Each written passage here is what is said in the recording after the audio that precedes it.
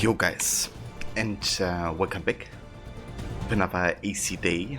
Gonna be playing AC3 today, and yeah, the Tube of in-depth story run. Hey Vamexi, hey Don, hey Grammy, hey Demise, how's it going guys? And good day to all of you. Don, thank you also for the Bitware. And Demise claiming the first, very nice. I think you're currently the record holder, Demise, so claiming the first reward.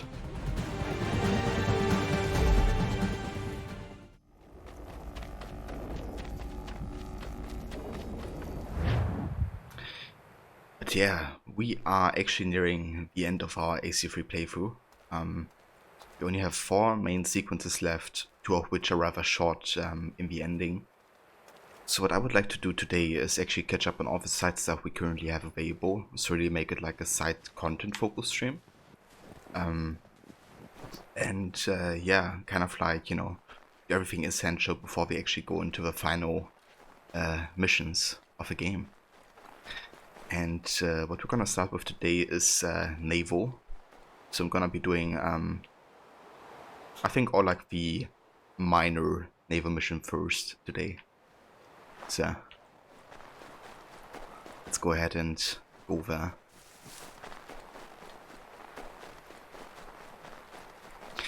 And I also decided that I'm not going to be playing the Tyranny of King Washington DLC. Because in my opinion it doesn't really add a lot to the story, given that it's like completely what if. And I was not a big fan of the DLC, if I'm completely honest. So yeah, I decided we're not going to be playing the DLC, but going to jump straight into Liberation. Once you have finished the main story for this game. Oseva Mr. Goody, welcome dude. And how's it going? Yeah, it's going pretty good, Mexi. Having a nice day so far.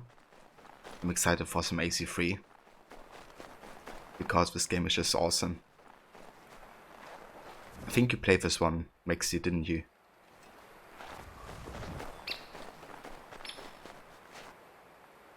What's he got this time? Let me see. A veritable bounty! Shiver me timbers! That'll earn you one of these scripts to be sure. I will be back for the rest. You did, Mexi. So, how did you like AC3?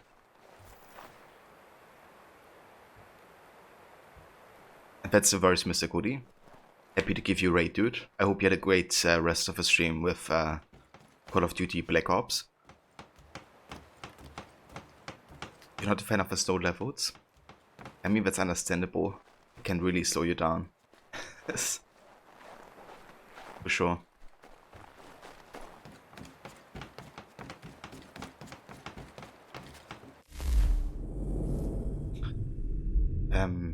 You're great. Had to do school run today, so you're pretty tired.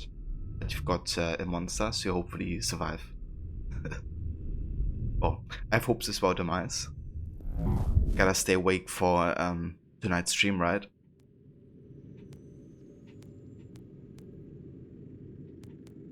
Yeah, I think we were going for North Carolina. We have a kind diversion.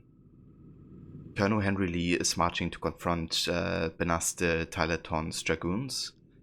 He thinks the young officer's revert cavalry is the ultimate prize. It is folly. Lead him towards John Parts' column and defuse the impending disaster. Ah, that's actually in progress. Never mind. What is it? Oh, it's not.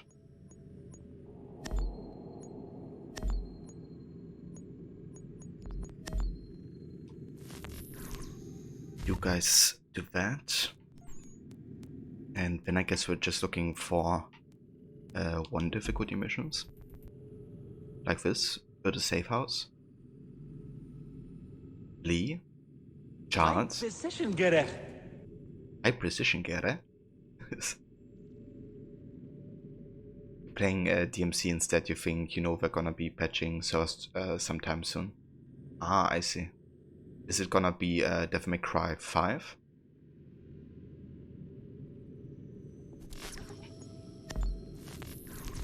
Where is Charles Lee? Where is he? Indeed. Oh, we're not gonna see him today that often, I don't think. Because it's gonna be more psychotic focused. But I have a good feeling tomorrow we might find him for real.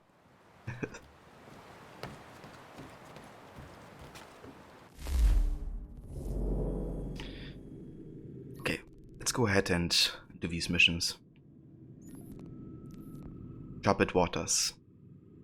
Drive British privateer ships away from the trade route.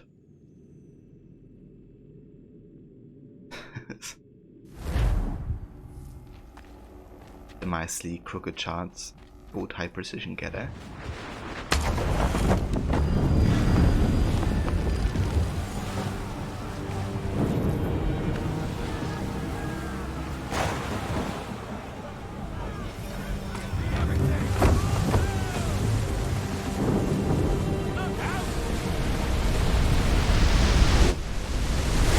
It's a huge wave.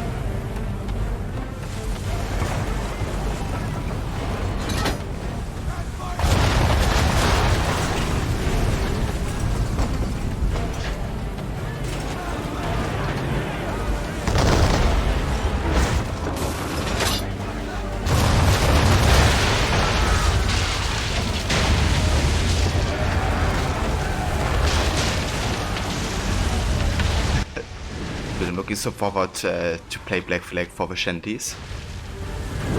I'm very, very excited for that game.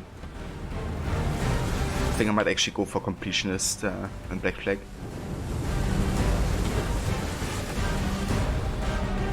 We'll just be seeing that in this situation.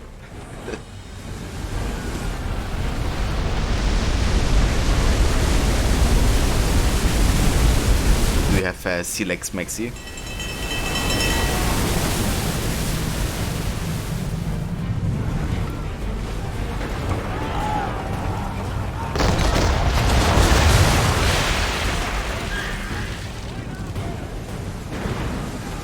Black is your all-time favorite. Ah, I see, dude.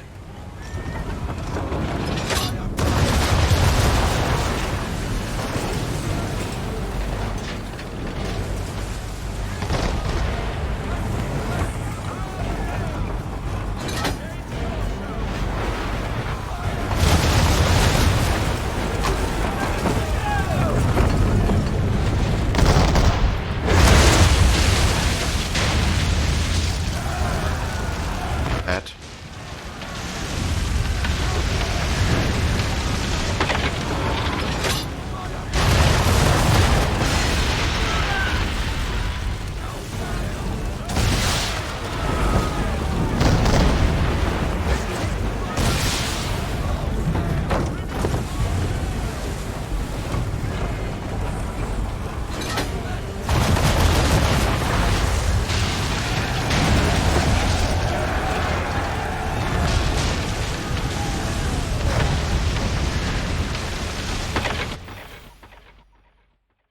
Very nice.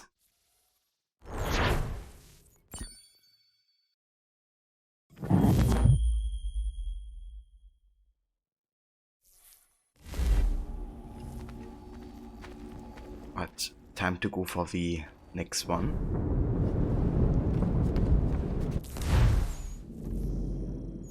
We have raiding the Prospector. Ensure the Prospector does not escape with its secrets.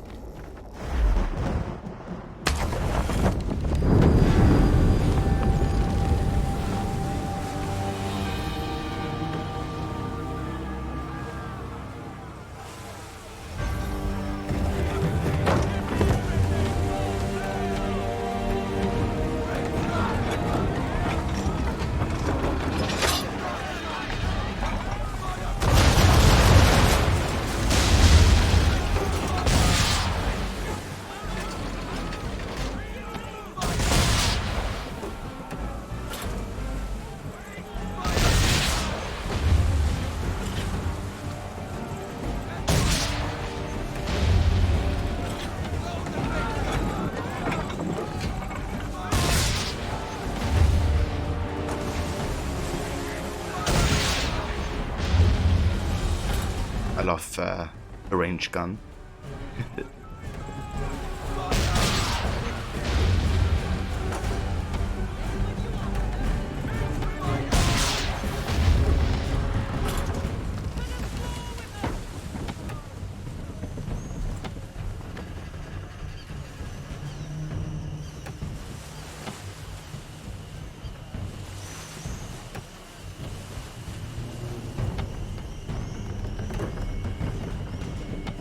Okay, there's a lot of fog here.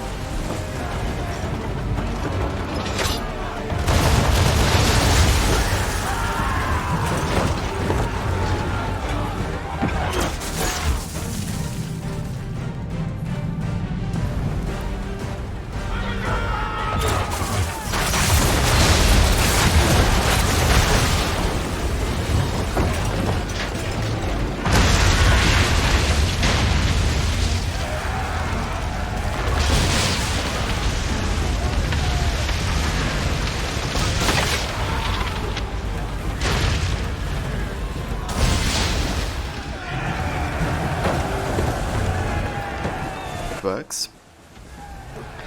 You even made it within the time limit.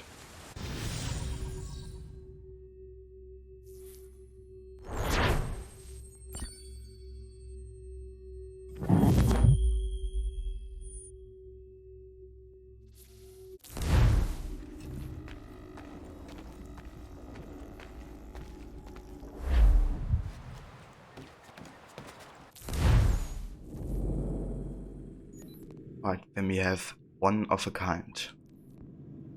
Secure the trade route once and for all. So, another reason I want to do naval before New York is that basically the trading routes will help us actually utilize naval trades. And then we can like spend more time making money effectively off that aspect.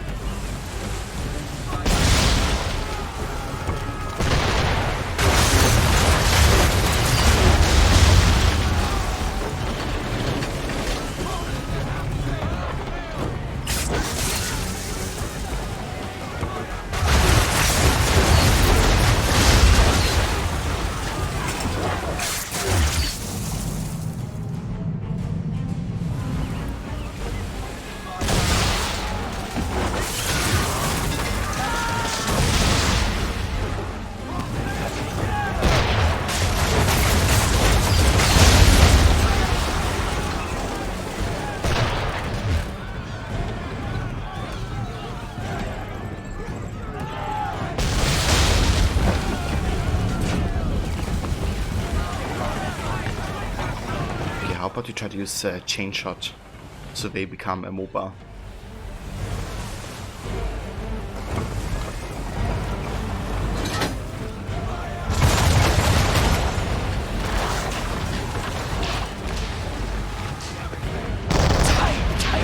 Yeah.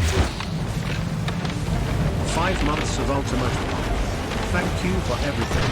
Much love, Pretty 130 love, Pretty 130 love, Obbies love, Pretty 130 love, Crook 1 legal, Crook 1 legal, Prime Penguin, Prime Penguin.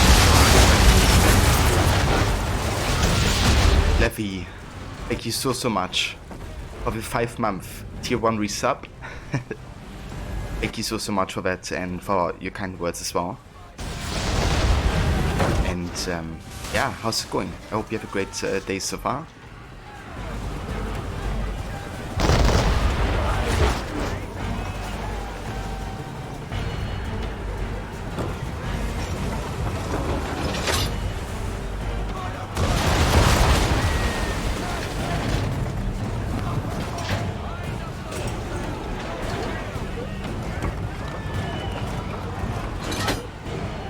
Let's wait for a wave.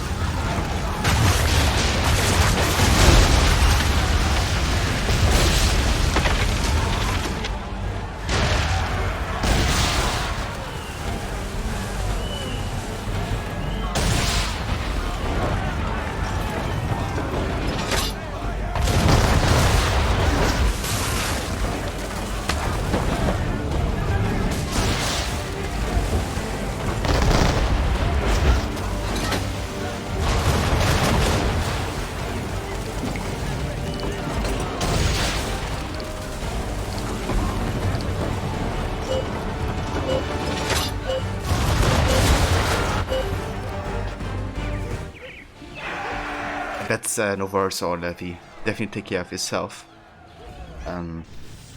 Totally understandable. I really hope you enjoy your luck and you know, definitely take time for yourself. But yeah, I'm doing good, Levy. Thank you for asking. Having a good day so far. Excited to play some AC3 today, because we're getting closer to the ending of everything, which is gonna be very emotional but also very good. So yeah, very excited for that.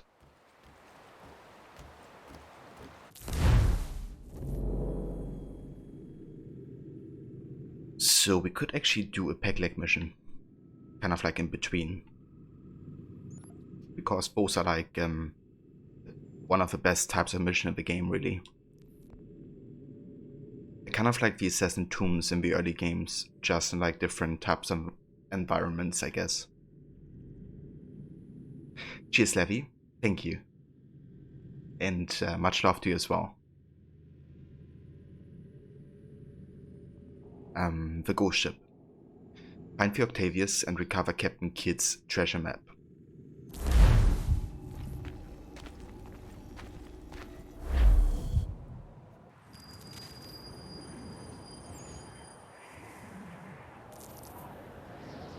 Faulkner's guess better be right. Why anyone would believe the Northwest Passage exists is beyond me.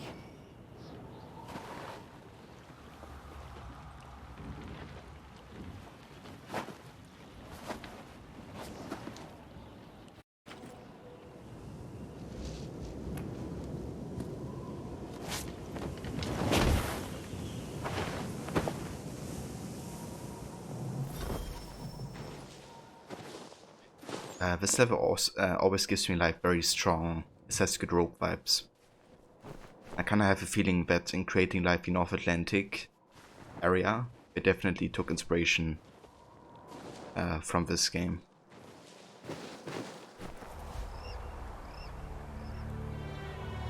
The Octavius. Hendrik Vanderhall's first and last captaincy.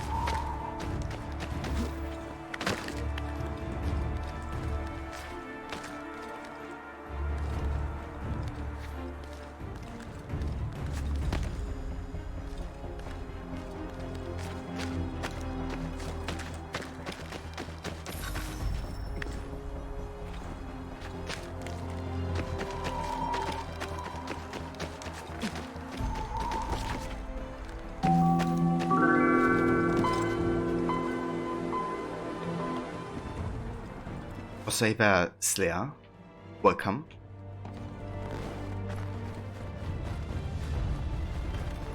Hendrik Vanderhall. Captain Kidd's quartermaster turned captain himself. The path you sought never existed, Hendrik. I hope your suffering was short. Yeah, no kidding.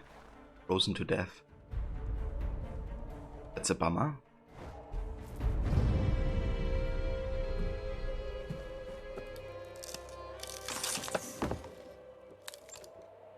Press F for that hand.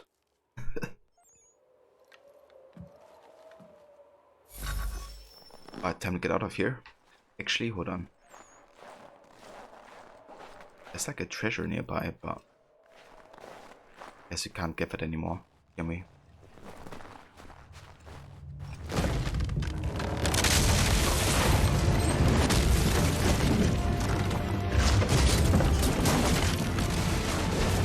I need to get out of this thing.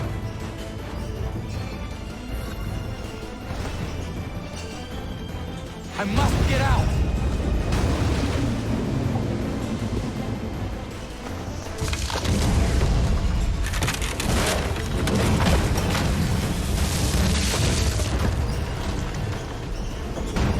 That was close.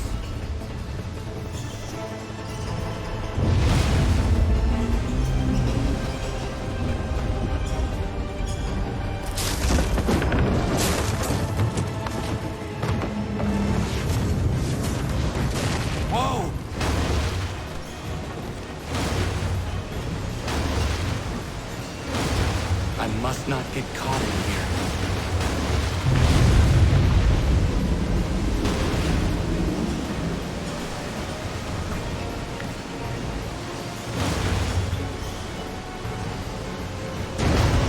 There's not much time. Alright. What? Where do I have to go? Jesus Christ, kidding me.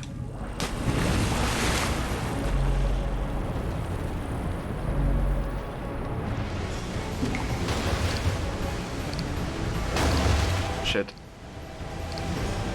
Oh shit. 2 seconds. But the good thing is we don't care about option objective. So we don't have to replay this. Yeah, that was really close. And abreast the rock that doesn't fit.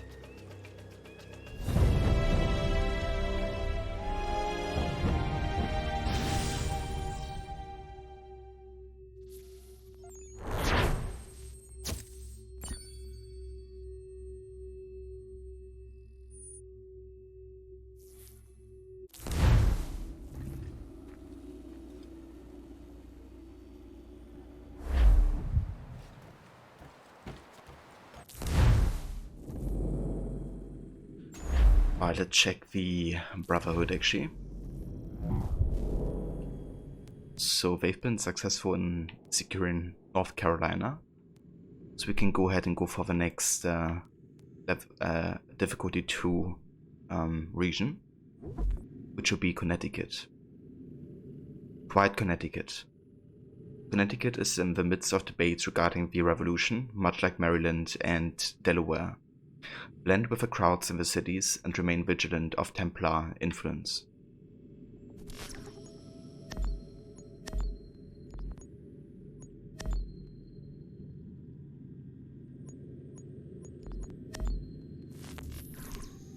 Yeah, you guys do that.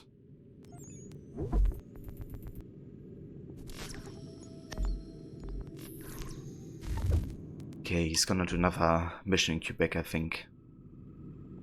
Can he do this? 60%. That's quite risky.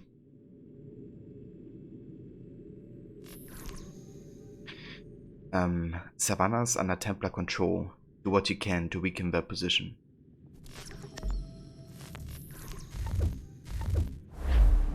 Let's see what happens. Okay, so next up we have this trading route going all the way down here. And we have Blistering Dawn. Destroy the private British privateers scouting the trade route.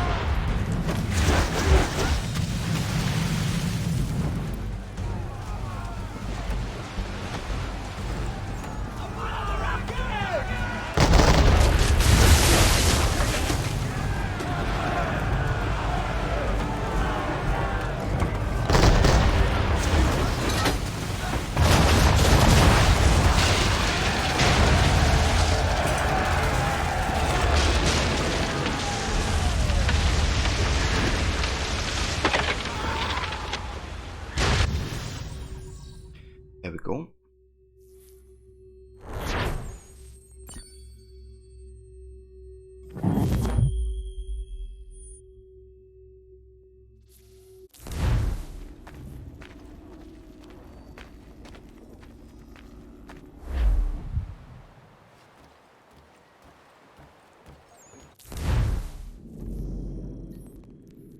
A call for help.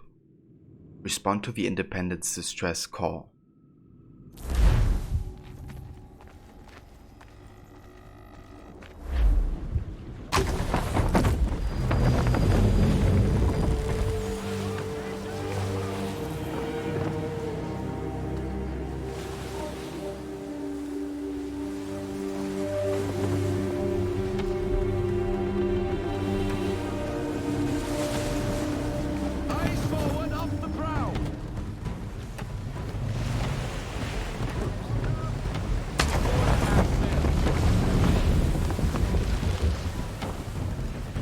this is looking more like a Black Flag actually now. That's because getting closer to the Caribbean here with a mission.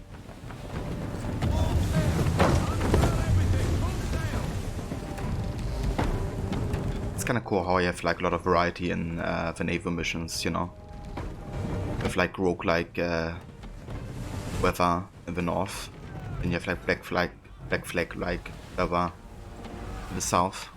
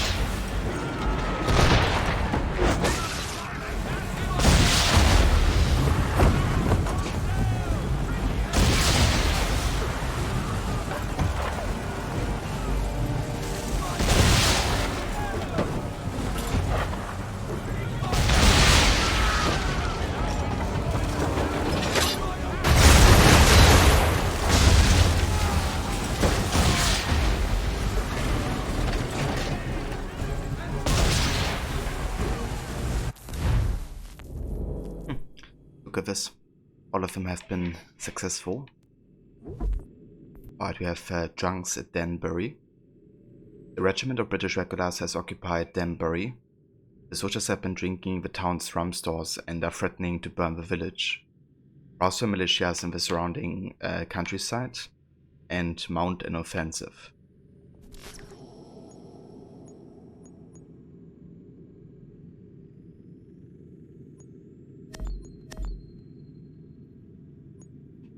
Yeah, I mean, they could do that together. Stephanus rank is 7, so he has reached max level.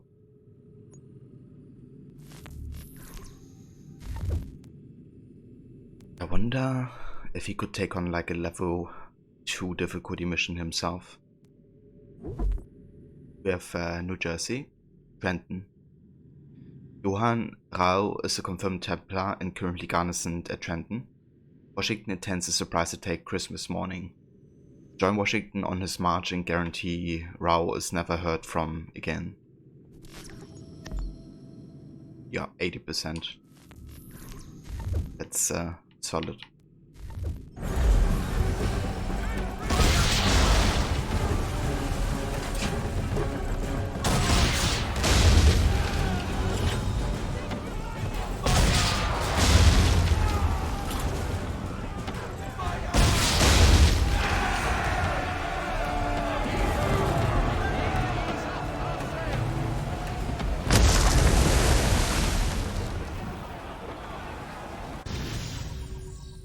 That body check at the end.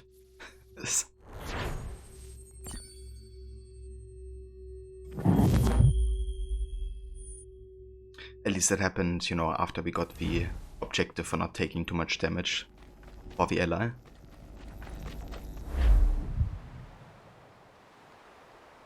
Hey there, Beavis. You grew up in western New York near the shores of Lake Erie. We're seeing that map with the geopolitical boundaries. Yeah, definitely interesting, you know, having a look at the same place to, you know, different times. But also, you know, in this type of like media as well. I mean, without the geopolitical boundaries. I see. Yeah. Yeah, but still definitely interesting having like, you know, kind of a comparison between, you know, how things are today versus how they have been. But yeah, that's kind of cool. Do you like AC3? And like how it represents, you know, this time and the places? Search for Somerset. Locate and destroy the privateer ship Somerset.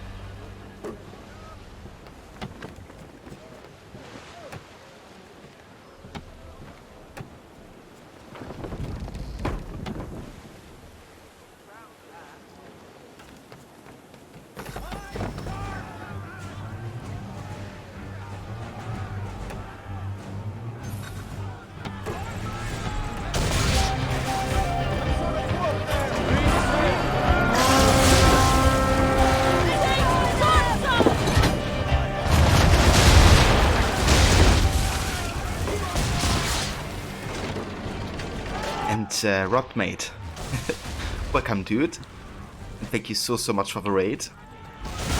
Welcome everybody, and how's it going? How are things? I hope you had a great stream today.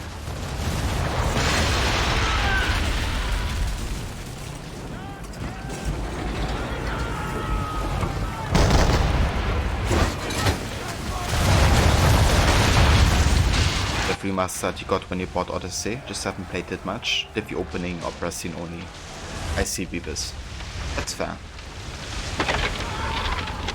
But yeah, definitely nice how you get AC3 remastered with, you know, the season pass for Odyssey.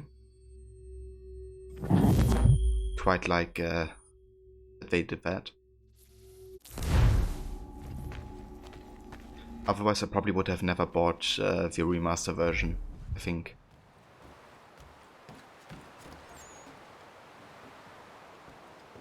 But don't worry, so all dude, things are going well. How are you? You had a great stream, Quantum Break is really cool.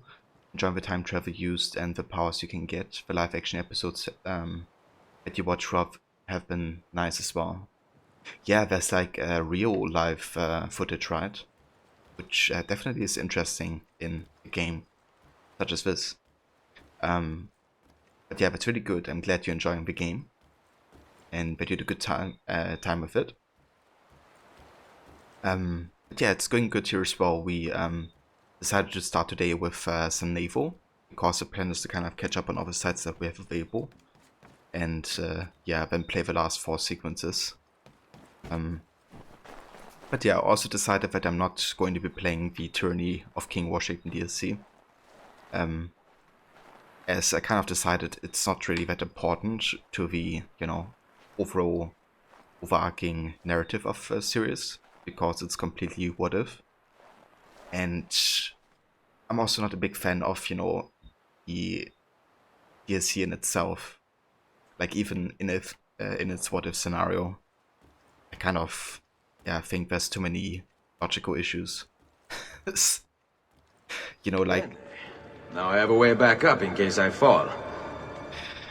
like I've kind of been reflecting back on my last couple playthroughs of Tyranny, and there's just so many things that kind of bug me about it, you know. Like, it starts with Connor being like, you know, part of a native again, and kind of like living there. But then they completely disregarded the entire effort by Montreal to be accurate to like the language of a Mohawk, right? So they just all talk in English for some reason. So they don't really care about that aspect. Then you have like a magic tea that gives people superpowers. Then you have like Connor being stabbed 3 times, being shot through the chest, and just magically recovering without dying. Then you have Benjamin Franklin being possessed by an apple of Eden, gets shot in the back with an arrow, and that heals him from the effect of the apple. So yeah, I've been kind of thinking back on all that and decided I don't want to play it again.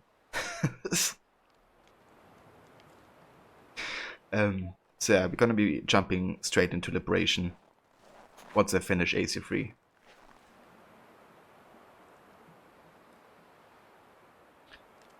Rod, some things you decide to interact with and effect will be referenced in the live action as well. That's really cool that they made that effort.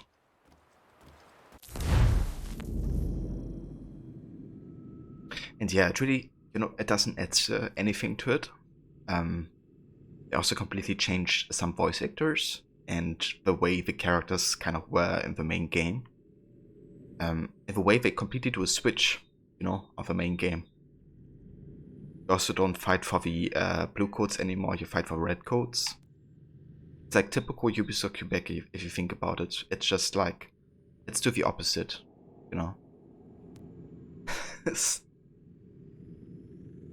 Yeah. And fun fact, but of course the DLC for Immortals Phoenix Rising, the new game of Ubisoft Quebec, is 3 episodes again. So they did it in AC3 Tyranny, they did it in AC Odyssey, the DLCs, like both of them, and now also in Immortals. They literally do the same thing over and over again.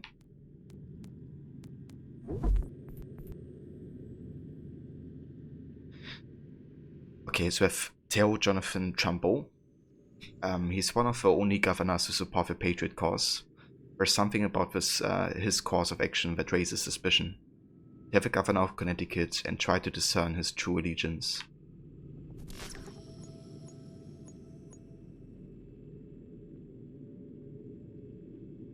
Yeah, and the thing is, they also tend towards like working on one episode while one is like released. Which technically, is not like that big of an issue, I guess, because it allows you to be like, to respond to like player feedback faster. But on the other hand, it just, kind of creates, like if you creating a DLC like that super reactive, it also leads to issues, right? As you have seen with Legacy of the First Blade in Odyssey.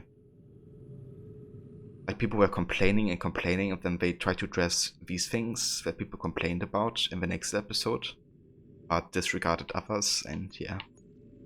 It just doesn't feel like a full package, it kind of feels disconnected between the episodes.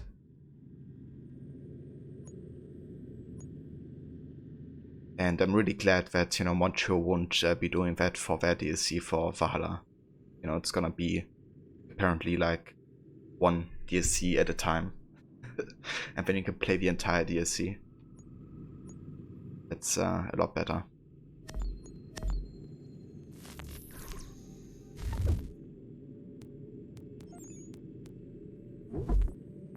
Attack on Fort Mercer.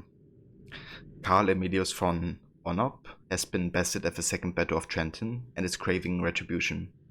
He's advancing on Fort Mercer at Red Bank out of his head and ready for slaughter. He must be stopped at all costs.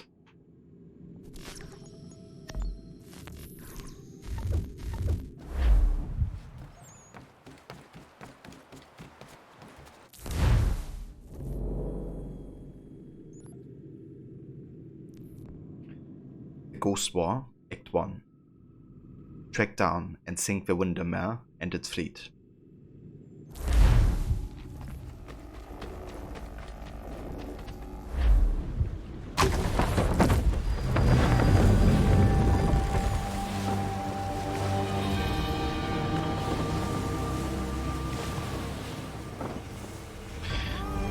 That's kind of irritating, right? Because some choices have like huge impact in Odyssey, while others, don't.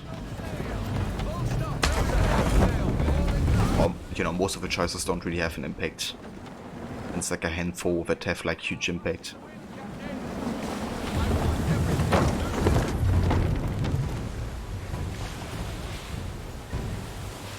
Just kind of inconsistent, really. And that's where Valhalla does it better, in my opinion, because the choices feel more natural. They aren't like one way or the other. They kind of just make like, because the choices aren't like, you're not getting bombarded with choices, kind of leads to a more consistent a character arc for Eivor. Exactly, that's why I'm going through the game to see what is relevant and what isn't for your next playthrough of it. That makes sense, Rod, yeah. So you basically play the game currently, like every now and then, I guess?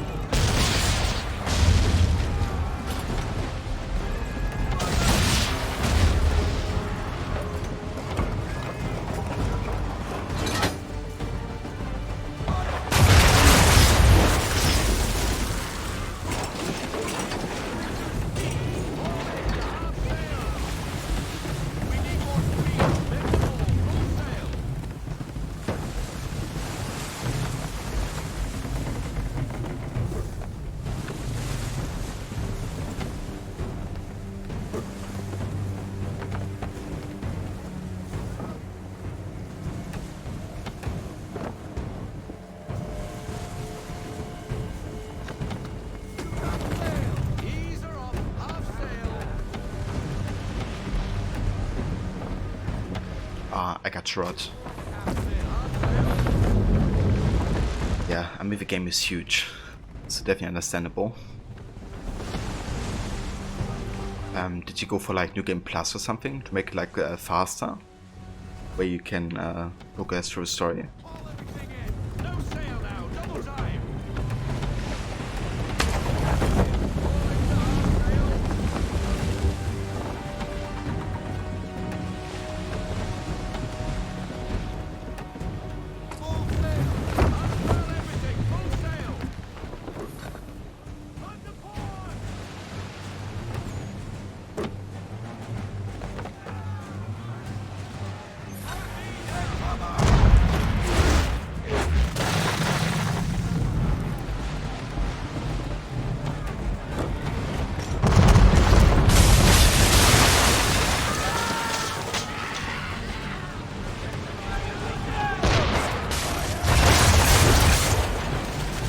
Oops.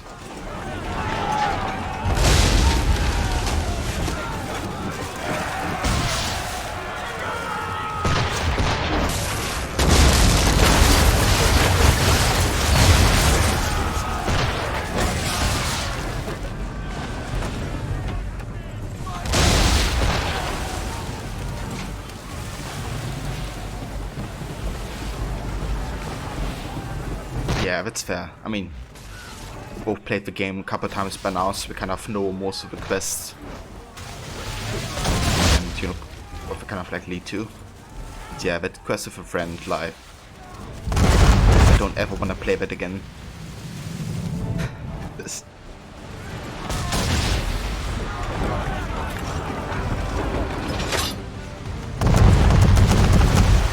Just like really awful writing, like holy shit.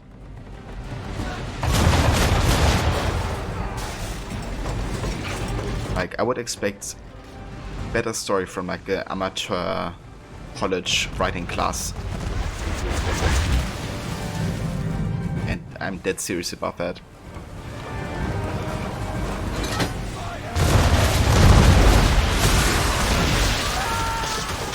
That hurts.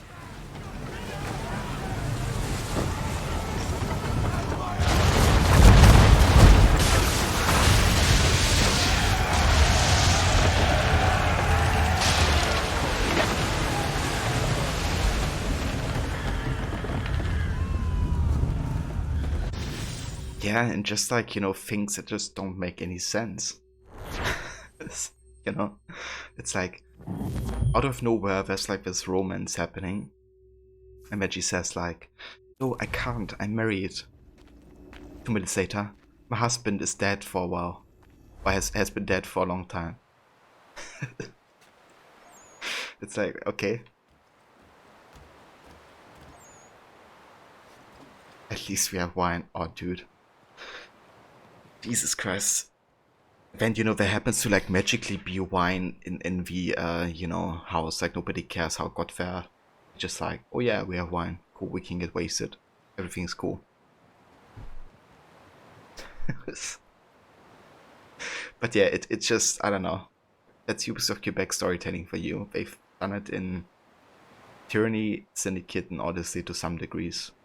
For Odyssey and AC3, Tyranny definitely takes a cake, in my opinion. But yeah, I can't understand it. The Ghost War Act 2. Scativ Leviathan, which is carrying an important Templar emissary.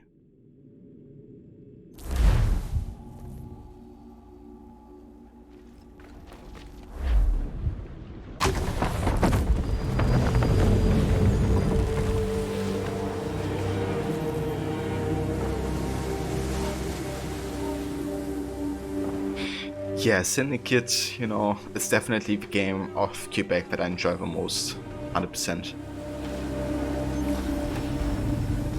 And they did like legit a good job with some of the aspects. I definitely prefer Unity though. But Syndicate was solid.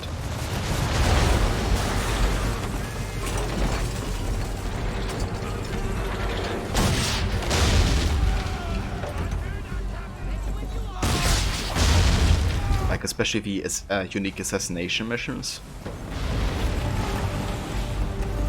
I think there's even more unique assassinations than there is in Unity.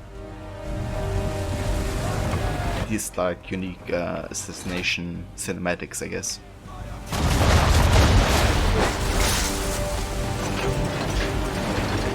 Yeah, dude, the whole like black box assassination or Hitman style missions. Definitely great addition. I would love to have it come back. Just as more satisfying if you kind of like plan your kill, I guess. And you have like multiple steps that kind of lead to that happening.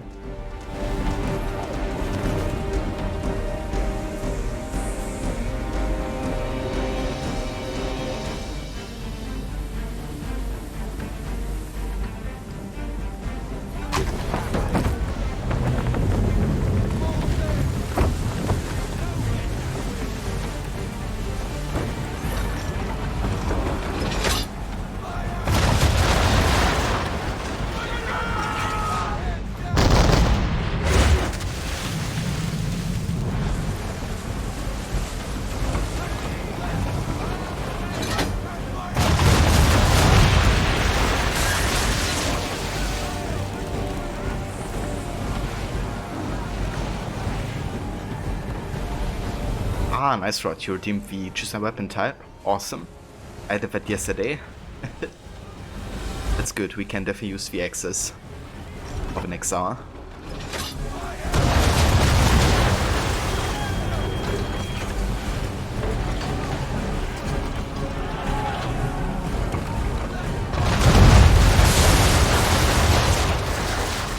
That's...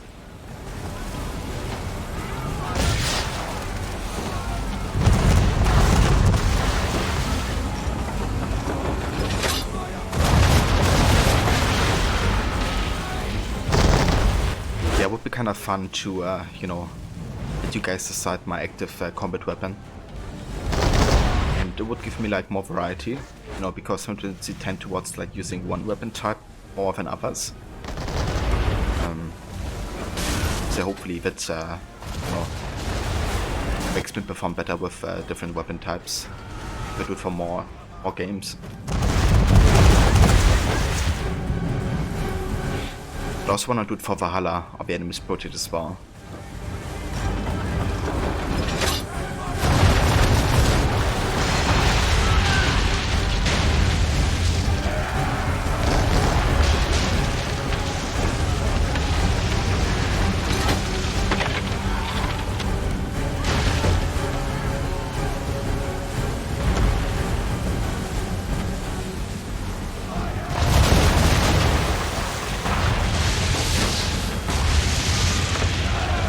The thing I love about the name of this game and Black Flag and Rogue is that like waves have a huge impact.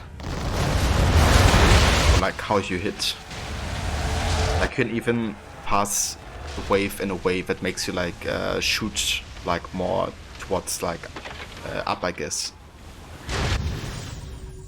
instead of like down. Kinda cool how you can play around with that.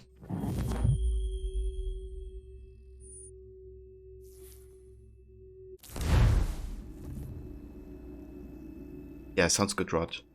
I'll probably do a couple more naval missions, since I kind of wanted to catch up on that and secure the trading routes. But yeah, maybe I do like V3 here, and then do some land-based missions. Let's actually have a look into the DNA tracker. Currently at 60% progression.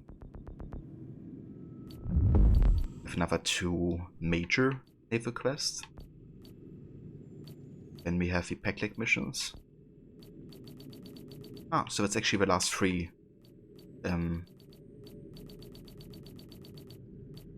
of like the side naval missions. Cool. That means we have mainly fun stuff left in naval. Especially Peklik. It's like really good stuff.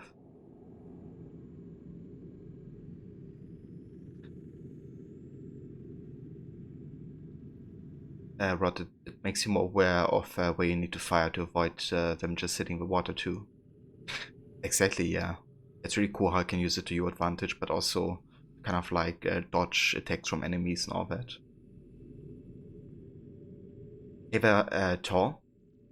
Yes, I did 100% this game before. We're not going to be doing this for this playthrough. I'm just going to be doing all the story-related missions. But yeah, no optional objectives requirement or something like that. Just gonna be doing all the story missions stuff.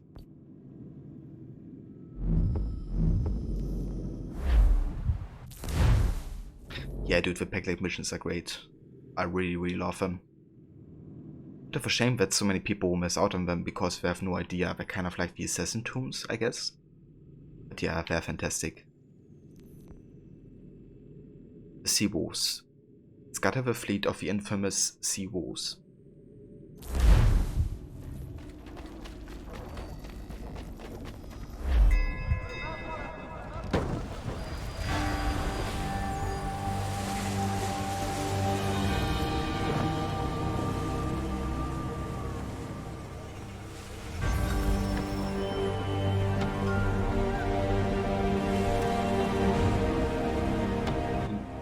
Love the fleet that they're having. Kinda wish you had more of these missions than Black Flag as well. Kind of having like, you know, an active fleet of multiple ships with you. Imagine how cool it would be to like have a feature mechanic in the game where you, I mean, you have a fleet, right, with fleet that you can like send on trading missions and stuff. But imagine that you could like summon them on the ocean to help you fight.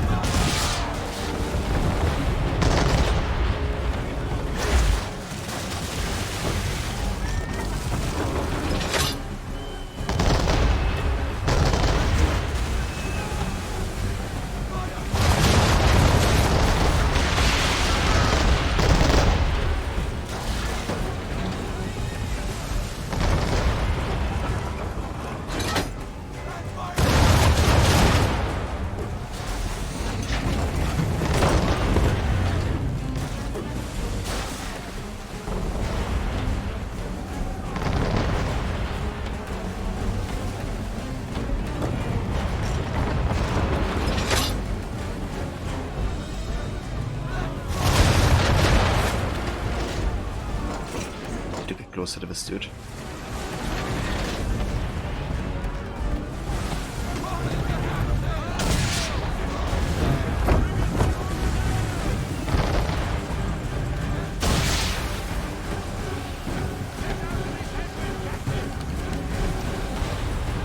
is it driving away so far?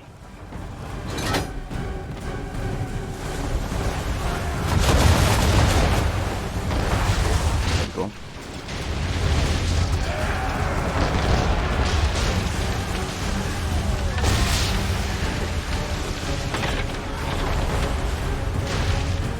Okay, let's go ahead and see if we can just disable the sails so they become immobile.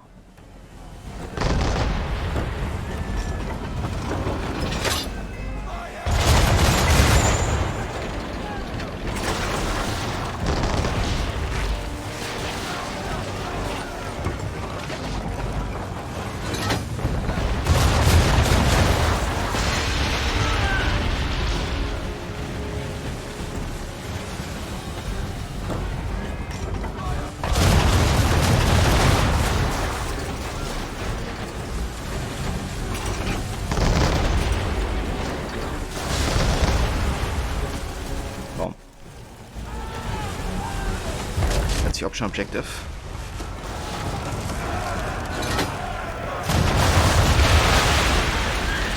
But that's alright.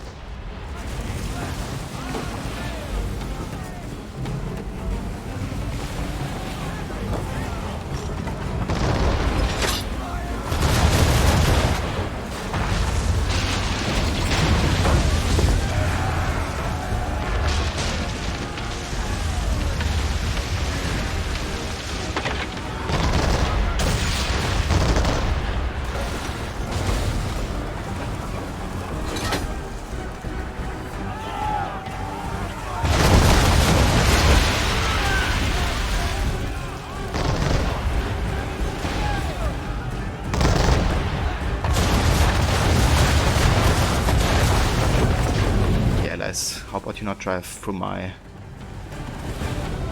shots?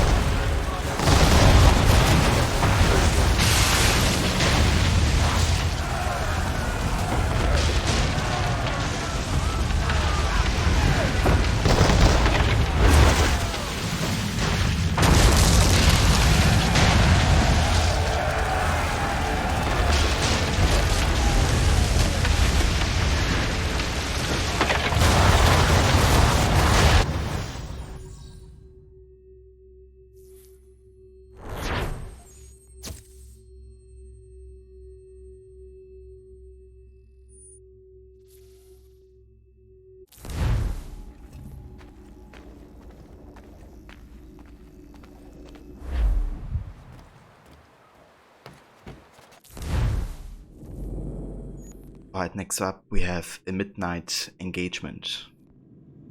Chase and destroy the Greyhound and its fleet.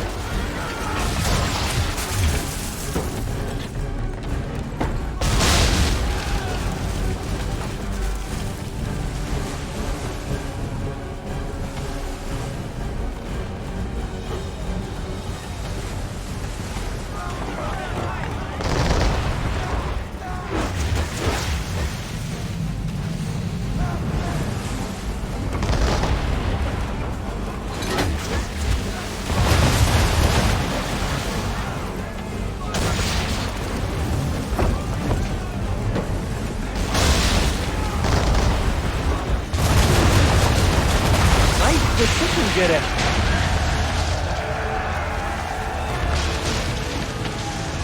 Hey, precision getter. David Morrow. Welcome, dude.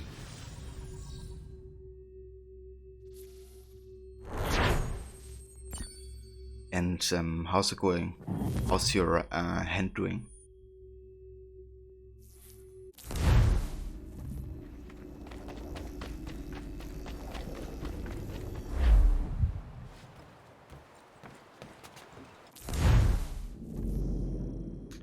And then we have the Giant and the Storm.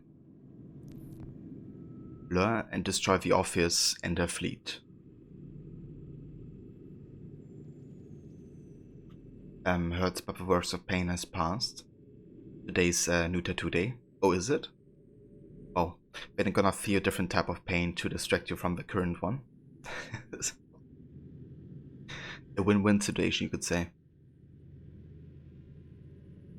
But yeah, which or what type of tattoo are you going to get done today?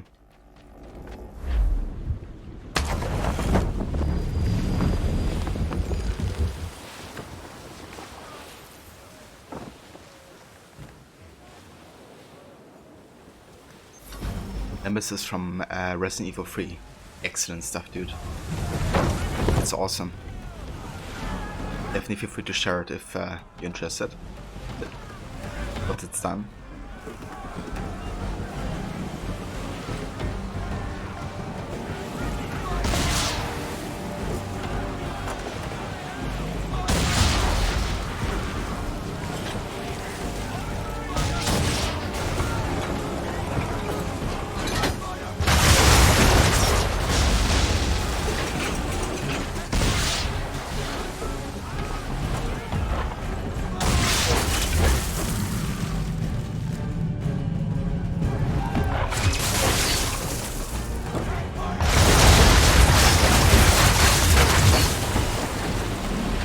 This optional objective. Well, good thing is we don't care about optional objectives, so I won't care about this one. Oh, last time I actually did this first try. But yeah, it's a mean one.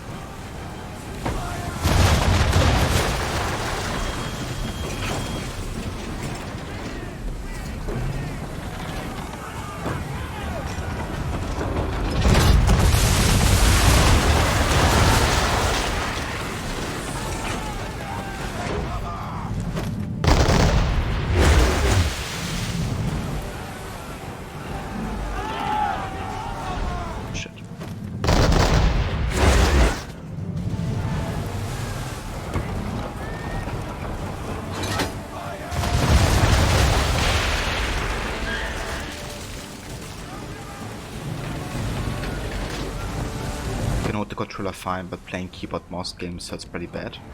I gotcha, dude. Or at least you can play a little bit.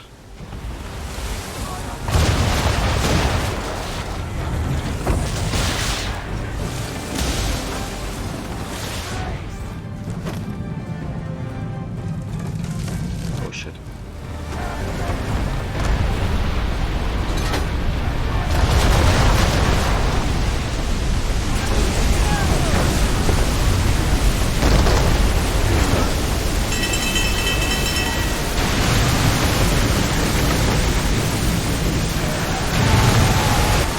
Blake Gwent. Well, that's something.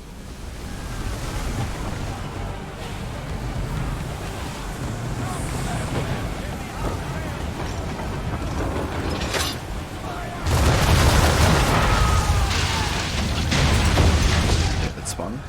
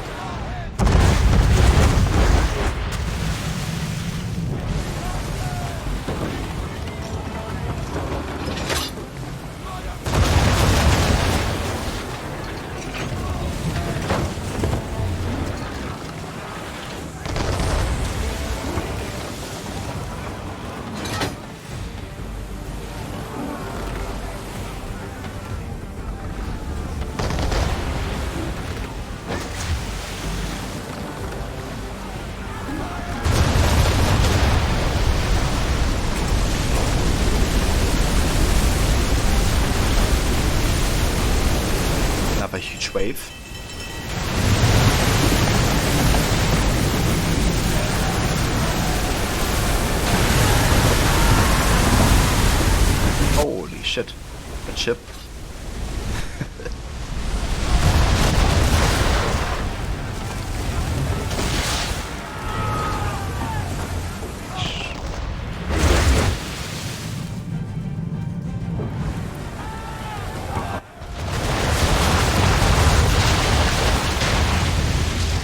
There we go.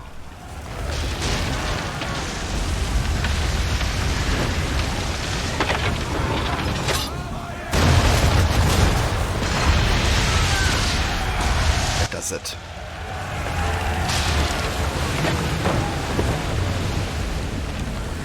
Probably should have gotten max upgrades for the ship for this mission. But that's alright.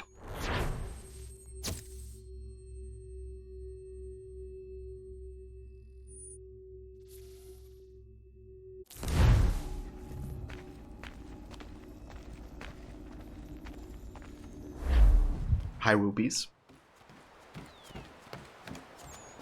Right, so that's all the naval mission we're gonna do for now. Let's go to the homestead.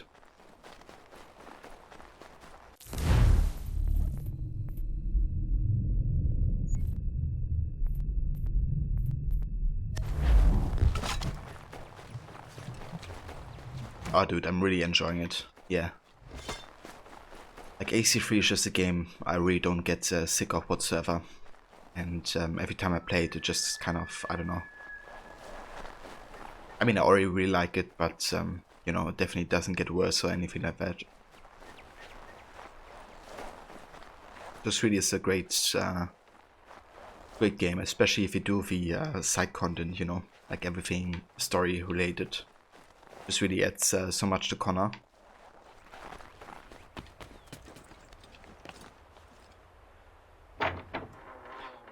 And yeah, also like that I don't have to do the optional objectives. You know, that's kind of a good change. So I can just fully focus on like story this time. Okay, let's go ahead and buy some barley.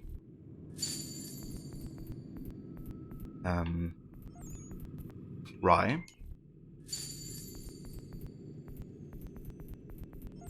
And buy maple. And oak. Oak lumber. We can get some herbs, catnip.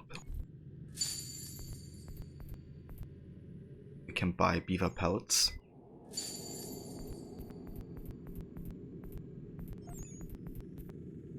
Iron ore. And lead ore. Limestone. And sand. And then it's time to craft. We can get an upgrade for the cartridge pouch. Yeah. Let's get this.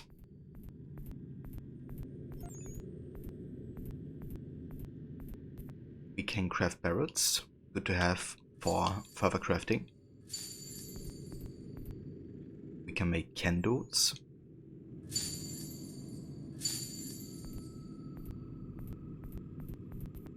Glass bottles. Lindsay Woodsey. And that's it.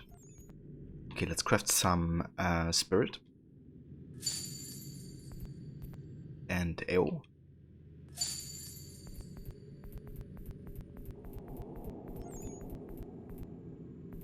Then we can bake some bread.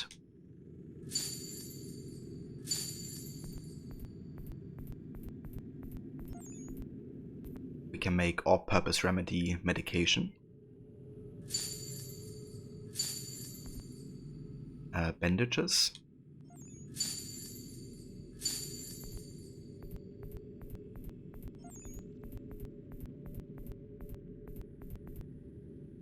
We could craft mining tools. Sure, let's do that.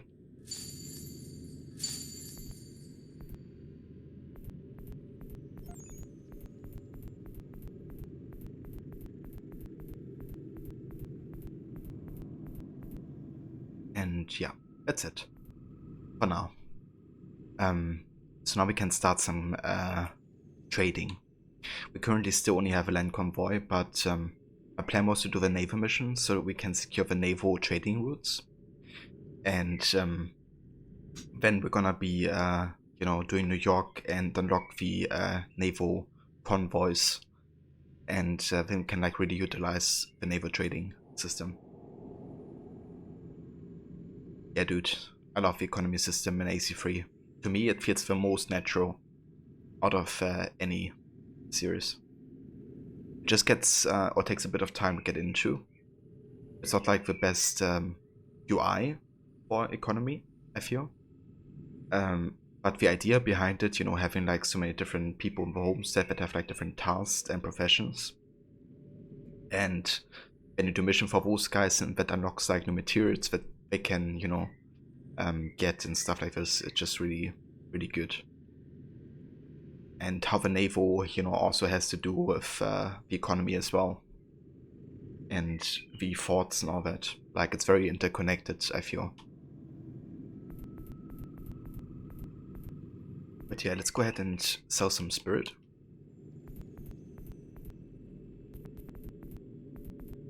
To this dude.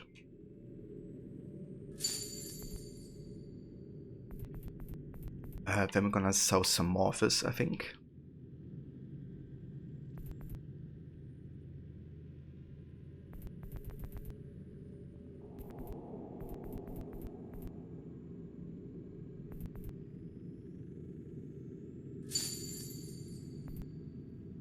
And then let's also sell some beaver pelts, because they give really good money.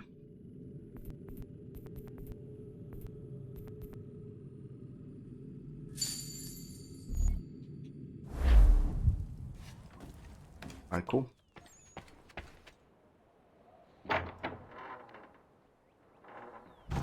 So I think in Davenport we have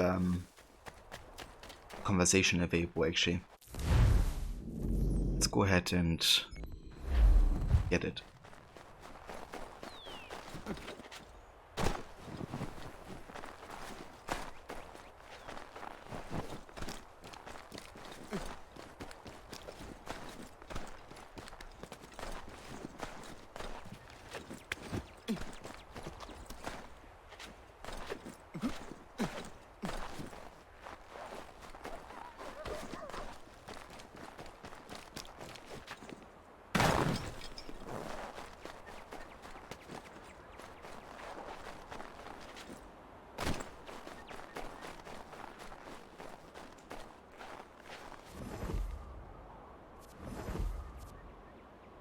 Smoke, Connor? No, thank you. We were just recalling the eventful day of little Hunter's birth.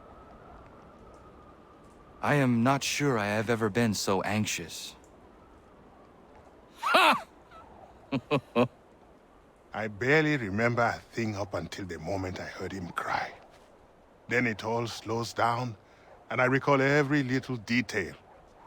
From Hunter's wailing face, to Prudence's teary eyes filled with pure love, to the smell of the mud and the leaves. I've never been as happy as I was in that instant. Things in this house sound right.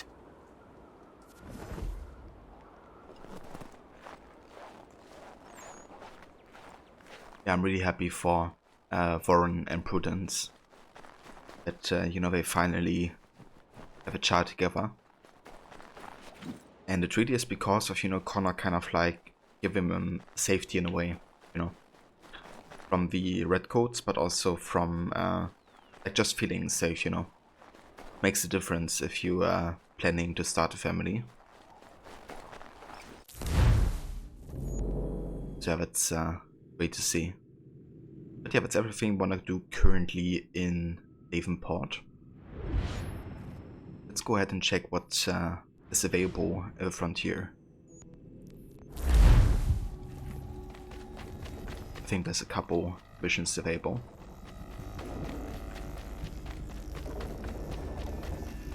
On the other hand, I think I might actually go to New York first, at least to do like side content, because I want to unlock the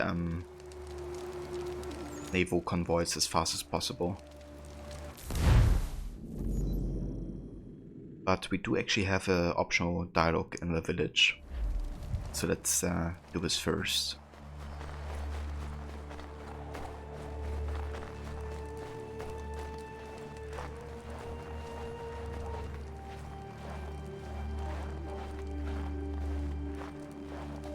Zashewer, next to ya eager the gari wish. Arik ko de wat danser an datum. O gari hoyewash to got no one do ahcha. Tigo gari hoyedo nitstos at chario. Wet nest had is at ni guhrawana, danus at ni guhratani. Next year, gar harach to oni di asero hiaga. Amagat sanuni hage a kawisege, to ganegandu ziata is a wagarunya de. Dosha jat ni gurha, asada det ni gura gona de gudero. Nona amaderio seranda ne. Nona amada de wanio hage, tone angodurissa. I am ski your snorre am don't nizeri hewe. Oni.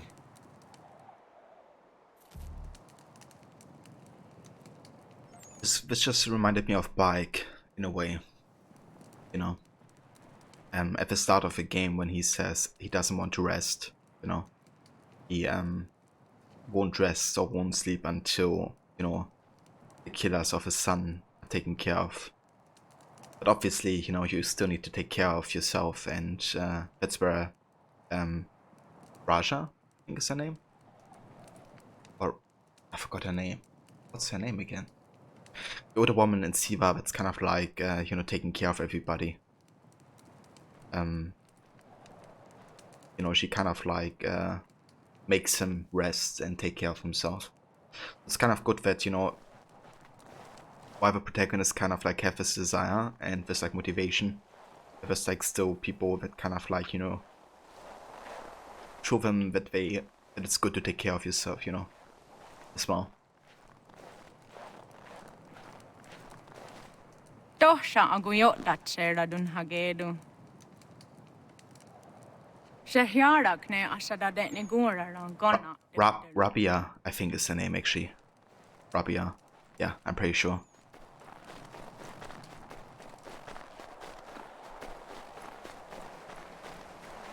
Gon hoit stani. Nu segun ga iwes ne din gon gur harha. Gatke ante wat the wanio ne jota deka. Yahto wacheza gana dogo. Toniat zizatre ziniot ne raga. Ono da zidu. Runde wana to dokha. Nerunstane hadiri wasete.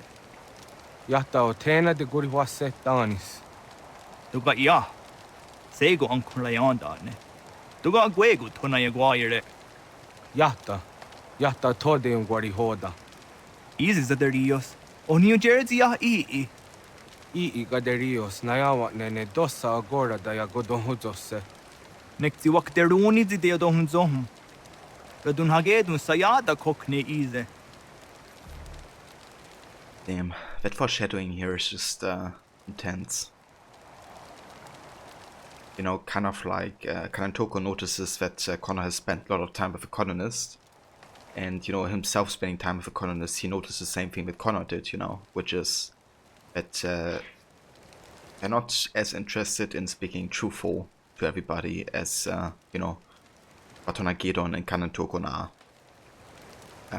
So we kind of have a feeling that they, you know, use a lot of manipulation and deceiving to get to their goals. And Kanatokun is suspecting that Connor might, you know, spend too much time with how the colonists think, I guess, in his opinion.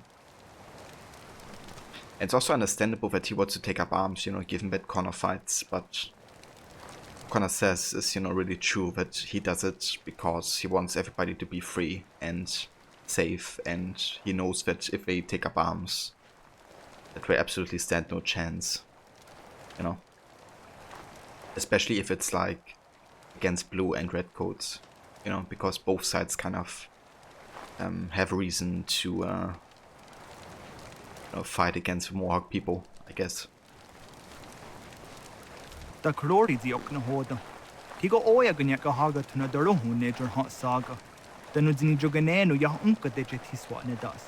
Oknize, this is what ne das ne batrio. Quahnek ni ga Skarnix I the wada the wanio ne. The dirty on there de zero no ha gone out to ne tika on a guanter on a jot the weedum. O honor room then you're in the Rios on Kiriwa hair hase a hadinuna zijuana stadum. Doga ayakia jot dar hase zero na derio. Ya tot is a wire in ne Ayatia jat dar hasse. There's a don's only got the guy kia jot dar hase or we are on a jot the weedum. Gaskanix ne dosa ganega is a way at Daraje Ziwaderio. The Skarnix ne ya utena taeguire. Nixi wak deruni zia gari west o tayo tumhage.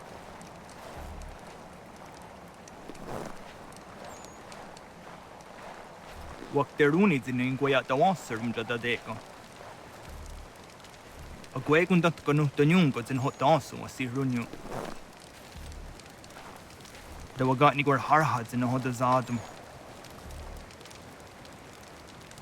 On zu jot the oneds in a hot and wagaderi hunde. Alright, that's of conversations we have available in the village. And yeah, that was a very, very important dialogue there between Ganon Dokon and Ratona Gedon. Kind of foreboding, you know, in lots of ways. So with that done, I would like to go to New York for side activities. However, I'm gonna go to Boston first, just to see if there's any homestead missions of the likes. I think there's actually something we have to pick up for the homesteaders, to be honest.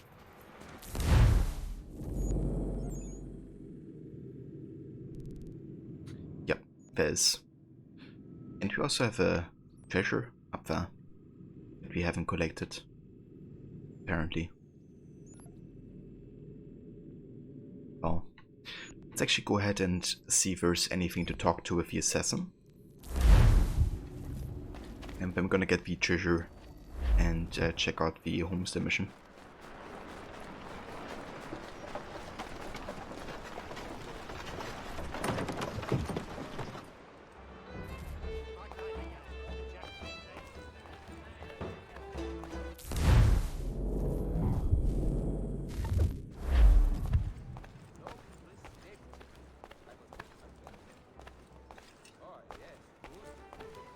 Okay, so we have our assassin here, but can't talk to him, so that's good because it means we have done all the optional dialogues.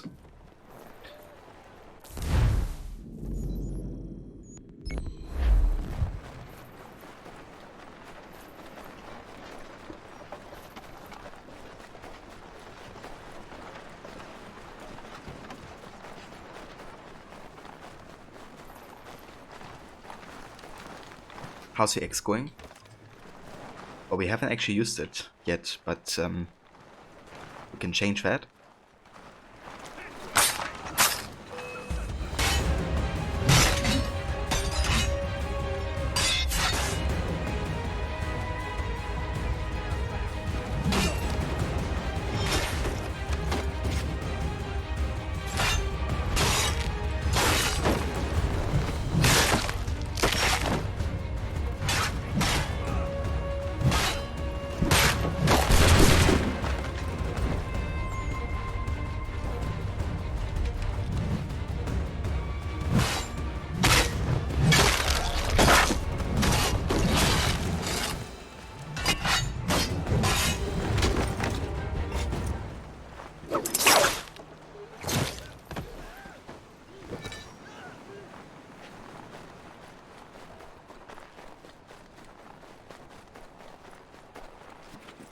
But yeah, dude, I love the X's in this game. I also love that you can, like, throw them, right, at enemies. Kind of the same way you can do it in Brotherhood as well, Revelations.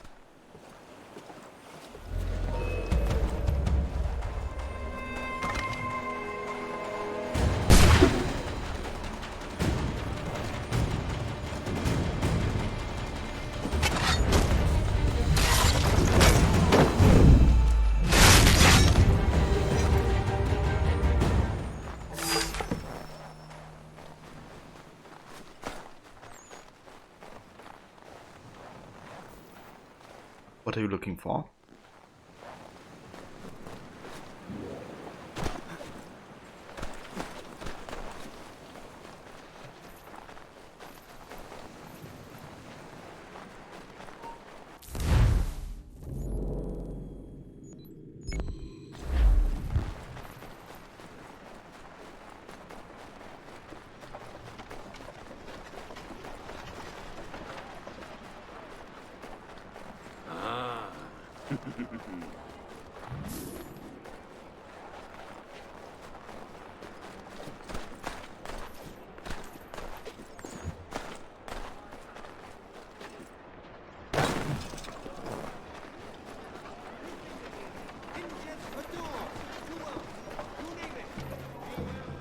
Hold on, that's actually a mobile vendor.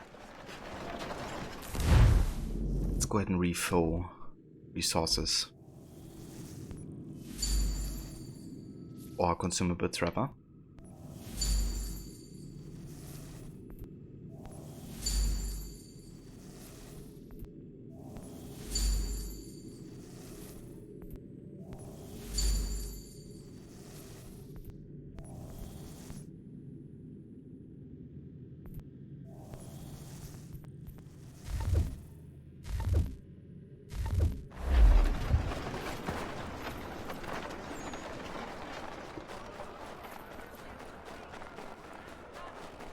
Connor, good to see you.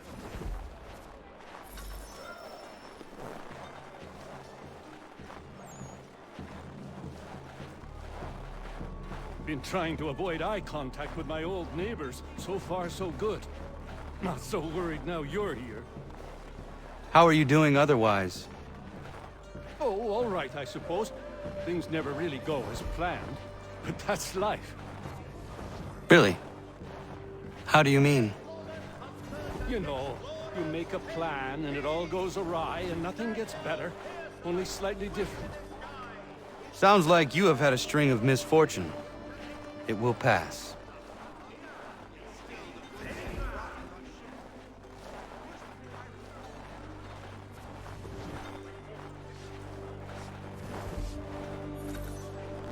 What are you doing here? Sweeping my steps, if it please you. Since when are these your steps? Since I bought them 3 weeks ago. From who? The owner, via his apprentice. Owner shipped off out of town. What's it to you? I am the owner? Not anymore, mate. Sorry. Better sort things out with your apprentice. He's often at the pub over there, but I'm sure you already knew that. Patrick.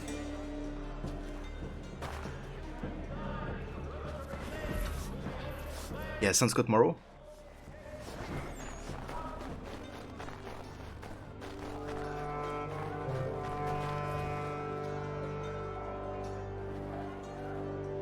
Lance!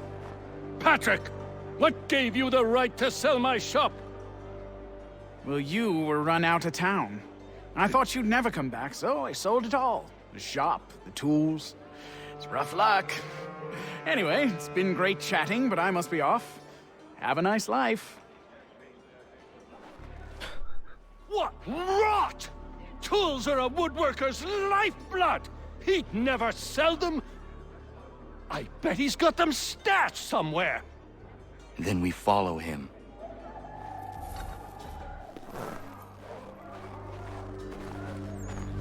Time for a tailing mission with Lance.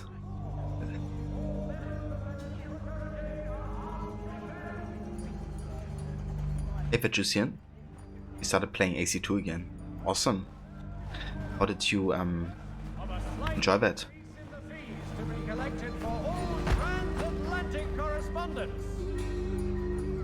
Yeah, AC2 is amazing. Absolutely love the game. Especially if you go from AC1 to AC2, it's like such a big step up in lots of ways. Especially like gameplay and that. Shit. And into a restricted area there.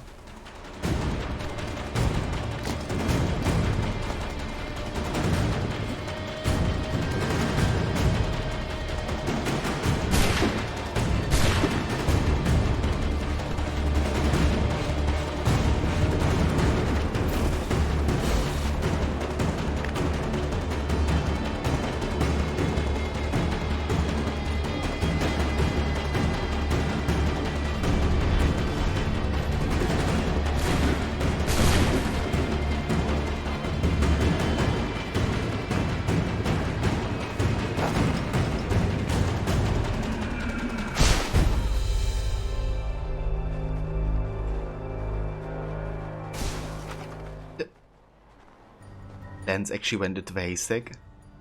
It's hilarious.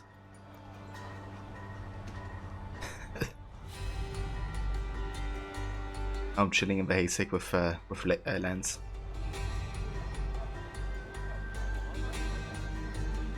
Only really liked that here, says he wasn't a big like for you. That's fair. This rubbish for good before the month is out.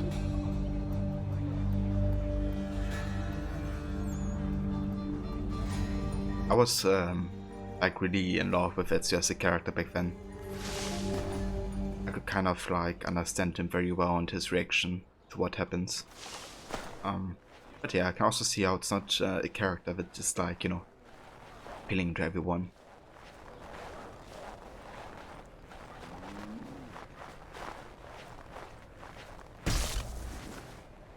But that's good that your opinion changed, I guess. That, you know, you enjoy the game more now. Well, that's something at least. Thank you. I still can't believe he sold my shop. I'll see you back at the homestead. See ya, Lance. Ooh, we got the naval convoy recipe. Let's go. So that's how we get it. Nice. So if that's the case, then I would really like to visit a shop and actually obtain one of the naval convoys. But first let me see if I can talk to the assassin over here.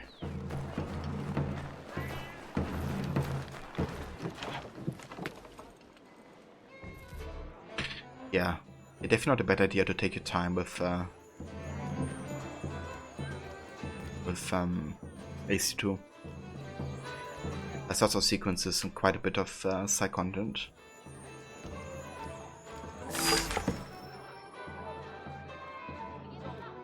I think that's actually the chest that gives you the income that Hatham had during the beginning. So we got 750 by default and then another 200 something from Hatham's beginning. So if you make any money in the intro for AC3 or the beginning sequences, then this chest will have all the money for you to pick up later. And yeah, this is of course the Green Dragon Tavern.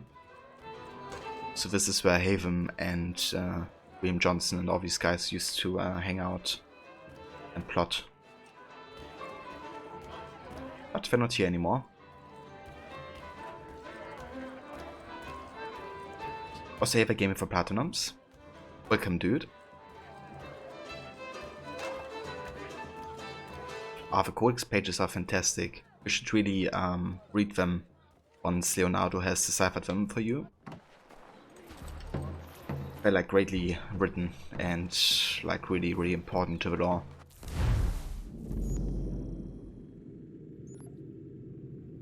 Okay, next up I would like to check this assassin if he has anything to say. But actually let me go ahead and pick up this chest first. Or save it, Astro. You can't stay, but you just wanted to say that this was actually your first AC game. Probably why you love it so much. That's understandable. Like AC2 was my first game that I played from start to finish. So it definitely influenced me being biased towards that being my favorite game, I think. So definitely understandable.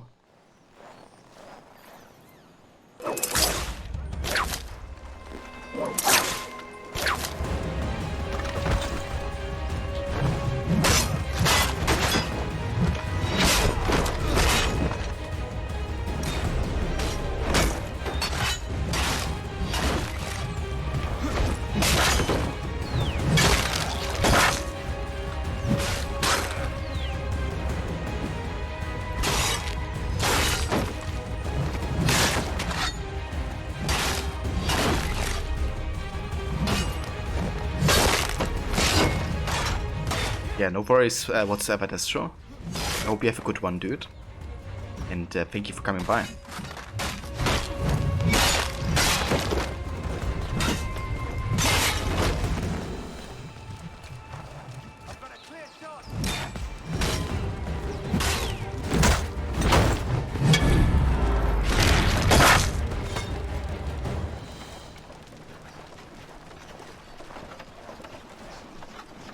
played the side-scrollers first. Yeah, Chronicles China, India, and Russia. Yeah, they're kind of fun games, but didn't enjoy doing them 100% though. But I definitely enjoy playing them, like every now and then. Also, welcome back, Moro. Gonna play the Russia one because it was free with Xbox for a week. I see doogies. I played China back with when Unity released because Ubisoft gave it away for free, I think, for like a year. I think you played for like, yeah, for like a limited time. So I played a little bit of that then, but I wasn't too fond of it back then, so I didn't actually play through it. So it wasn't until like 1 or 2 years ago that I actually played all of these games. But yeah, China I like the most, followed by India, and then lastly Russia, I think. Russia had like interesting ideas, but and I also really like the setting of Russia. Like, it was very interesting. But protagonist-wise, I think I really like China and India better. And also like level-wise, Russia's so advanced with like technology and stuff that you can die very, very quickly sometimes.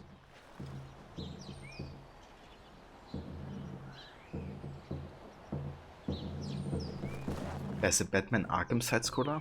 I had no idea. How's that one?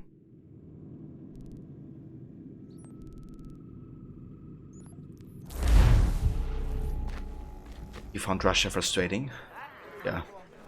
That's why I didn't go for 100% of that game. But also because I was really pissed off after trying to 100% India. I literally playing through the game like 4 times without killing anybody and still not triggering the achievement. I was like, okay, I had enough of this.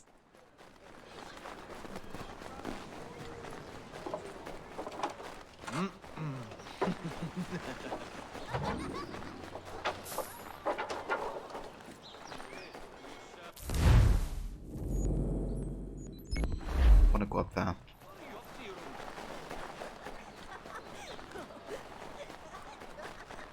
Yeah, I mean, to be honest, I think it's to be expected. There's like limitations, you know, it's like a 2.5D game. But I think with the limitations they had, they did a rather good job. It's not like perfect by any means. But to be honest, like 2D mechanics, they definitely work to me. But yeah, there's definitely some finicky stuff about it, so.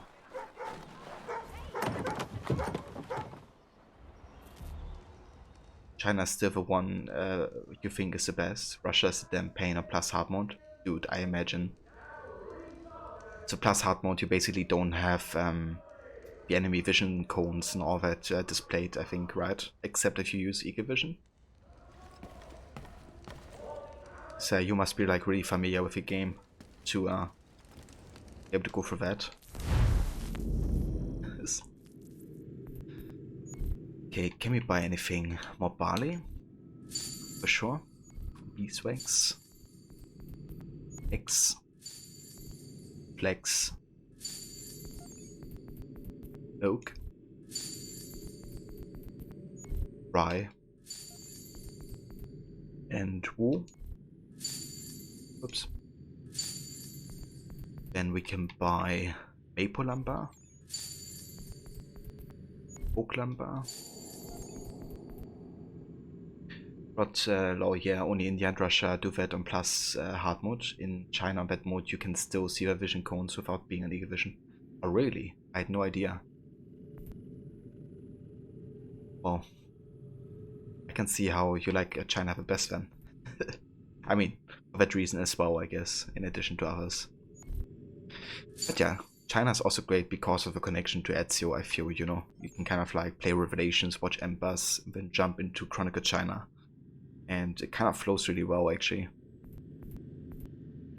I like that a lot.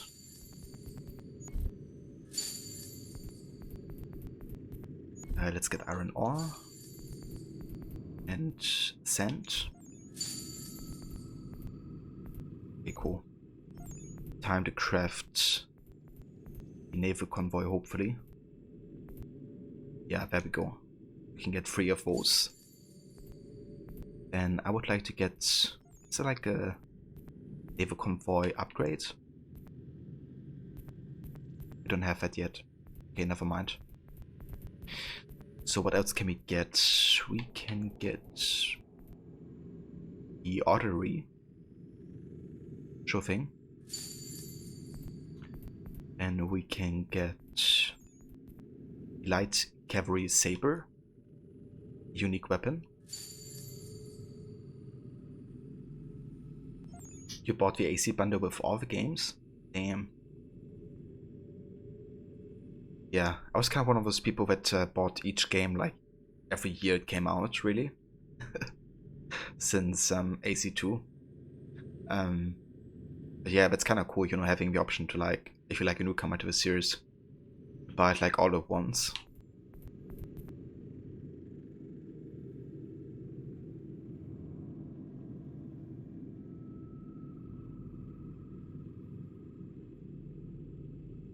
But you were glad when you finally played the Chronicle games.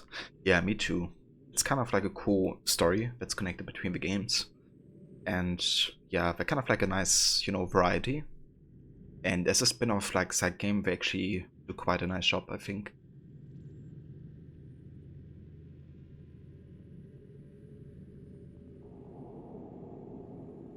So yeah, it kind of depends, Lucian, on what type of playthroughs you want to do for the series. Personally, I feel like going through the Desmond Saga can be very quick. Like, depending, you know, how much content you're willing to do and if you just focus on the main story or not. But even if you do like side stuff, the games aren't like overly long. But yeah, obviously the further you go into the series, the longer the games become in a way. So towards the ending, especially with the RPG games, it's gonna take a huge chunk of time. Like Valhalla alone is like longer than, you know, the Desmond Saga. If you go like completionist, I guess. Like AC1 you probably need like 10 to 15 hours maybe, completionist. AC2 like 30. About 30. Then Revelations maybe like 25, 20. And AC3 like 50. So that's probably, I mean, probably about the time you take for Valhalla completionist. It's crazy.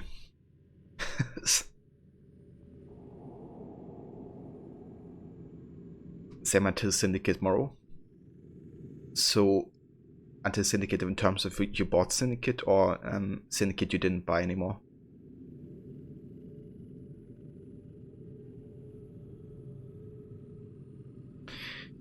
Yeah, me too, Rod. I think it would be cool to kind of use that as like, you know, media to just work with old characters a bit more, you know. Would have had like a Yusuf game before, you know, what happens towards the end of AC Revelations.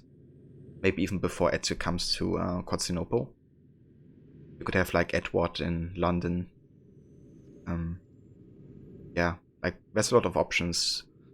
If they don't want to make like a full game with these characters, to just like, you know, kind of like work them into Chronicle games, for instance. Yeah, don't get me started about the Odyssey DLCs. Yeah, they weren't my favorites, and I think they confused you because they're just not written that well. But yeah, that's just maybe my opinion. You didn't buy Syndicate day one and bought it shortly before buying Odyssey. Ah, that's right, yeah. I think I remember telling me about that. So you bought 2 Ubisoft Quebec games in a short time. Look at that. So we can get the Quiver upgrade. Nice. And we can craft more barrels. And get buttons.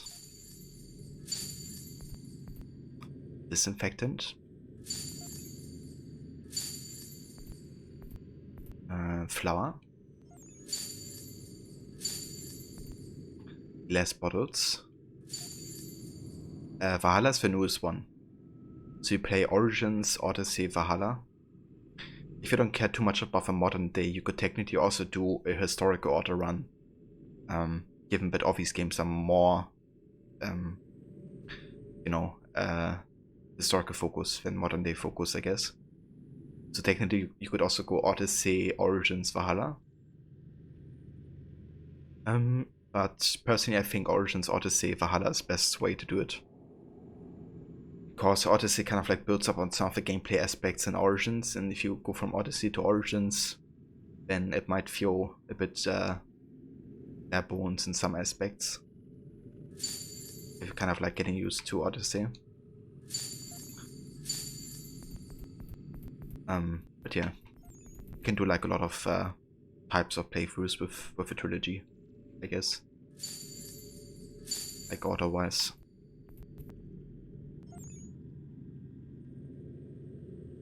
Hey Veroni, taking this horse by the reins, making redcoats redder with blood stains. Ooh, I like that. That's a good one, Ronnie.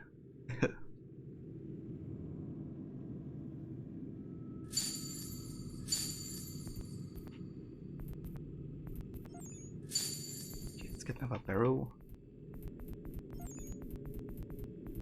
Then we're gonna craft... Oh, we can get clothing. Yes.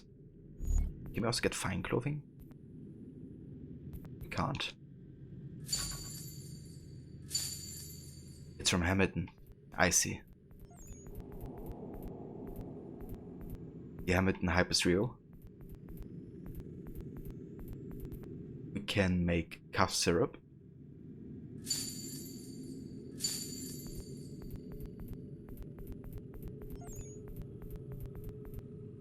Then we can get more plows.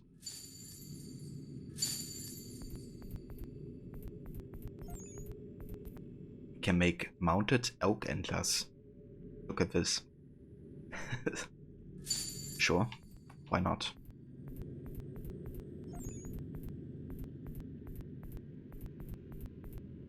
Okay, cool. Time to trade. Let's start with the naval convoys. And sell some spirits. Wanna see how much we get here. 806. That's awesome.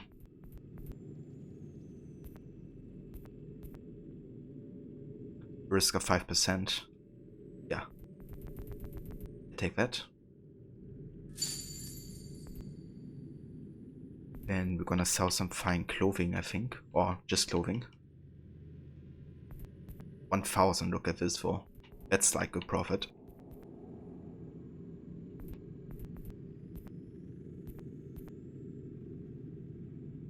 $10,900.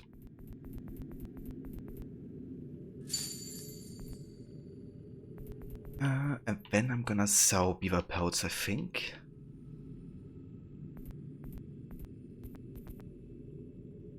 Also to this dude. 8k. Let's go. What else can we sell? We can sell all-purpose remedy for 400 each. Then we can sell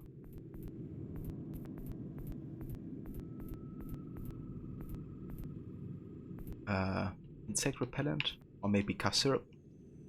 How much do we get for this? Also 400. Yeah, that's solid. And we can also sell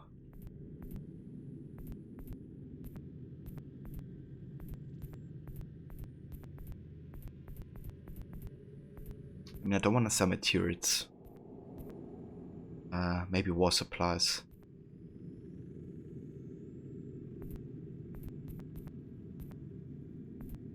Like metalwork, we might need to craft other stuff.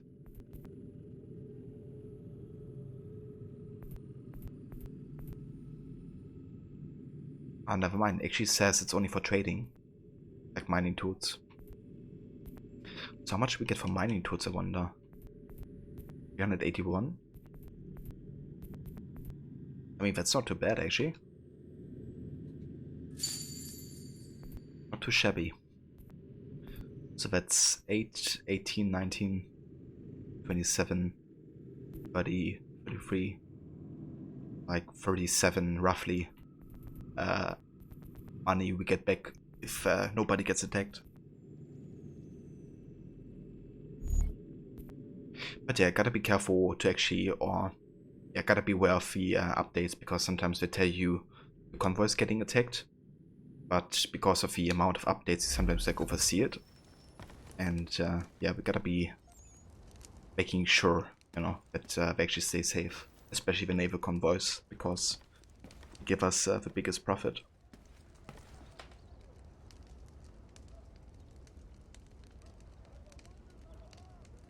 AC1 is gonna be the hardest because the sword mechanics in the game are horrendous. It is like surviving 6-star on GTA game. Yeah, the good thing is with AC1 though that you don't really have to use a sword if you don't want to. Like if you're really good with timing, you can just use the hidden blade and basically counter kill anybody instantly. But the timing can be difficult. Take some training.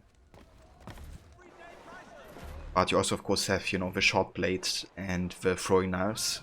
They can be like really strong in combat as well, as an alternative to the sword.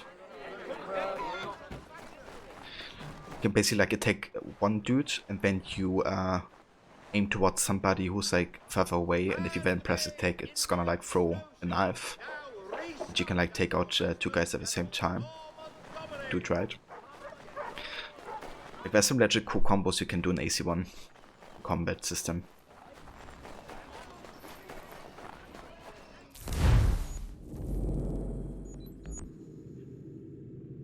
So I think we are currently done in Boston.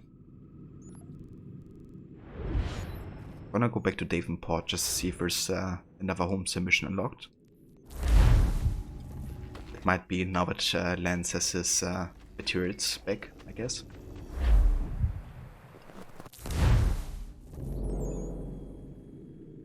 Nope. But if that's the case, I'm gonna go to New York. Actually start out doing side stuff there.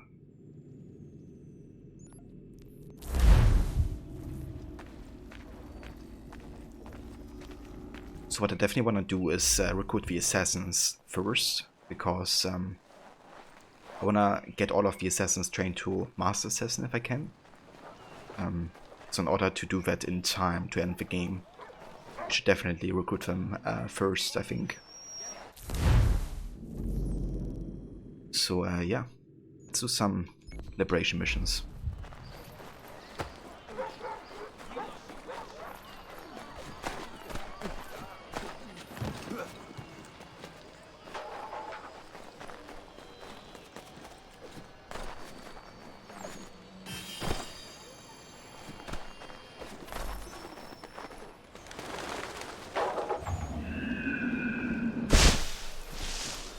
These men have been found guilty of treason and conspiracy, crimes punishable by death. The sentence to be carried out forthwith before... Thank you ever so much. Make the X big. Cool.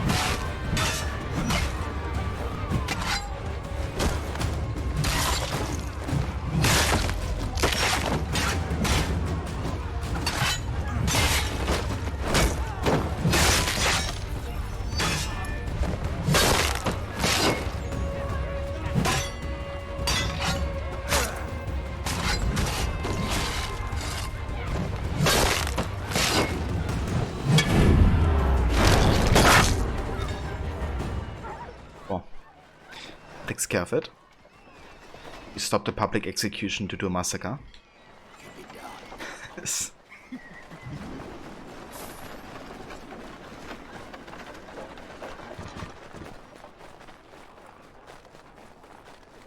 But yeah, technically the game only wants you to kill, you know, the people who actually want to do the execution. And canon-wise, you know, I always assume, okay, Connor just kills the one with the targets and then, you know, tries to escape. You know, not kill, you know, more people than he has to, I guess. But that's the thing, you know, like, a lot of people assume that whatever you do in-game is kind of like canon, but it's not, you know. That's why there is synchronization, because what the ancestor did, like, you can synchronize with. But it doesn't mean that every step you do, or everything you do, is kind of like canon to the character, or what he did, you know. Only because you decide to do like a massacre, it's not what Connor actually did. Just the liberty that... Holy shit, what's here? A graphical bug? What the heck?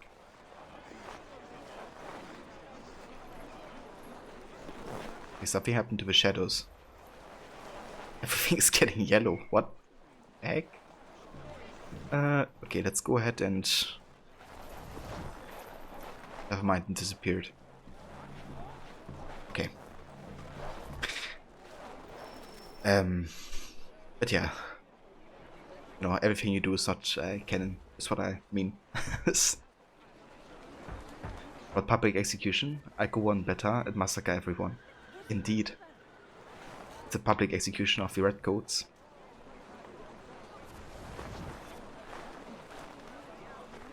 Yeah, Connor's good in doing that, Jusin.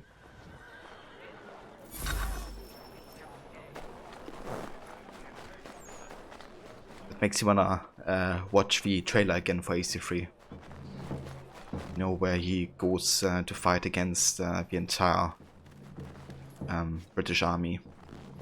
Or at least to kind of like give the Continental Army like a chance to strike back.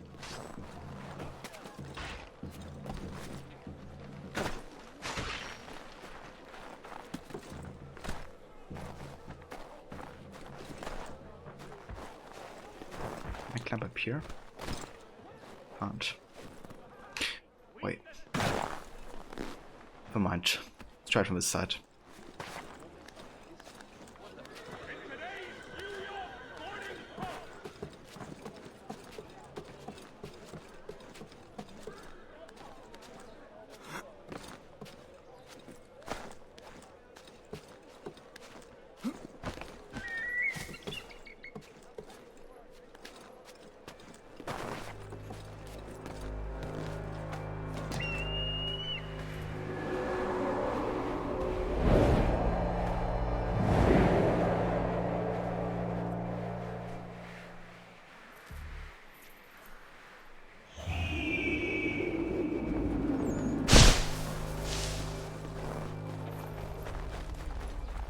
These men have been found guilty of treason and conspiracy.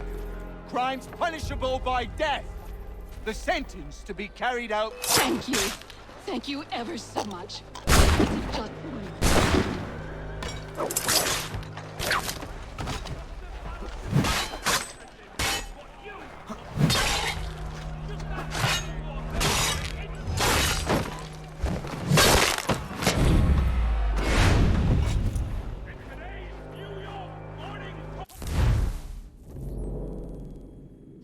Killed Bartolomeo?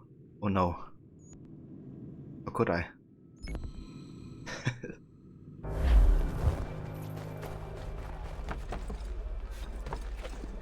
These men have been found guilty of treason and conspiracy. And Crimes punishable spawned by again. death. The sentence to be carried out forthwith. Thank you. Thank you ever so much.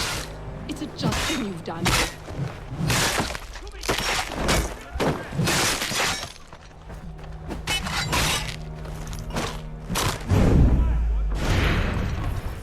Killed him again. Oh no.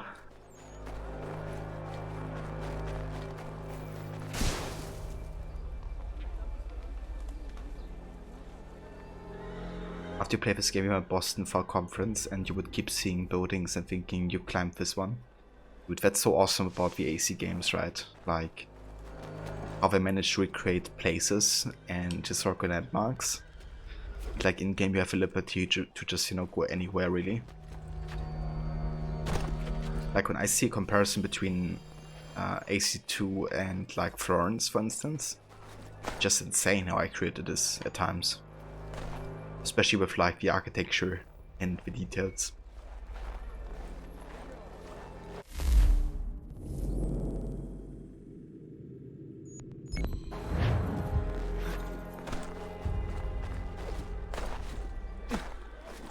Yeah, that's the thing as well, right? Like how much a city has changed. In like a city like Florence, you know, where a lot of the historical landmarks are like, you know, really, really old and preserved because of it. It's different to like, you know, how much New York changed in the past 200 years.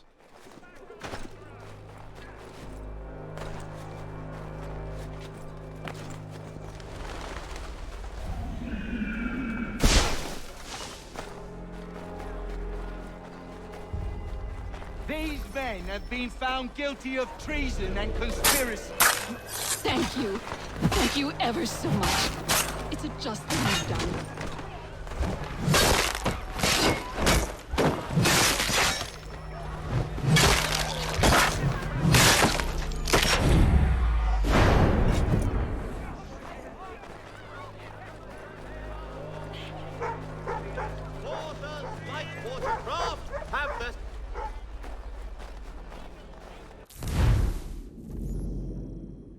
Yeah, lots of executions today. Oh, look at this, there's actually a homestead mission at the shop. I think it's because you have to buy the, or purchase the citizen mission.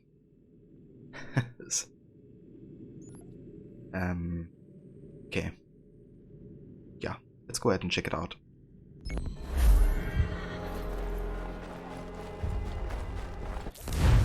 I'm actually going to ask Chevrolet to kind of stop the audio glitch from happening. With a friend who had a map of Florence and could find, it could definitely pick out specific spots where you had missions. That's awesome. Yeah, that's just one thing that makes the maps and game world so special in Assassin's Creed games compared to other games, you know. They really try to recreate history in some ways. And that's why I think it's so important to kind of make the game worlds immersive instead of like fantastical or like, you know, beautiful to look at.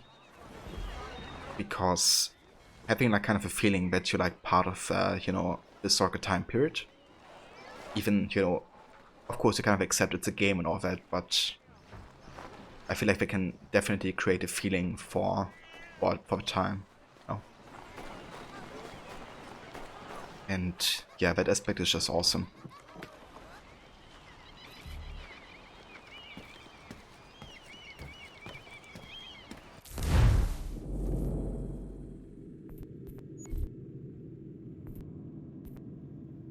Yeah, Unity has like so many collector boats.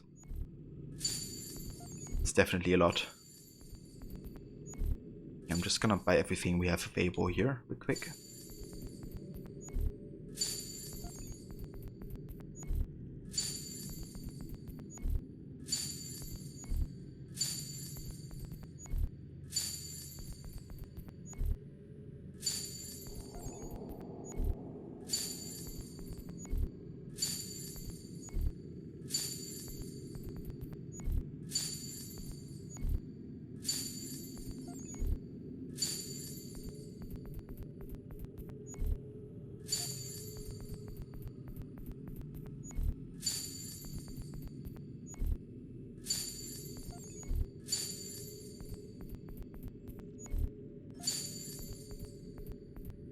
Alright, there we go.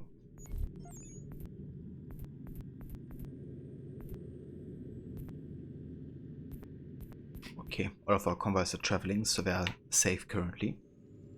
Where's Ronnie? Enjoy your luck, dude.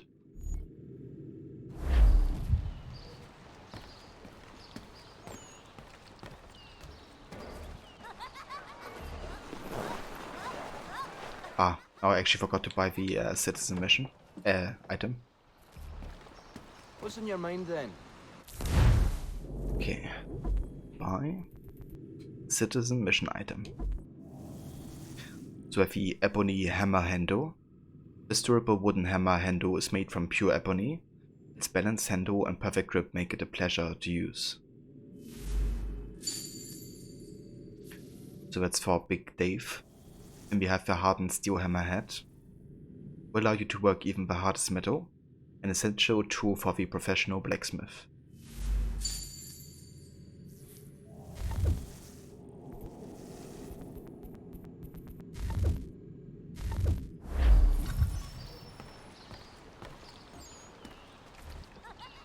Captain's on a warpath for that deserter. What's his name? Big Man or some such thing? Big Dave. Did in a whole unit escaping, they say. Dave's in for a rough ride, seems to me.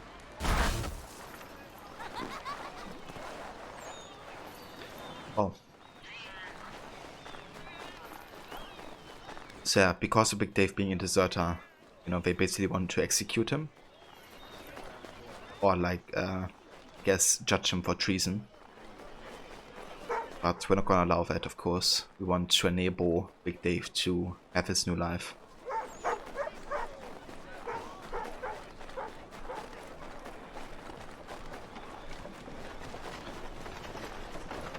Yeah, that's another great thing about AC2 coming from AC1, that you kind of have like more of an economy system.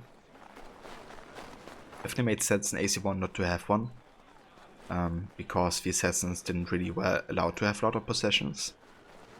But yeah, in AC2, and especially with the banking system getting more prominence and being a lot more important than it was during the Crusades, or not even, you know, being existent during the Crusades, I guess. Made a lot of sense to have more focus in AC2. Also like how the banking system is kind of like tied into the story, because the reason that Ezio's father goes into the banking system is because he wants to uncover the conspiracy that he assumes is happening there.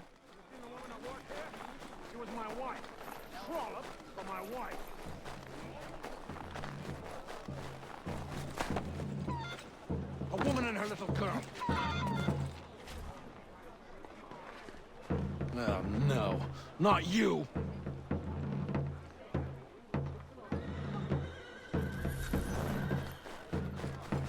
Analyze a crate.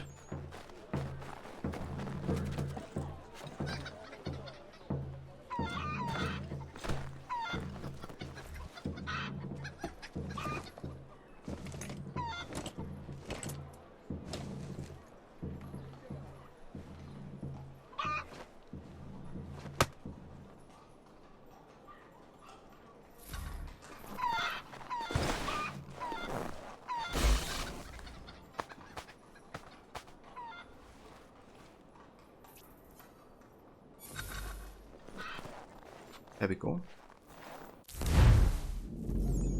Very nice. Alright, let's do more liberation missions.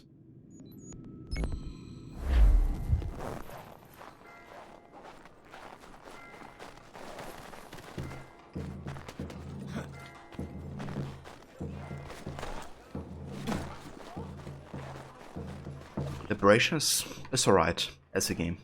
It's not like one of my favorites, but also have to consider, you know, that that didn't came out as like a major release as well.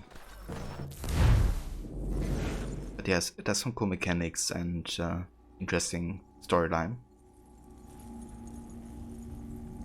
Great Fire of New York happened on 21st of September 1776.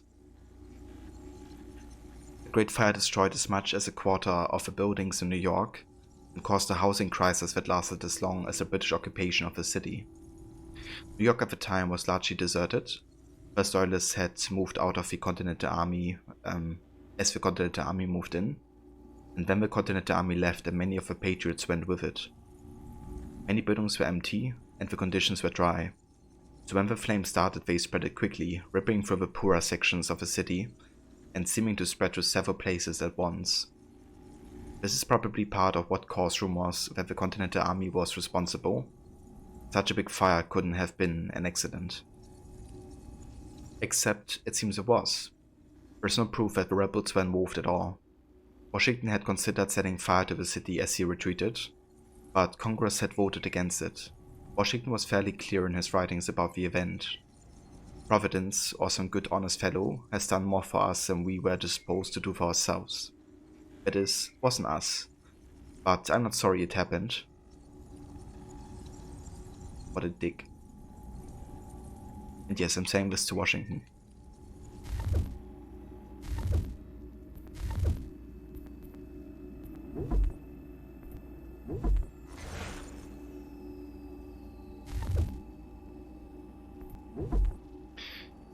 Then we have another letter we actually got regarding William Kidd. To Hendrik van der Oil. Hendrik, you're my most trusted advisor and closest friend, and I pray this found you safely. You know what it is I had, and you know the power it holds. They thirst for it. I know not who they are, but I know now for certain that they are not after me in the name of any crown. There is something else, something secret, something relentless, something with resources beyond measure. Something that frightens me like nothing else I have encountered in this life.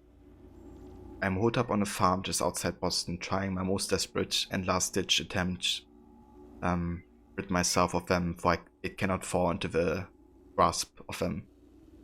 I've sent you the last piece of my precious scroll that leads me to where I started. Hold it for me. They are upon me. If I come out the victor, I will find you. If not, die with it. Captain William Kidd.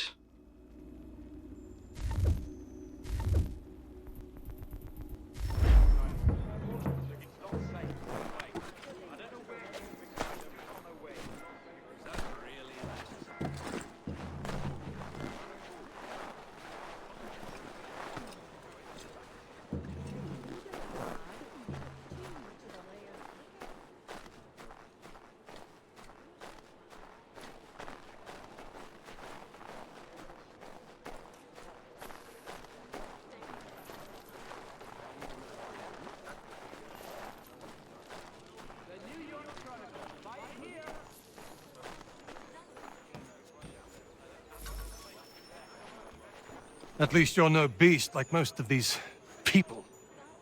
Anybody who's immune has already fled. Cowards. And who are you? Jamie Colley. You need to keep doing what you're doing. Nobody else is. If we both get after it, we might be able to quell this monster of a disease. I will do what I can. I'll be lending a hand to these doctors. Find me once you think you've done enough, and maybe we can do more. So this is a potential assassin recruit. So if we go ahead and take care of the medical issues that we have in New York, then he's actually going to join the Brotherhood.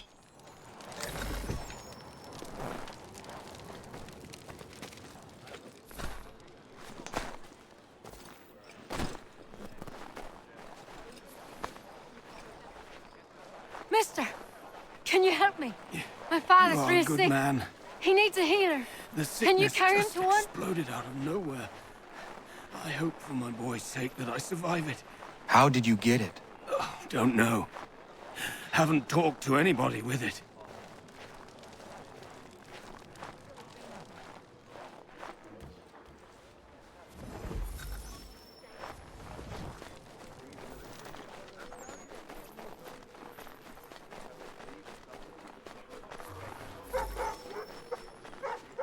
Ah, my least favorite side activity.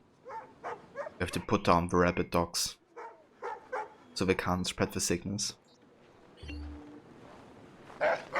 Oh, let's make it a clean kill.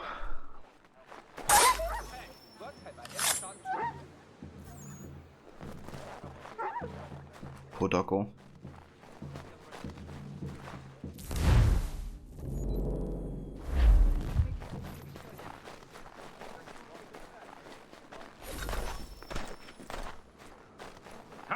Come on! Take your blanket and shove off! Might you have a different one? A cleaner one? Did you rub them proper?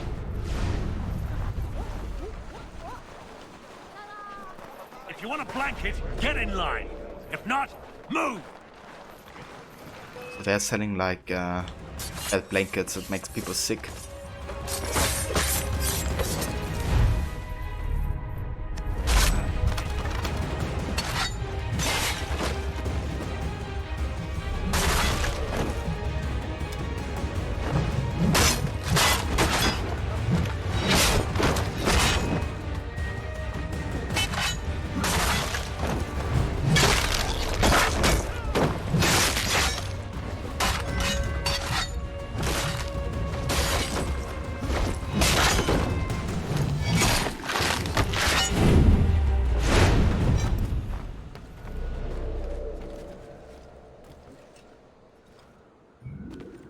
Time to burn the blankets and get rid of his sickness.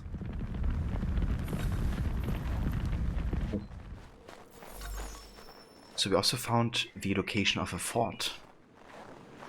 How about we do this one as well?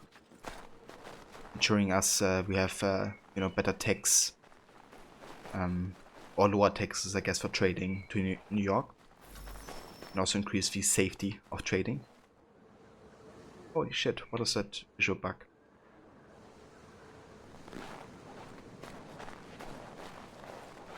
Jesus Christ. There's a couple visual bugs today. Bringing Boston, Philadelphia, and New York.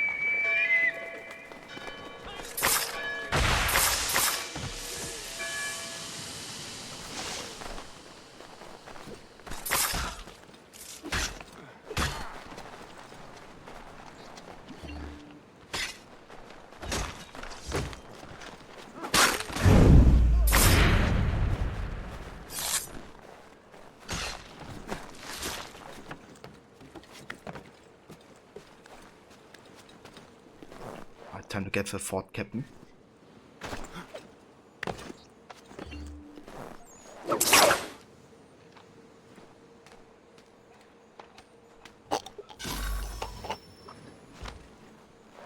So. Get a smoke bomb.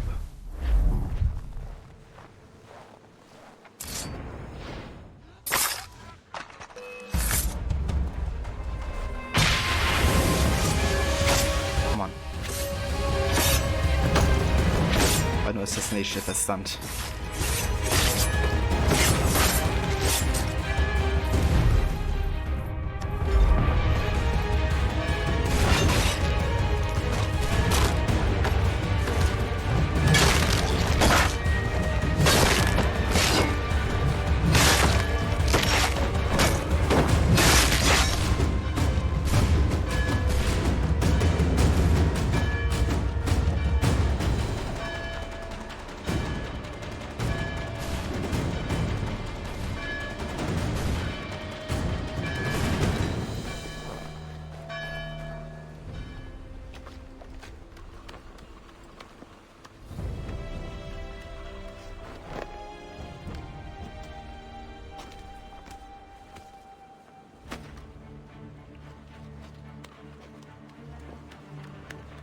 America.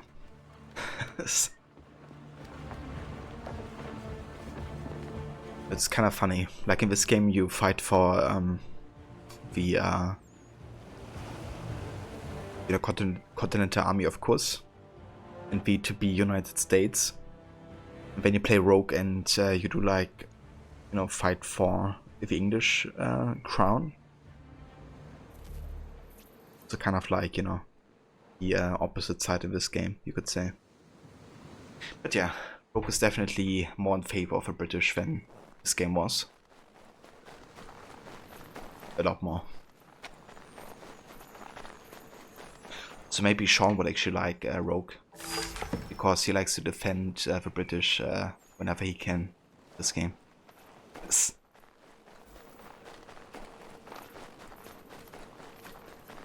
What I like about Sean though is that he definitely tries to not like, you know, be like the British did everything right or something. He's just like, hold on, so maybe, you know, their side is actually a bit misunderstood in this conflict. So I like how he brings a potentially different perspective to them.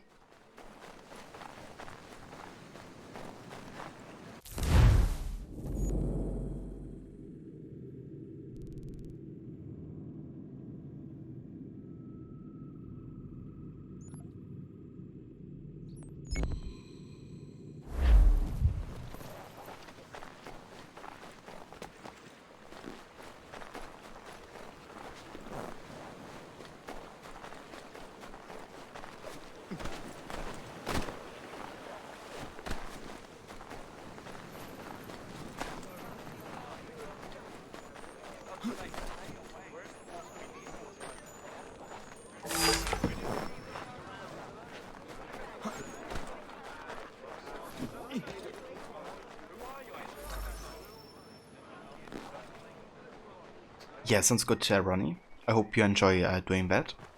And you have a great day as well, dude.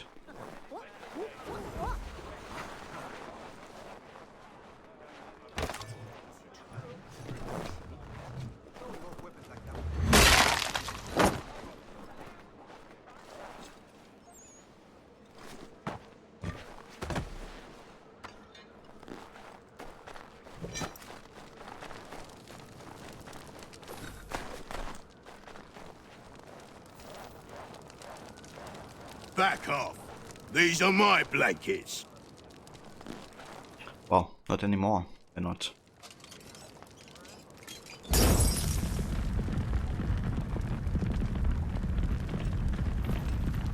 Why you gotta go off and do that?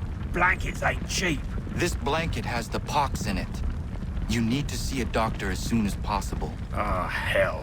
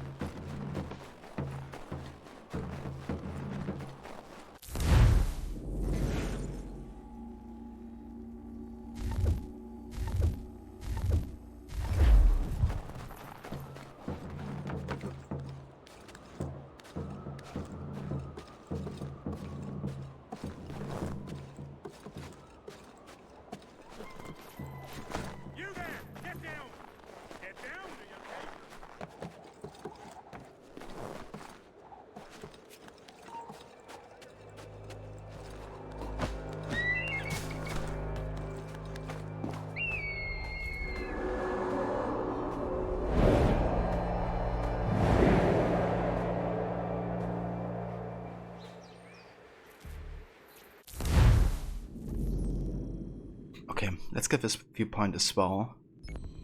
And then I think we're gonna take a break.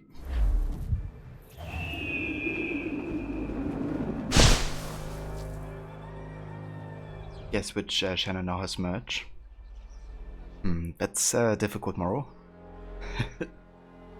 But yeah, nice dude. What type of merch did you create for Venus Project? Can you help? Praise be to God.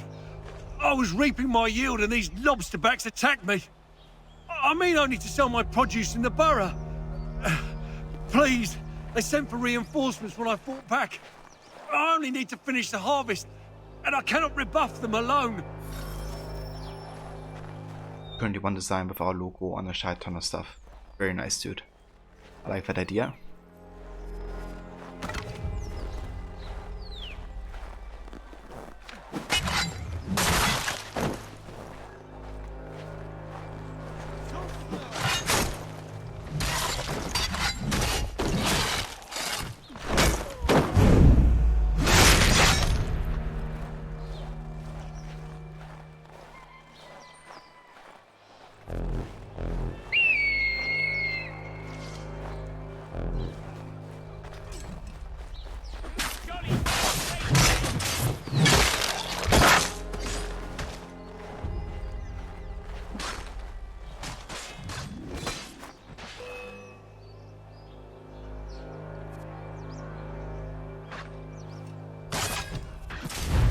Have a new assassin recruit? What? I don't. Not yet.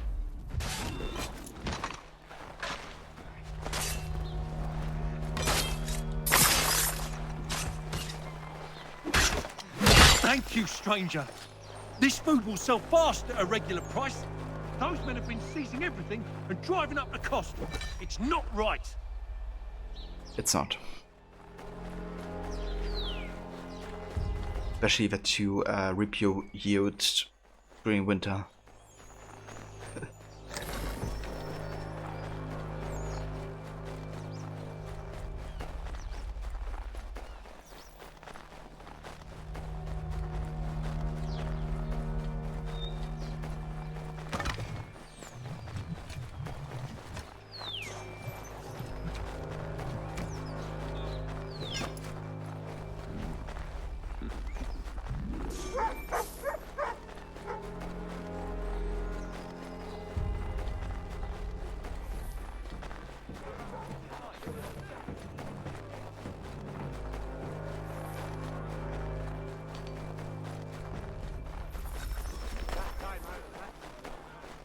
Ah, another patient. Oh, let's do this then.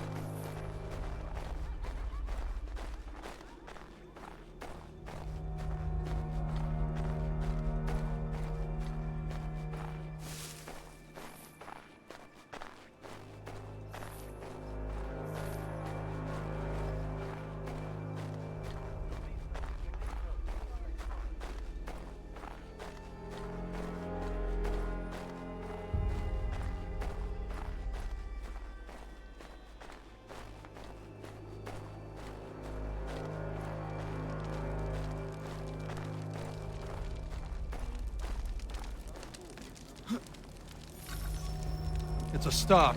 Keep going and then we'll talk real business. Indeed, we shall.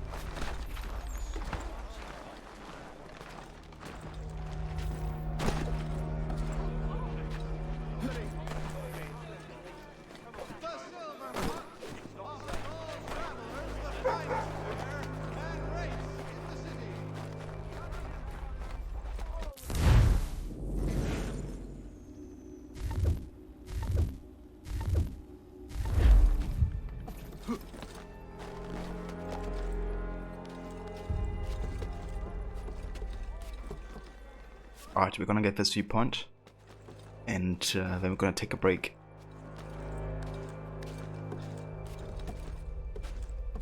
But yeah, once I come back, we definitely will do more side stuff in New York. Plan is to kind of like catch up on all the side content we have like currently available. At least the one that makes sense to be played currently according to the story. And yeah, to not have, you know, a lot of side stuff at the end of the game, really. Especially given that the last two sequences are like, you know, 2 missions each. So it really like flows, and you kind of wanna, you know, keep that flow going. You dig that outfit? Yeah, the Philadelphia one. I really like it. It's one of my favorites. That's why I chose it at the start of the stream. Or before the stream, rather.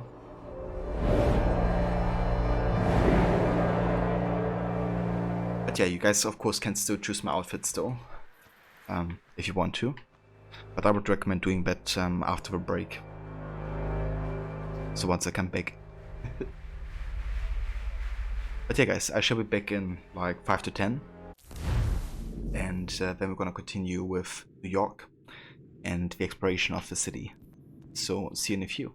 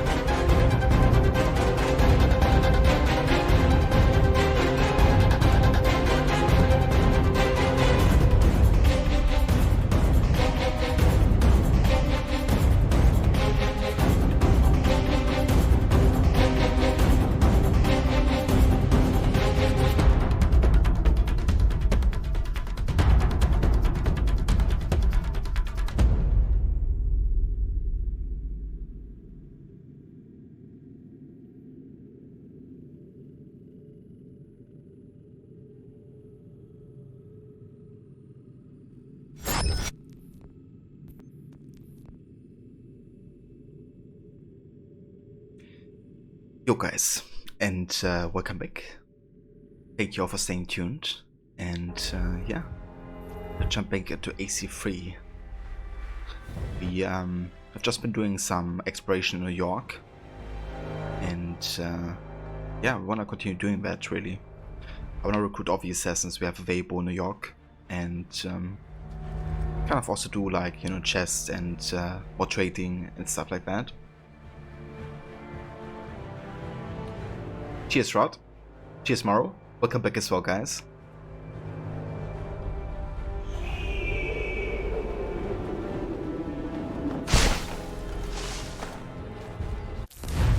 Okay, let's go ahead and actually fast travel because we're having this audio bug again. Every time you do like viewpoints, it happens.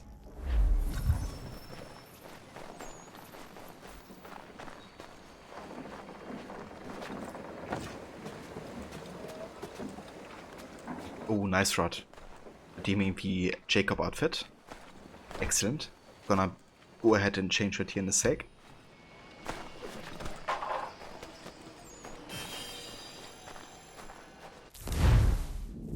I kind of expected that emote, Morrow.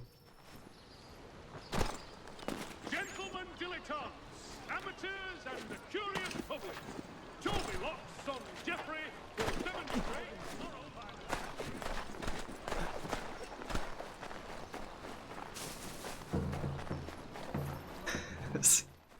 Well, the good thing is the Jacob outfit doesn't make Connor wear like a cylinder or something, or like a top hat.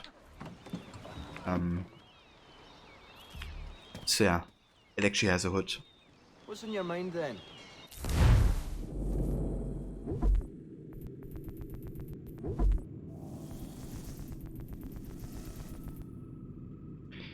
This outfit belongs to Sir Jacob Fry, Master Assassin of the British Brotherhood of Assassins.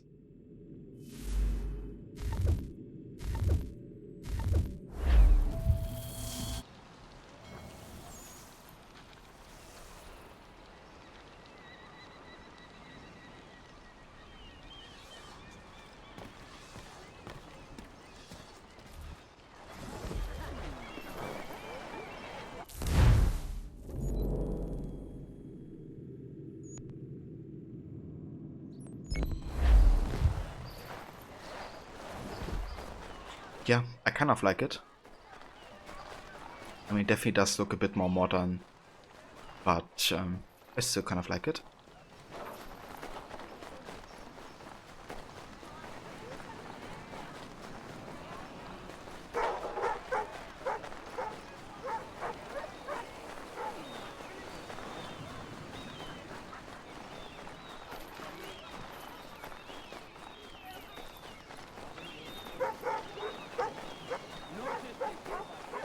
Lord Connor sees a letter. A letter? For me? Oh yeah, dude. It's so funny when you unlock, you know, free boroughs like super early in the game in Syndicate. And every time you go to a train, you hear that. For Charles? It tells you where Charles C is located.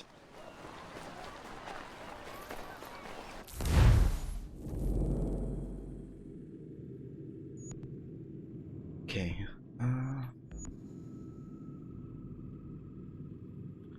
Let's go over there.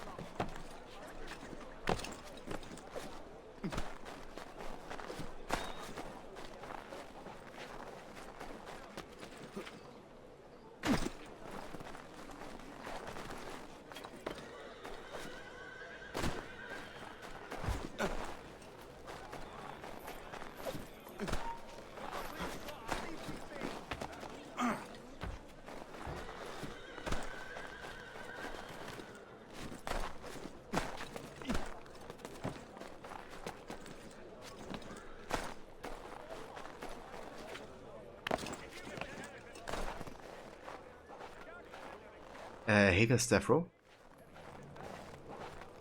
Indeed, tomorrow's April Fool's Day.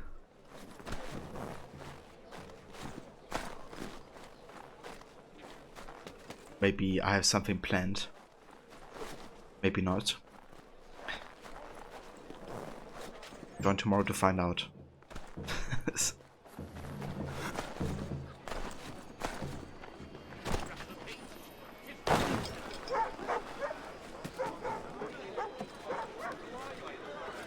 Hey there, Obi-Wan.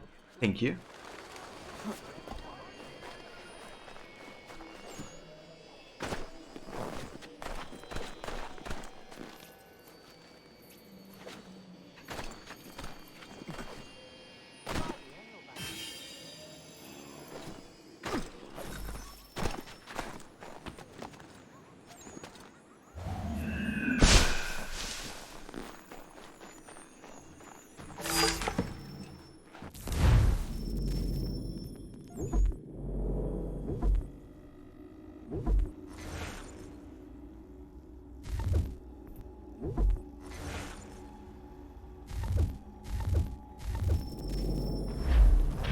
Just can't check everything we don't read as well.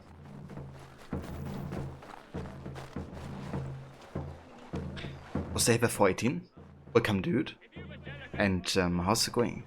We need to distribute these blankets soon. Good riddance to these beggars. The city's better off without them. Did you rub? Proper? Yes, never fear. They're coated in the disease. Good. Let's hurry. These corpses are ripening quick. Looking.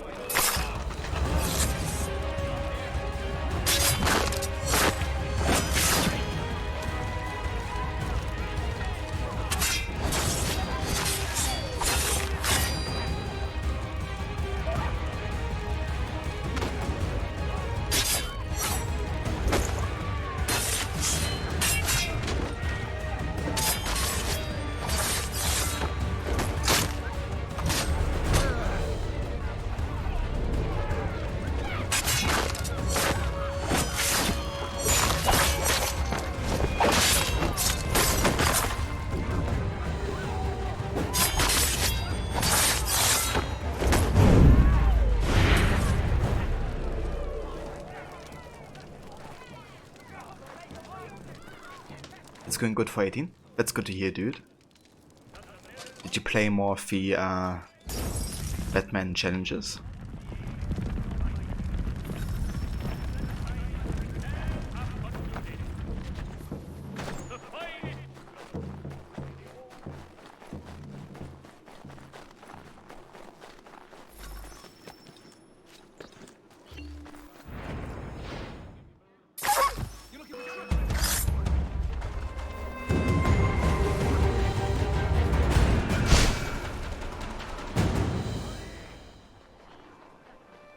You went and played WC3 on Sunday. You need to finish the car challenges this week in law. I gotcha. Yeah, the car challenges really look difficult. I watched Rod do the last couple of them not too long ago. There's like one where you have to like race through like a tube, and you basically have to like invert the controls as well, I think at some point. And yeah, it looked really difficult and confusing.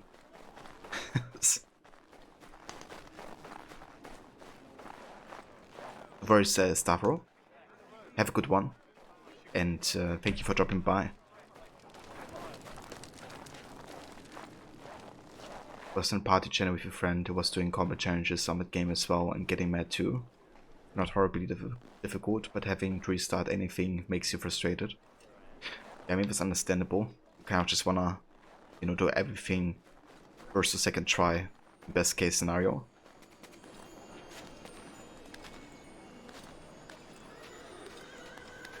But you couldn't keep track of which direction to switch to while driving through the tunnel, so change it to inverted to make it a bit easier. Ah, I see. But that's actually a good idea. Kind of, you know, deal with that.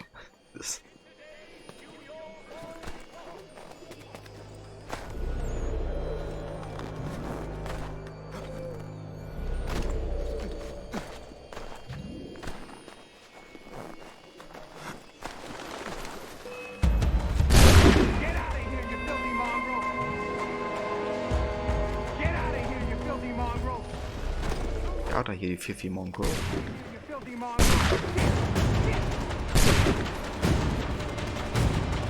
You. Oops.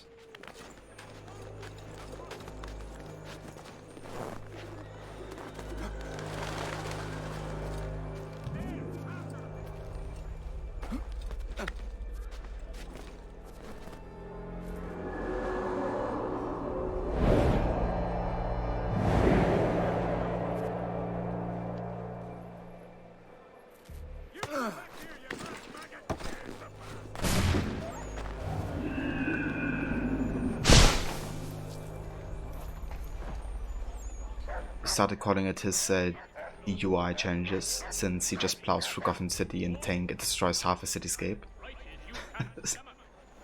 Well, I guess that's one way to do it.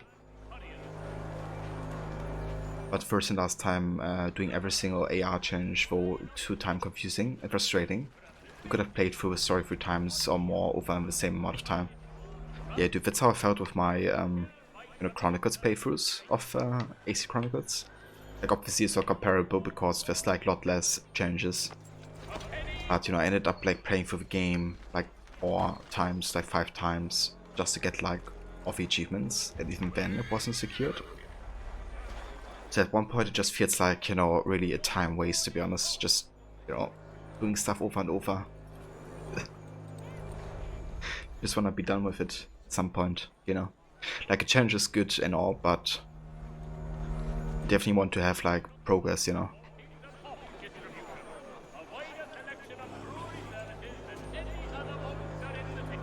Fighting your friend was trying to do the community challenges to take no damage in Killer Croc fight, so he was having a good time.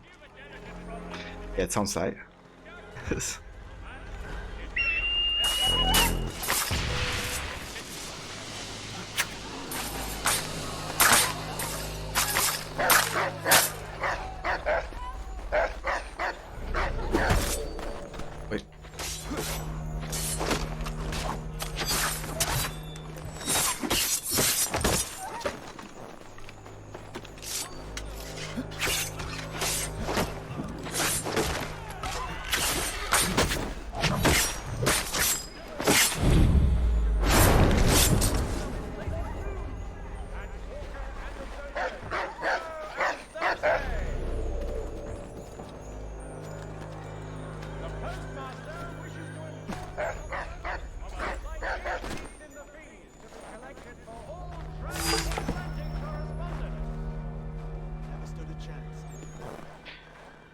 Yeah, it really does rot, for sure. Extreme Play Arkham Knight later this year, you do a new game plus on the same save file to get it to 240%. The AR changes don't even count towards percentage anyway. Ah, they don't. Well, that's good. They're like, completely optional in that case, I guess. Like, imagine if they were actually essential to get 100%. Like, that would be insane.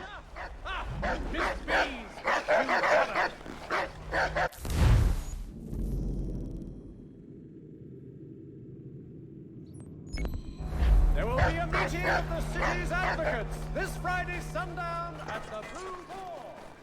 Yeah, that's good at least for those people who wanna just get, I guess, the 100% as a number. But don't care about, doing like literally everything. Also makes it easier if you wanna do like 100% playthrough in the future, I guess. But yeah, I can 100% feel you guys' frustration with some of those changes.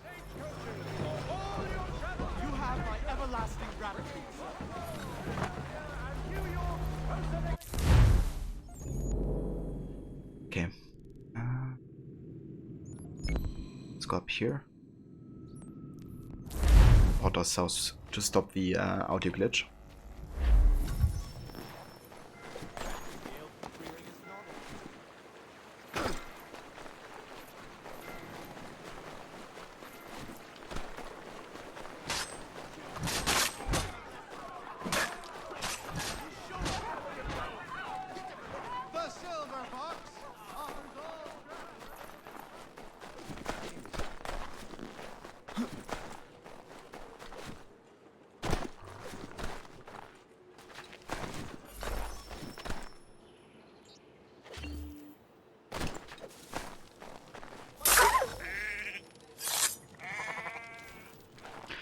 Sorry, Doggo, but what the heck happened here?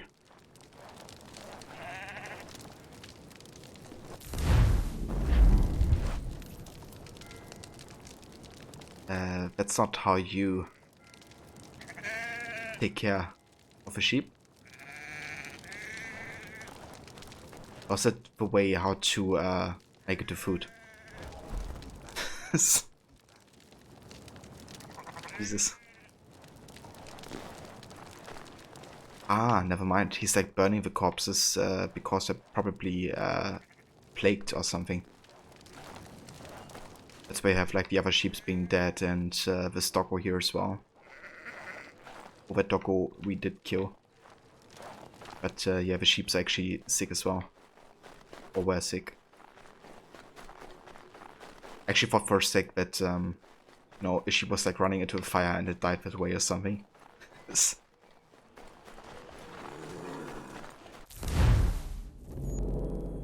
Okay, let's go down here. Because we can actually recruit our first New York assassin.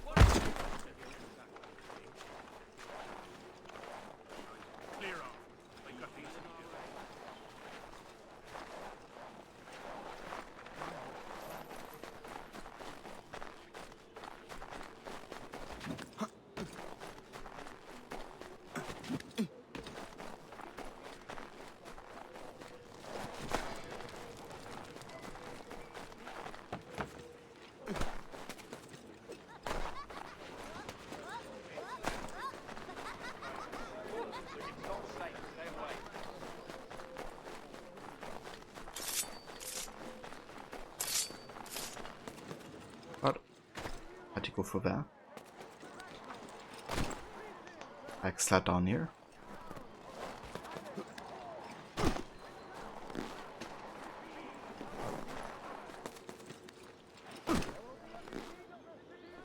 Apparently you can't. Here from the side.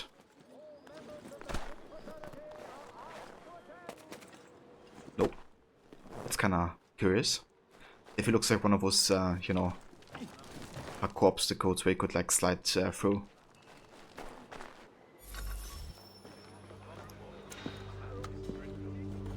About time you showed up. What are you doing? I mean to start my inoculations. It's the most effective way to prevent the disease. Not to worry. I pity people are so damn stupid. Hey, Connor.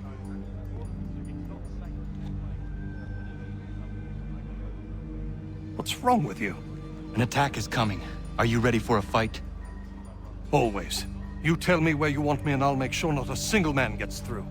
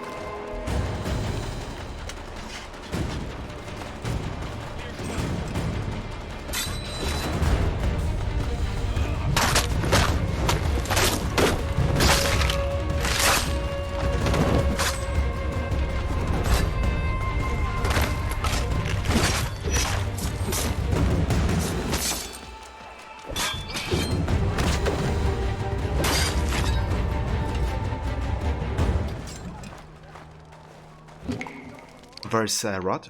Enjoy your luck, dude.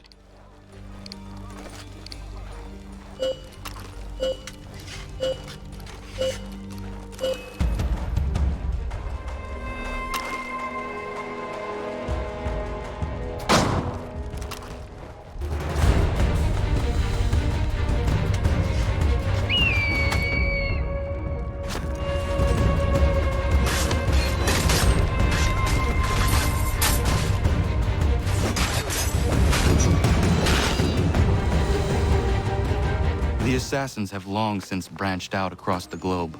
The colonies are no exception. The man you killed was a Templar. And here I was thinking you were helping me. I must say, I'm honored. If you ever need my help again, don't hesitate. There we go. Got the doctor added to the Assassin Brotherhood. And we also got the ambush ability as well.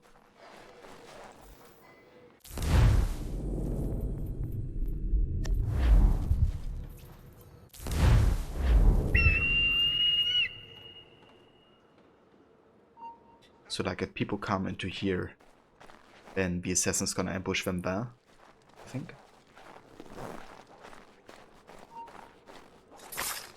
Yeah. Like this.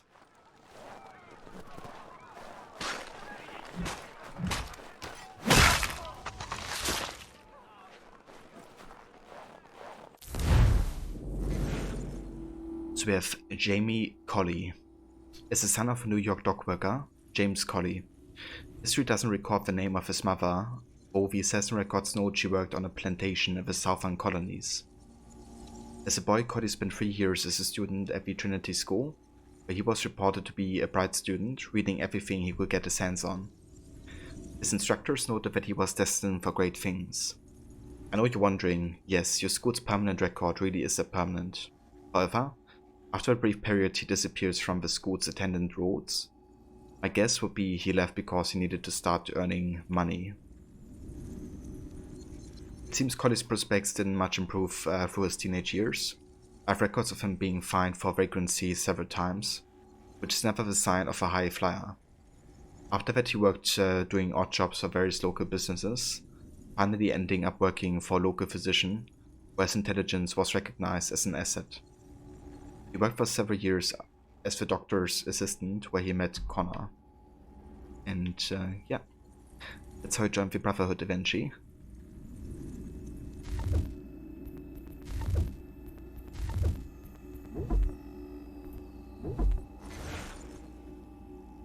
Smallpox was one of the scourges of the 17th and 18th centuries. The list of symptoms is thoroughly pleasant: large pustules all over your skin that are more or less guaranteed to scar, terrible fever, and vomiting. The disease is extinct now aside from samples kept in laboratories. Yet another reason to be glad we live in this modern age. Yeah, no kidding. Inoculation for smallpox in America began sometime in the early 1720s in Boston, when a preacher named Cotton Mather found out about the idea from one of his slaves.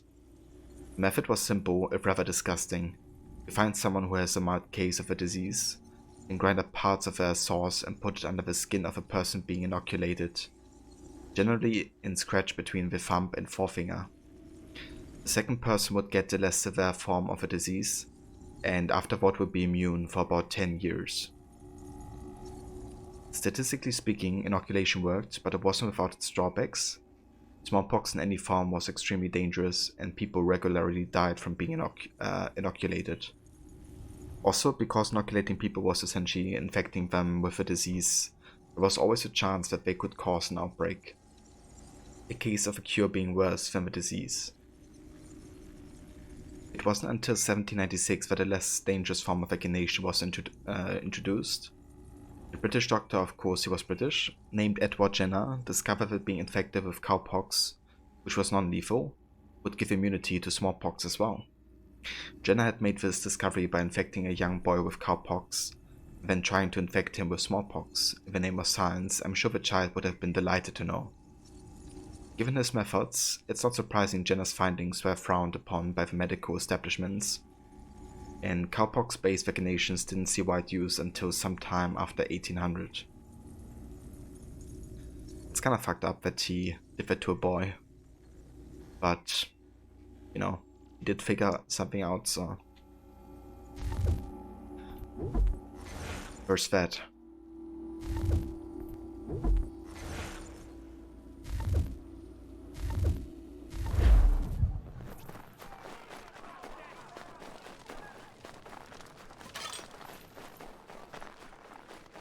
If your joints excruciate, ears sanguinate, or feet distend and...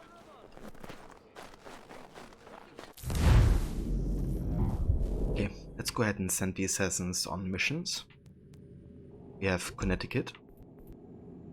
Tell Jonathan Trumbull. So this one actually failed earlier, I think.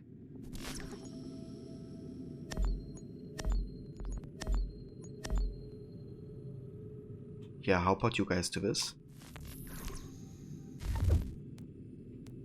And then we have New Jersey. Crucial days.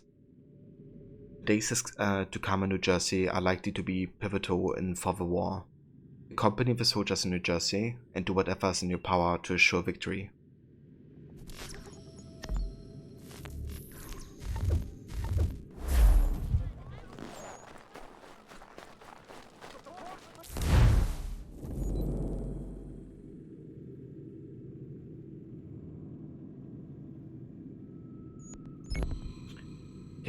Let's get a couple viewpoints, I think.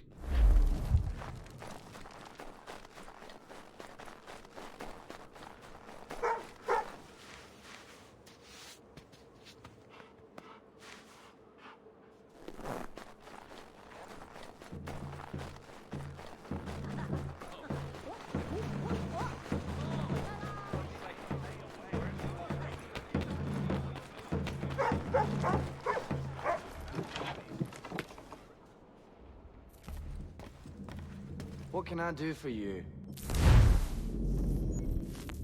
Right, we're gonna go ahead and buy more stuff here from the homestead. We have apples, barley, beeswax, flax, honey, rye, wheat, and wool. Then we have hickory lumber, maple lumber, oak lumber, spruce lumber, and walnut lumber. We can buy beaver pelt.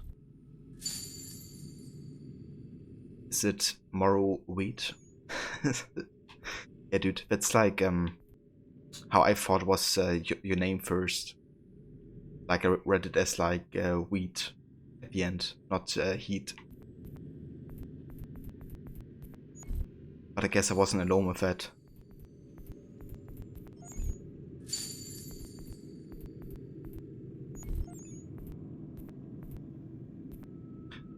Me and everyone else in the existence.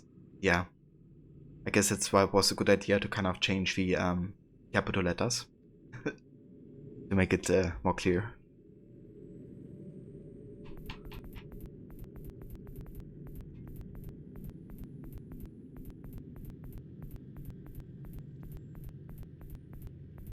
Okay, we can craft barrels, buttons,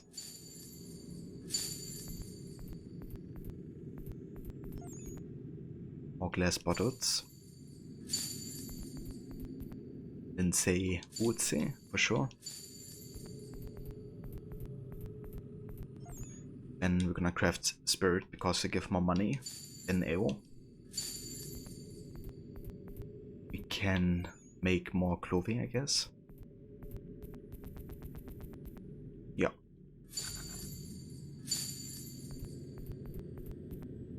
We can make deer marrow soup. Sure. Meat pies.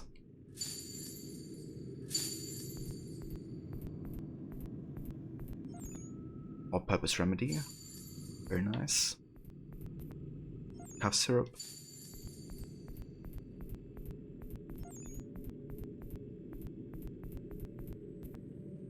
Mining tools. Can make more of the mounted elk antlers. Sure. Can make horseshoes.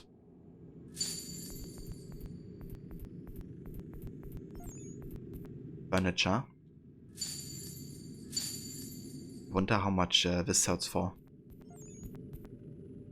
And that's it. Let's see how much we get for furniture, actually.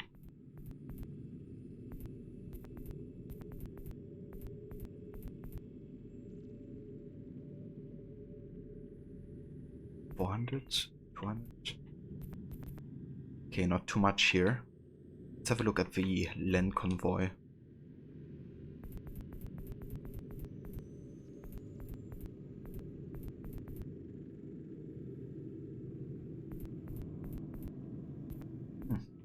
Not too much, to be honest.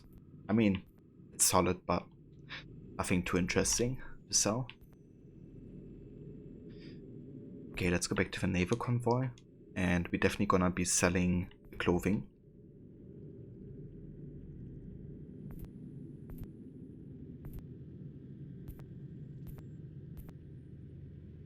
To this dude. Then we're gonna be selling the spirits.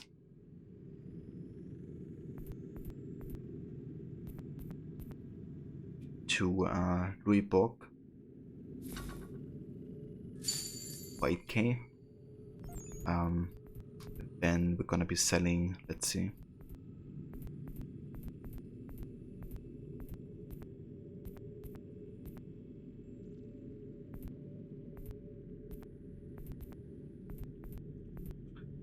How about all-purpose remedy? Yeah, 600. That's solid.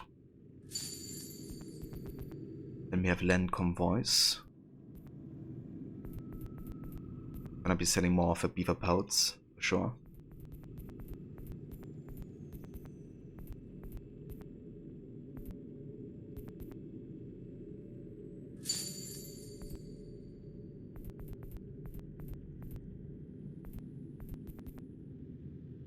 See how much we get for bandages. 700? Holy shit. Bandages so good. I didn't expect this. If it's close to 800.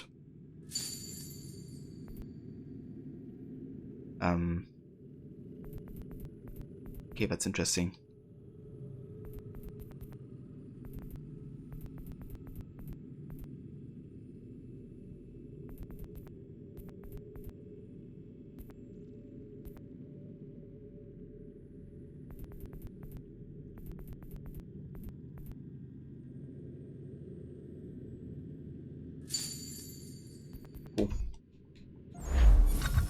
So yeah, we're getting rich now. That's like another 37k or something. Maybe even more than that. So getting close to the 100k in-game money.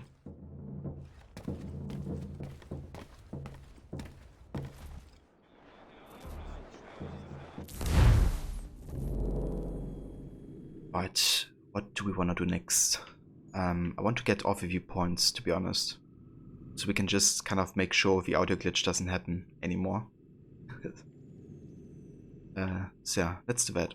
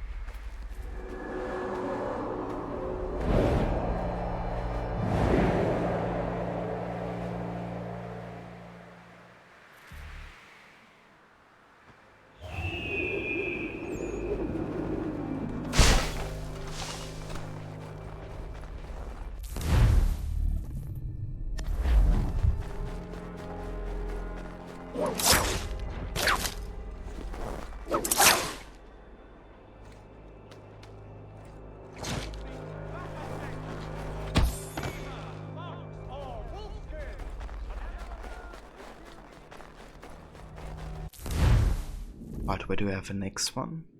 Up there. Oh, we can also recruit another assassin. Look at that. It's cool.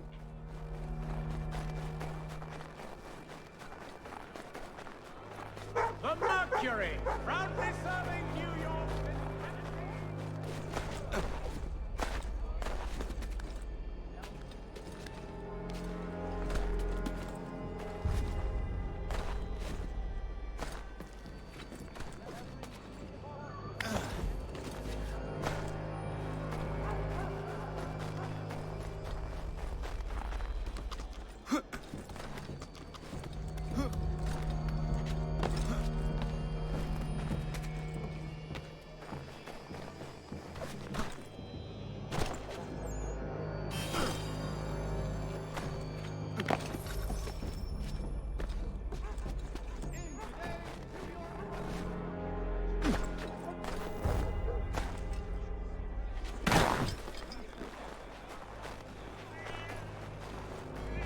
Damn, this district is literally called Templar District.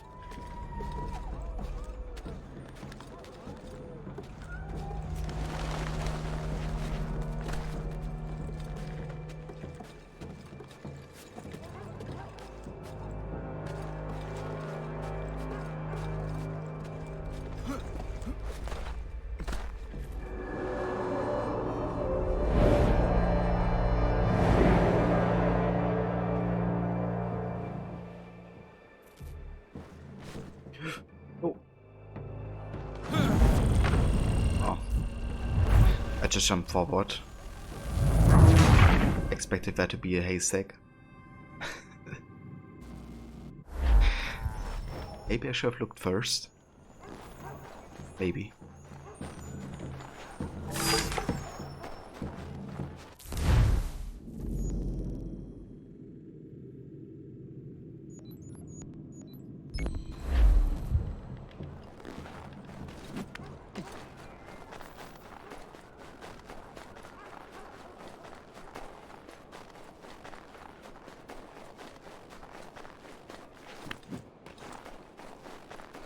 Mister, please, can you help me? Praise be to God. I was reaping my yield and these lobsterbacks attacked me. I mean only to sell my produce in the borough. Please, they sent for reinforcements when I fought back. I only need to finish the harvest, and I cannot rebuff them alone.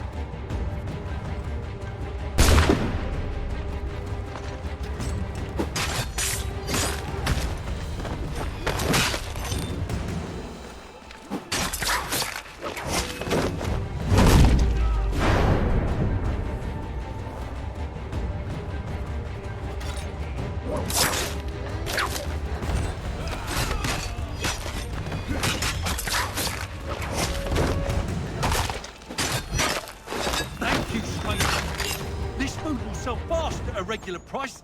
Those men have been seizing everything and driving up the cost. It's not right. It isn't.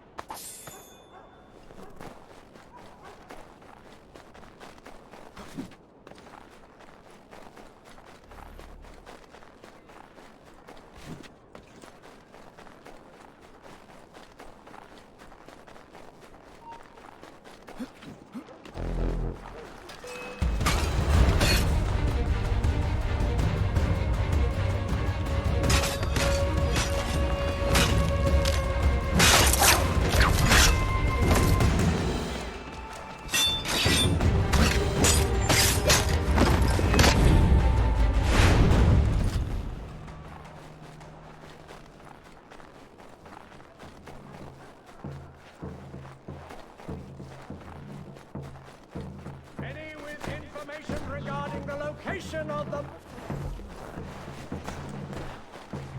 What location are you talking about? There's a location of us.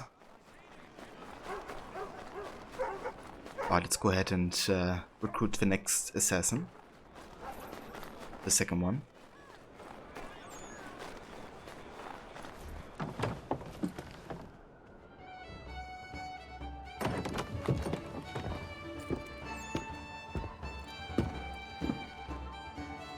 We were just discussing the result of your work. It seems these military men are after you. I have caught their attention. It does make our goals harder to achieve. The man we're after has gone into hiding, protected by his soldiers. We fight our way in then. Not possible, even for a man of your abilities. But I have another, less conventional idea. You will be our prisoner, and we shall present you for the bounty. Yeah, that's a really cool ability, actually.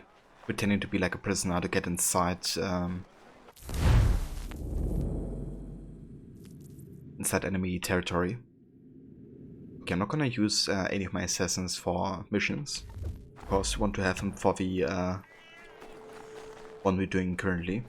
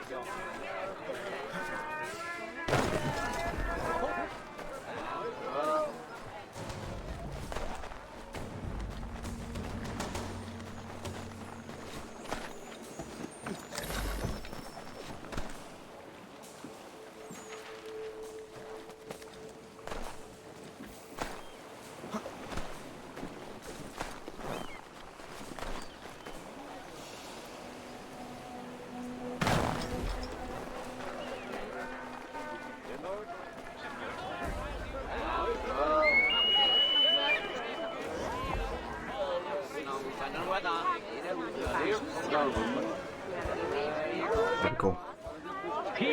That's how we summon the assassins to pretend to be our prisoners. Wrong.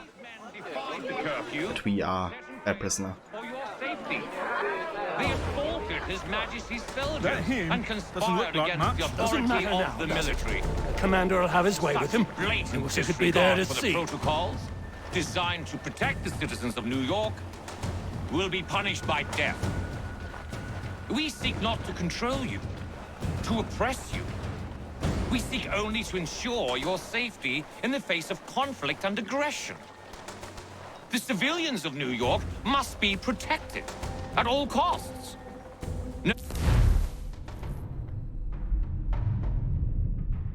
No matter their... How about we use the sniper marksman ability here? It seems that these three men sought to jeopardize your well-being. I will not tolerate it. Form up!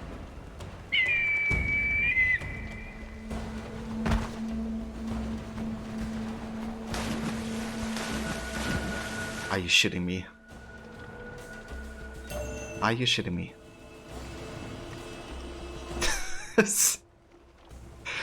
Three assassins get summoned for the marksman ability and all of them just jump into the water. Like, yeah. Let's do that. Good idea.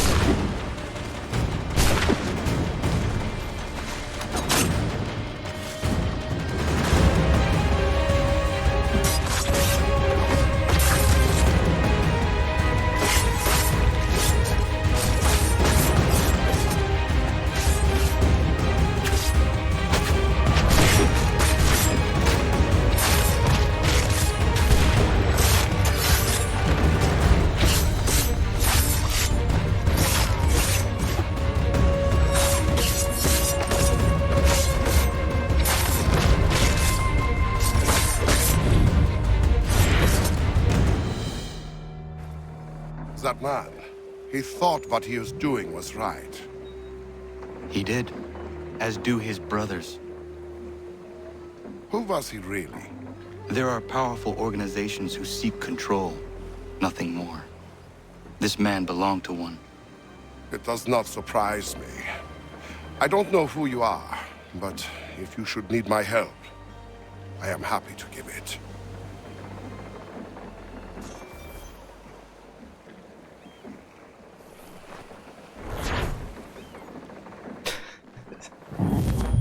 Thank you for clipping that, Morrow. It was just like, what the heck?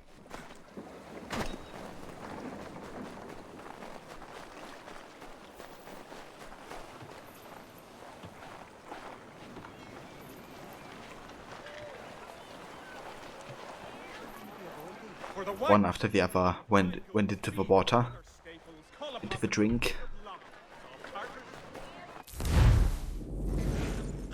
Right, we have Jakob Zenger. I'm pronouncing like that because he's a German dude.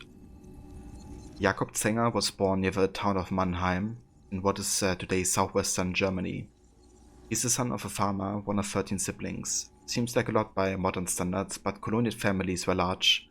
The sad truth is that only 4 of Jacob's brothers and sisters would survive to adulthood. Zenger's family was poor and his career prospects were limited in Mannheim. Following the promise of a better life, he signed up as a soldier. After several years in the service, he was shipped to New York, one of the Hessians sent to fight for the British in the Revolution. Zenger, like many of the Hessian troops, left the service after coming overseas. Eager to get back into the country, Zenger brought up a plot of land and left New York. However, after a series of crop failures, he was forced to move back to the city, taking up to the only career that he could find to pay the bills, working as a bodyguard.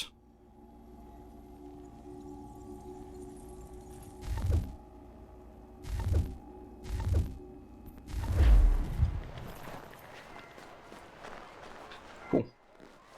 So, it's time to send all of our assassins on missions. Let's go back to Connecticut, and here we have Carpering in New Haven. Lieutenant General Sir Henry Clinton of the Regulars is trying to draw General Washington into open conflict. Washington knows that such a maneuver would spell certain doom for his tenuous army, and is relying on the efforts of his Carpering to keep his movement secret. Meet some of the Carpering spies in New Haven, and escort them to West Point.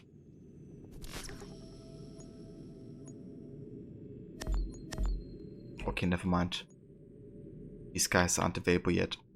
They're still injured from the falling into water. So we can't use these guys. So that is an underground entrance, isn't it? How about we do a little bit of that, given that we haven't done it in New York yet.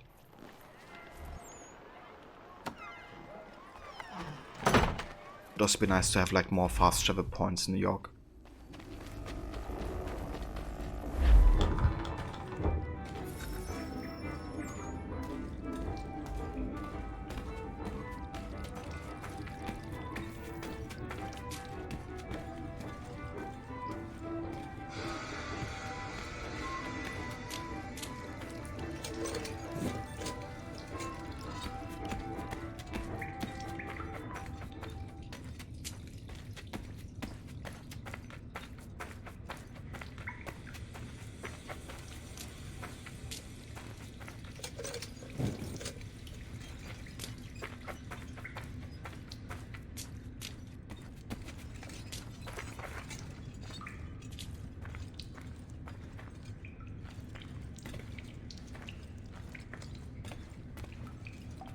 Okay, that's a dead end, sure.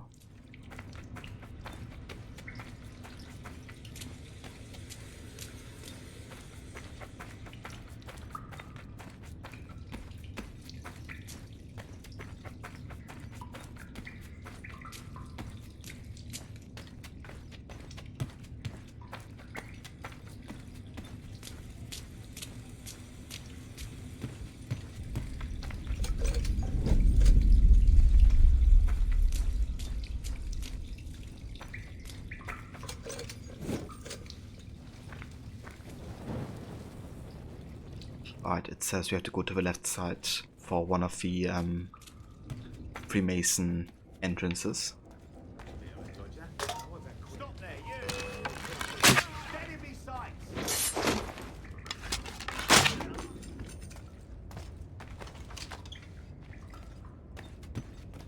Probably need that explosive for something. Get like a war open or something. Yeah, we're gonna come back here if we need it.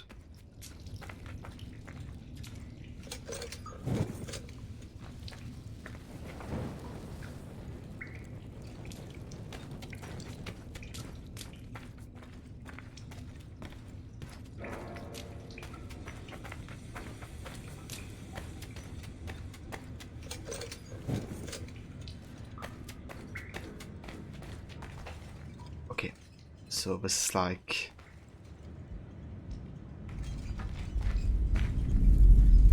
where we have multiple paths to go. We have a brewery, and we have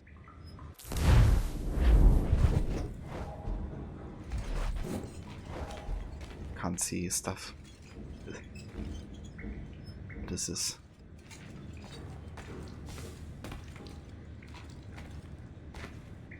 the bowling green. Okay. Let's get this illuminated. And we have the Old Dutch Church. Okay. How about we go for the church first?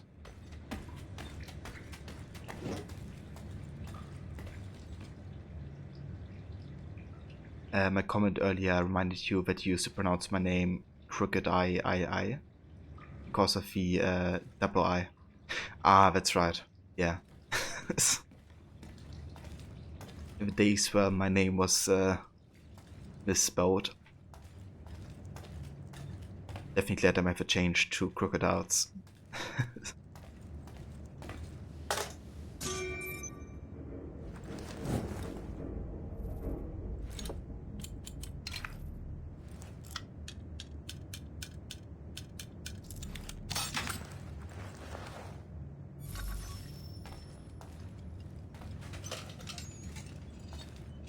Very nice. It's one of the fast travel points unlocked.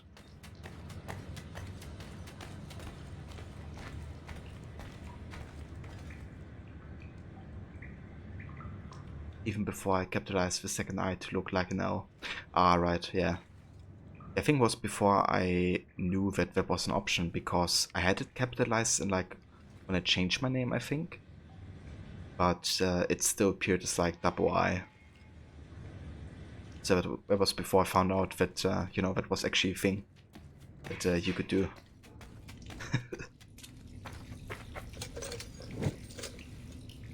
Oh yeah, the joy of Twitch naming.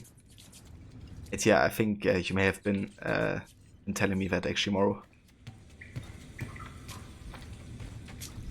I think you did.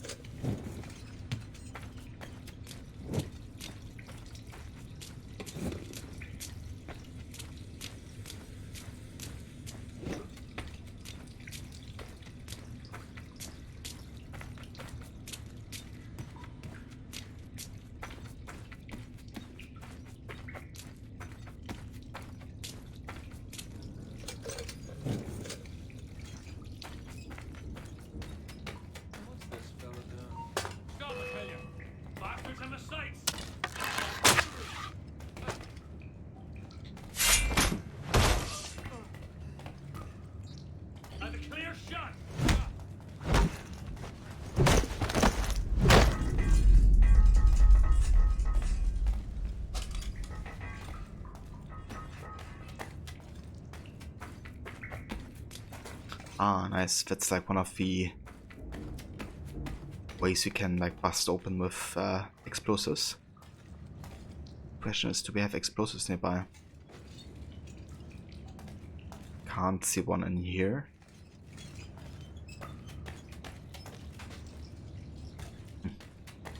Let's have a look on the other side.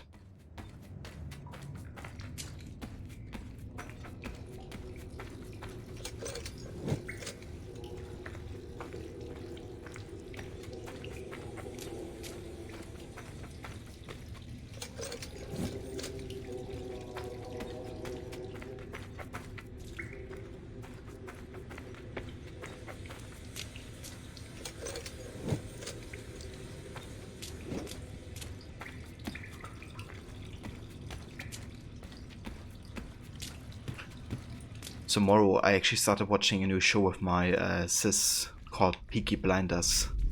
It's like early 20th century England and like gangs and stuff. And it's actually been really, really good. I think it might be something for you as well. You might be interested in the setting and the way it's like written and stuff.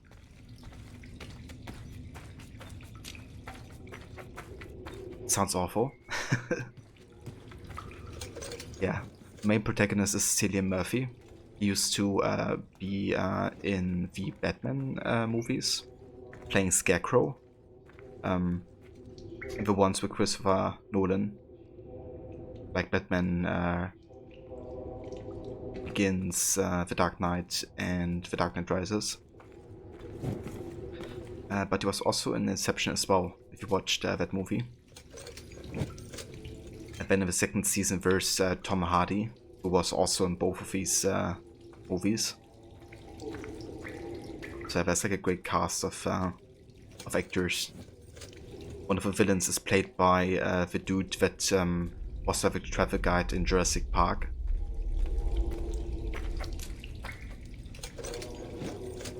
It's a really interesting cast they have.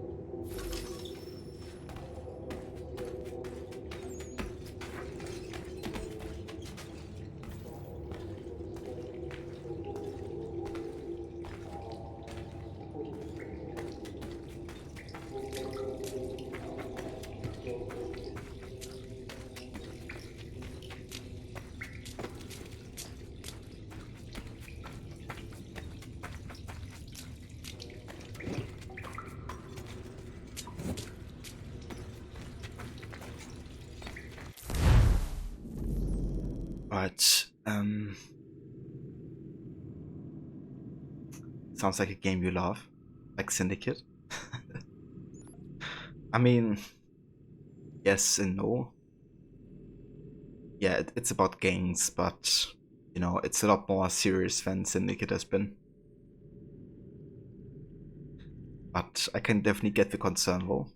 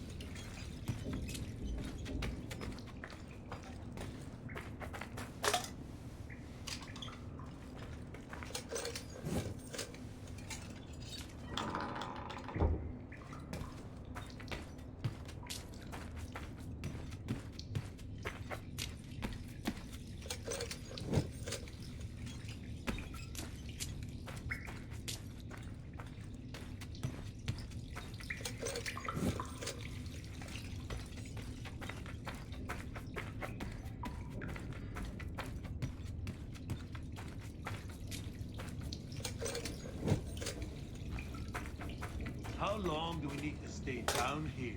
As long as it takes. Could have left us with some water at least.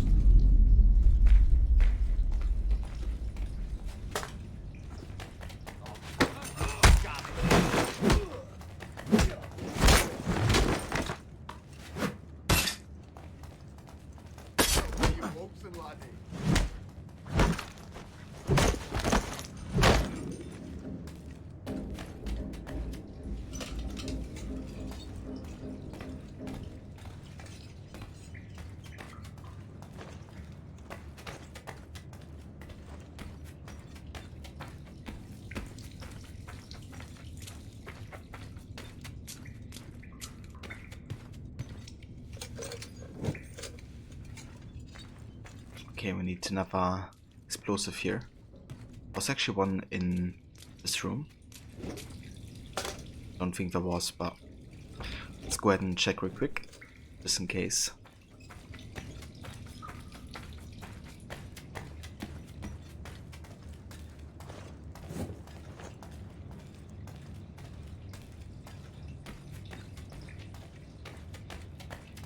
Yeah, there wasn't.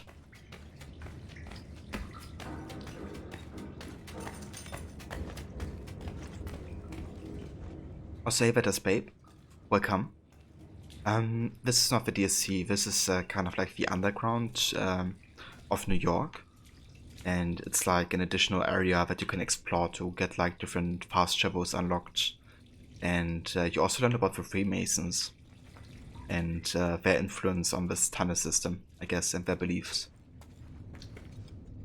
Yeah, it's the part you can miss very easily, since you have to search actively for the one underground entrance that you have, and you only have one at the beginning. It's not until you go into the underground and unlock more that you have like different entrances throughout the city. Which is kind of the reason I do it, because I want to have more fast travel points. But I also want to read up on the Freemason stuff as well. But yeah, it's kind of, I know it's an interesting side activity because it's not like too much to do, but it's still kind of atmospheric and immersive.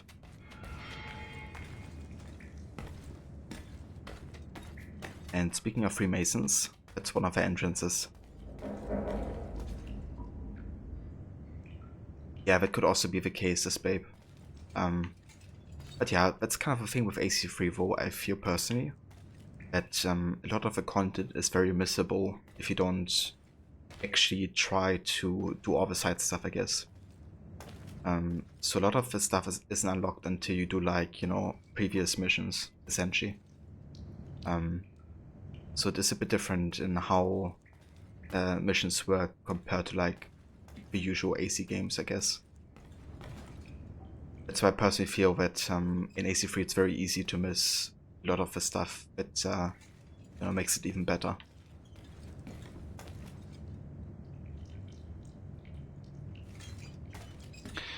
Yeah, I wonder too, Morrow, you know, because when I played AC3 the first couple times, I didn't really do a lot of side content. Like homestead missions maybe, but not even like all of them. Because I had like no idea how important they actually were. But yeah, it really changes a lot about Connor as a character. If you do like the Brotherhood, the homestead, and you know, like the optional dialogues and all that, it adds a lot to the game.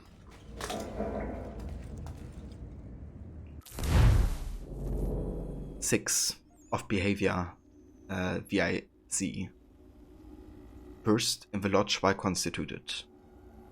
You are not to hold private committees or separate conversations without leave from the master, not to talk of anything impertinent or unseemly, nor interrupt the master or wardens, or any brother speaking of a master. Nor behave yourself ludicrously or as a low jester while the lodge is engaged in what is serious and solemn. Nor use any unbecoming language upon any pretense whatsoever, but to pay due reverence to your master, wardens, and fellows, and put them to worship.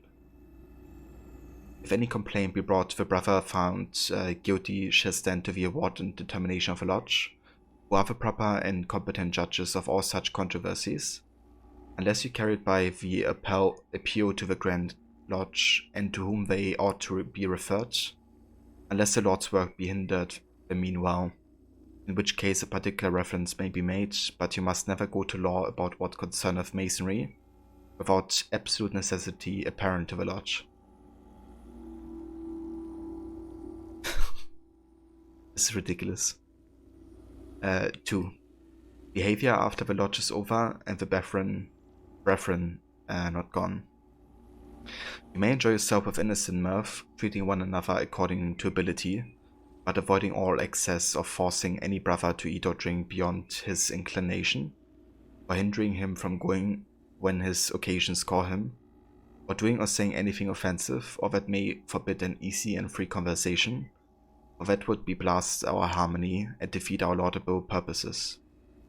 Therefore no private piques or quarrels must be brought within the door of a lodge, far less any quarrels about religion, or nation, or state policy, we being only as masons of the Catholic religion to the left of all nations, tongues, kindreds, and languages, and are resolved against all politics as what never yet conducted to the welfare of a lodge, nor ever will. The change has been strictly enjoined and observed, but especially ever since the Reformation in Britain, of the descent and secession of these nations from the communion of Rome. 3. Behavior when brethren meet without strangers, but not in a lodge formed. You are to salute one another in a courteous manner, as you will be instructed, calling each other brother, really giving mutual instruction as shall be thought expedient, without being ever seen or overheard, and without encroaching upon each other, or derogating from that respect which is due to any brother, were he not mason. For though all masons are as brethren upon the same level, yet masonry takes no honor from a man that he had before. Nay, rather it adds to his honor, especially if he has deserved well of a brotherhood, who must give honor to whom it is due, and avoid ill manners. 4. Behavior in presence of strangers, not masons. You shall be cautious in your words and carriage, that the most penetrating stranger shall not be able to discover or find out what is not proper to be intimidated, and sometimes you shall divert a discourse and manage it prudently for the honor of a worshipful fraternity. 5. Behavior at home and in your neighborhood. You are to act as become a moral and wise man, particularly not to let your family, friends, and neighbors know the concern of a lodge, and C, but wisely to consult your own honor and that of the ancient brotherhood for reasons not to be mentioned here. You must also consult your health by not continuing together too late or too long from home, after lodge hours are past, and by avoiding of gluttony or drunkenness, that your families be not neglected or injured, nor you disabled from working. 6. Behavior towards a strange brother. You are cautiously to examine him in such a method as prudence shall direct you, that you may not be imposed upon by an ignorant false pretender, whom you are to reject with contempt and derision, and beware of giving him any hints of knowledge. But if you discover him to be true and genuine brother, you are to respect him accordingly, and if he is in want, you must relieve him if you can, or else direct him how he may be relieved. You must employ him some days, or else recommend him to be employed. But you are not charged to the beyond your ability, only to prefer a poor brother that is a good man and true before any other people in the same circumstance. Finally, all these charges you are to observe, and also those that shall be recommended to you in any other way, cultivating brotherly love, the foundation and the eternally growing capstone, the cement and glory of the ancient fraternity, avoiding all wrangling and quarreling, or slander and backbiting, nor permitting others to slander any honest brother, but defending his character, and doing him all good offices as far as is consistent with your honor and safety at no farther. And if any of them do you injury, you must apply to your own or his lodge, and from thence you may appeal to the Grand Lodge at the quarterly communication, and from thence to the annual Grand Lodge, as has been the ancient laudable conduct. But when the case cannot be otherwise decided, and patiently listening to the honest and friendly advice of master and fellows when they would prevent your going to law right or wrong with strangers, I would excite you to put a speedy period to all lawsuits, so that you may mind the affair of masonry with a more alacrity and success. But with respect to brothers or fellows at law, the master and brethren should kindly offer the mediation, which ought to be thankfully submitted to by contending brethren. And if that submission is impracticable, they must, however, carry on the process or lawsuits without wrath and rancor, not in the common way, saying or doing nothing which may hinder brotherly love and good offices to be renewed and continued, that all may see the beginning influence of masonry, as all true masons have done from the beginning of the world and will do to the end of time. Amen. So mote it be. What a bunch of bullocks. I would never ever join this if this is the rule set. This is just ridiculous.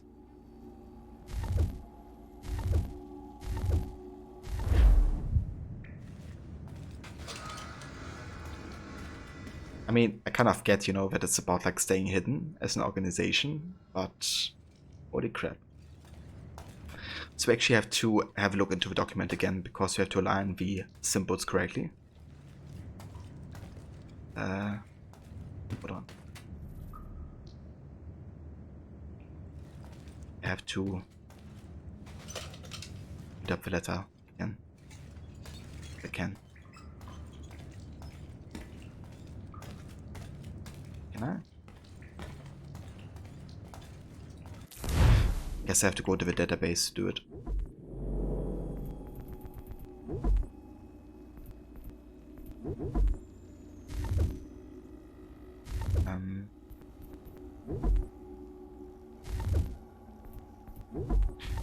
Okay, where do we have this?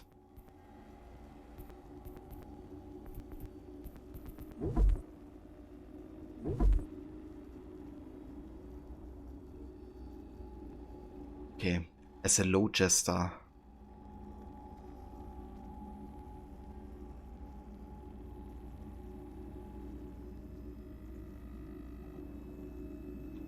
Do we have a jester down? And we have Catholic religion to the left.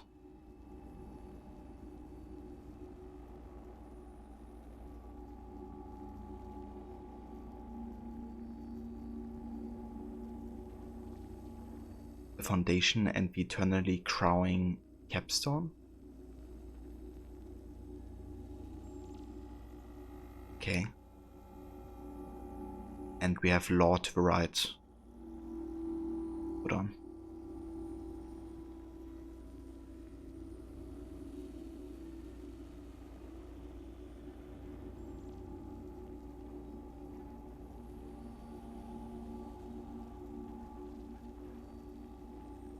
Okay. Just one sec again.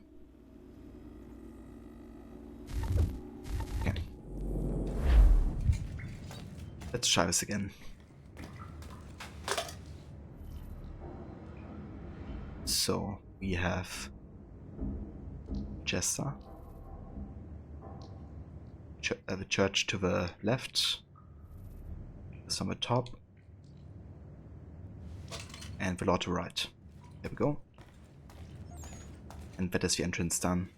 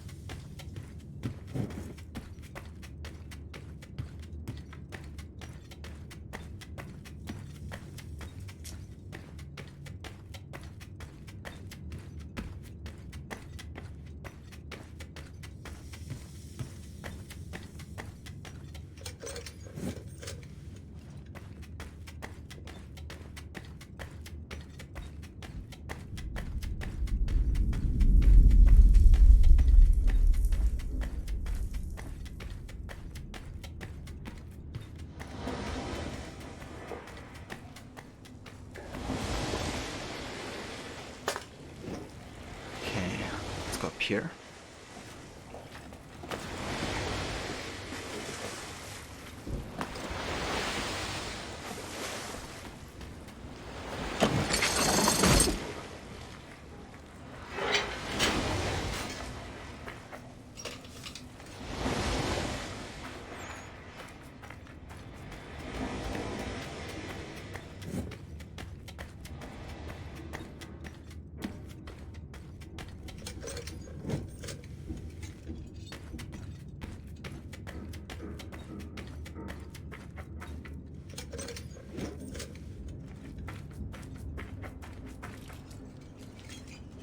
Okay, can we illuminate something in here? Yeah, we can. Very nice.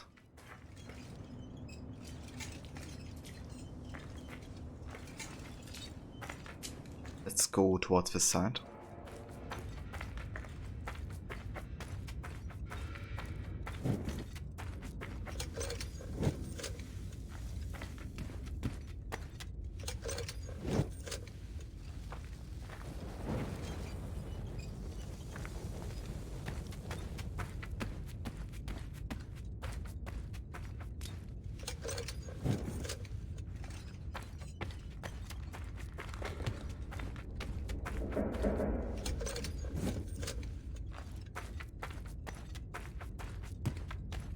Imagine if they would just, like, you know, build in like a jump scare in one of these tunnels.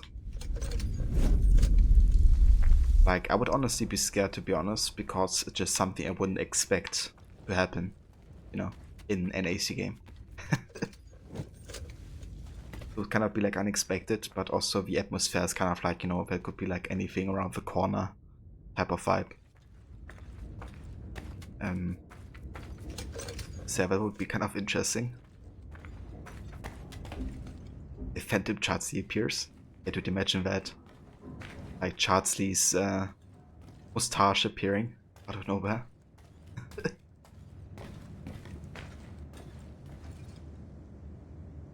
But yeah, even if it were a drunk NPC or something, yeah, dude, definitely take you by surprise a little bit.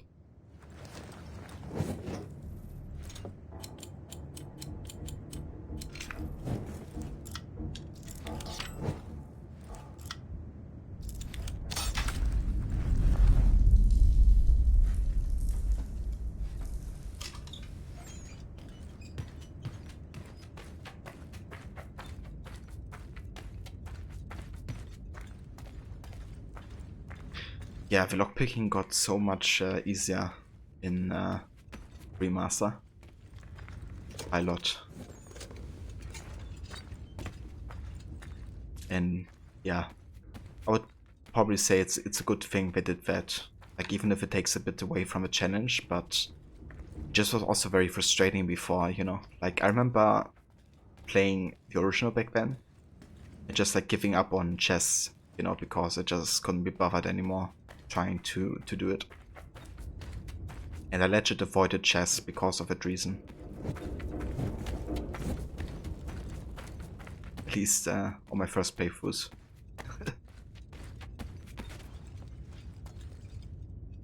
Maybe Fane quotes from Iron Limb. Yeah.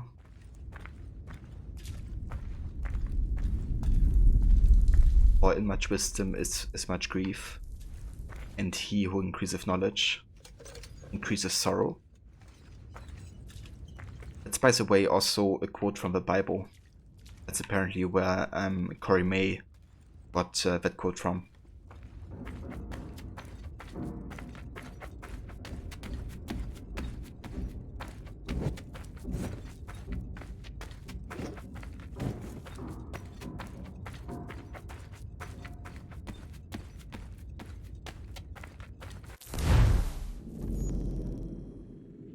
Okay, let's go down here.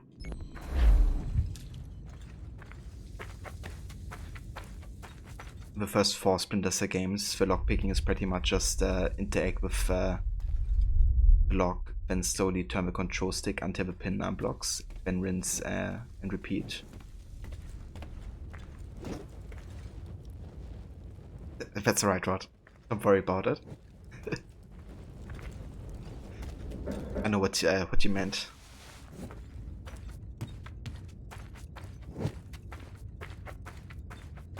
But yeah, Splinter Cell. That's another series I kind of have to get into at some point. But for now I want to focus on Red Dead Redemption, I think. Probably play and finish Wolver on first day. Maybe make a start on Red Dead 1.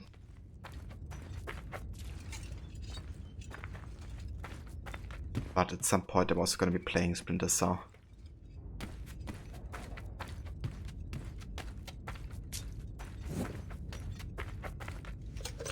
I'm actually quite excited for Mirror's Edge, in case it wins.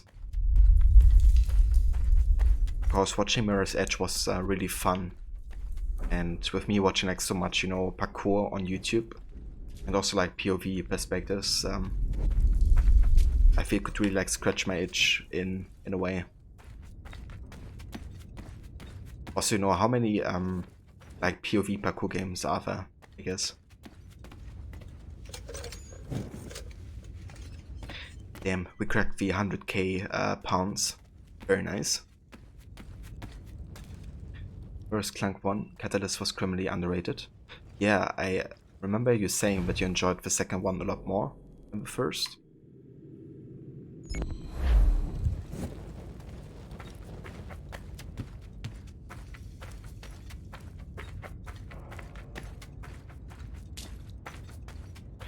Definitely good they improved on, you know, the controls and stuff. If that's the case. But for me it's gonna be good because, you know, I haven't played either of those. So I won't have like something I'm like used to when it comes to POV parkour.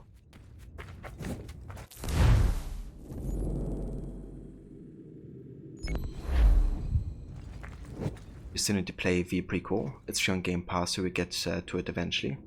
Ah, I gotcha. Yeah, I would love to see you play that for sure, Moro. Rod, sorry.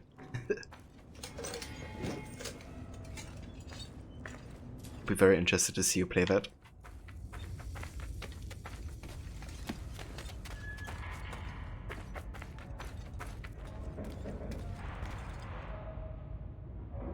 ME1 is still good, but you can tell it was a tech demo and came out in 2008. That's fair. But yeah, to be honest, after Red Dead Revolver, I think my tolerance for older games is quite high at the moment.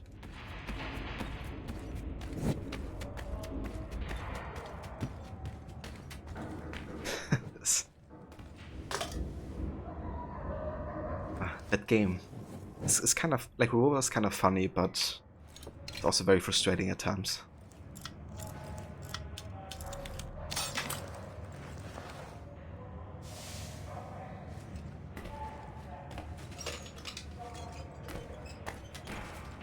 Okay, we can go this way.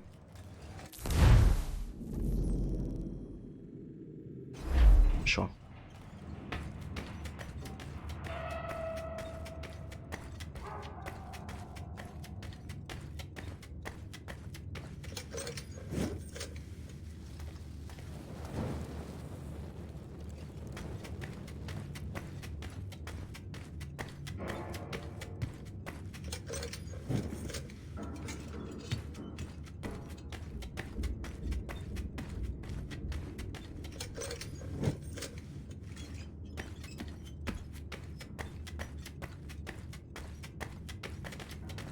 I'm kind of glad about my decision not to play Tyranny of King Washington.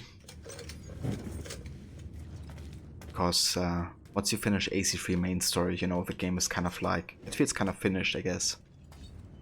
And, Move it. You know, Tyranny doesn't really add anything to the actual story, I guess. So, Such a dandy. such a dandy. Yeah, glad not to be doing that this time.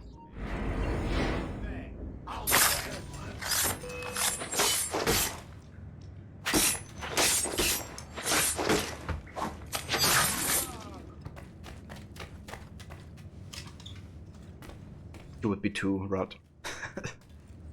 Yeah. I mean, didn't you say, Rod, that you basically don't plan on ever playing it again or something?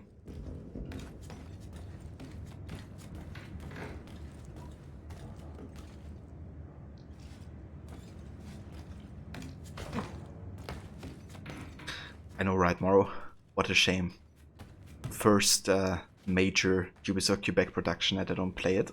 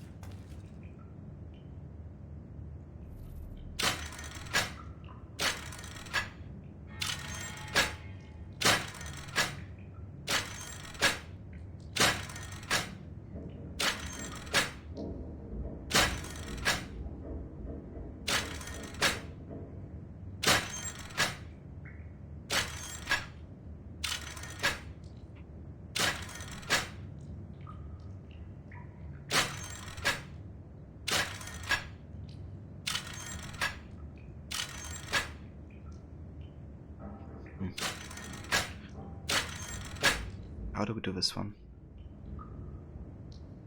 But when you decided to play it the first time last year, you know that from a story standpoint you didn't like it as you had seen it played through before. And you were going to do also the optional objectives, but after a while you got sick of trying to do it in that mission where you have to fight the cavalry with cannon fire.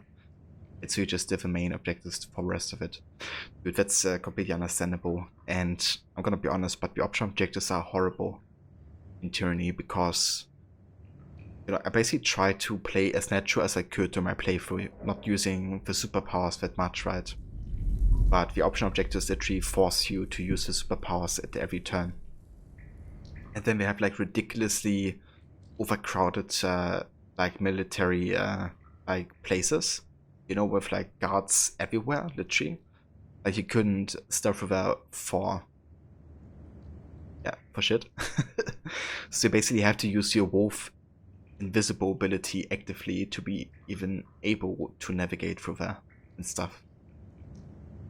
So yeah, it's completely like, you don't even play Assassin's Creed, you play like Superpower Simulator at that point. You know? You don't use parkour, you just fly from everywhere, from every point to another. You don't use stealth, you just become invisible and hide in bushes.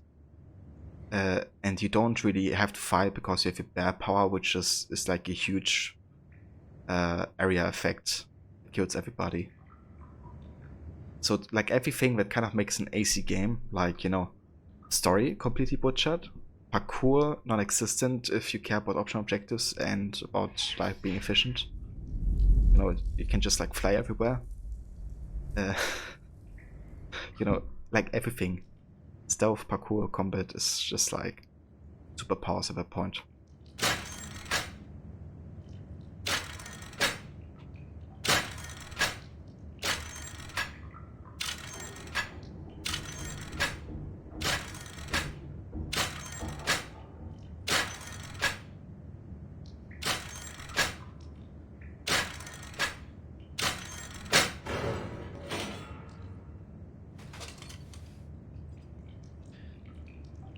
Yeah, that's another thing, like, Ubisoft Quebec is just obsessed with superpowers, you know?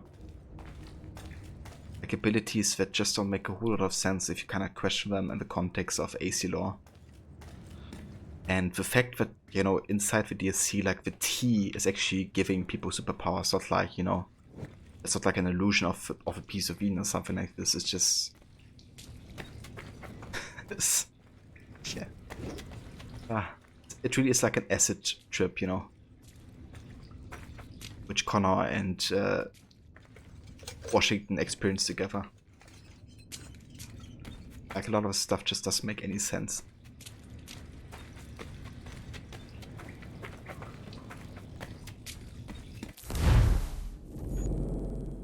Okay, where to go next?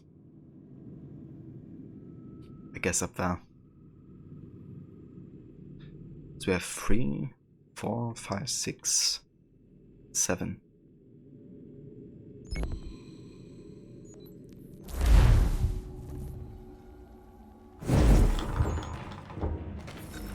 There are also like so many other stuff that's just wrong with the DLC, like, to be honest.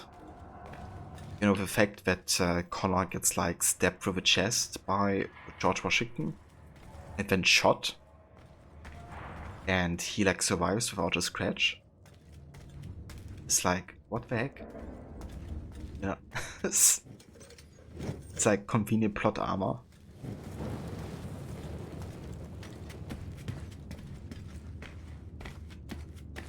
Yeah, I could sit here all day and talk about the flaws of Ubisoft Quebec AC Productions.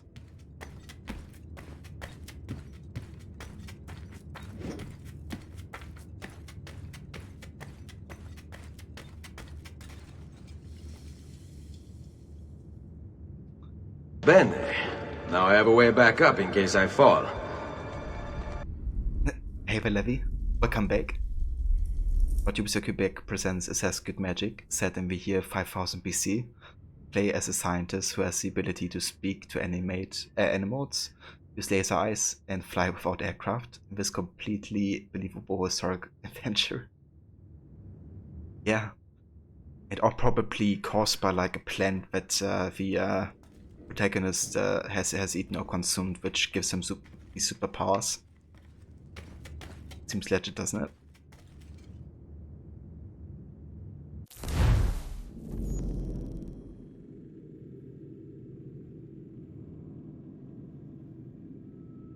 Okay, so let's go up here, I think.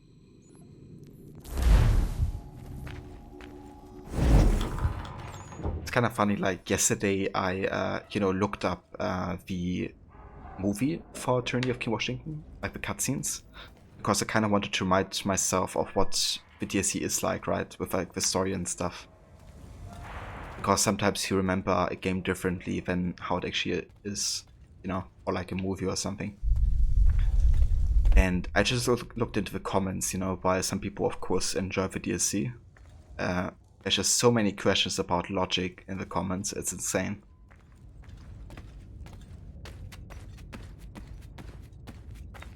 And yeah, for good reasons. And that's a very Levy. Thank you for sharing the love. I really hope you have a good luck and a good day so far.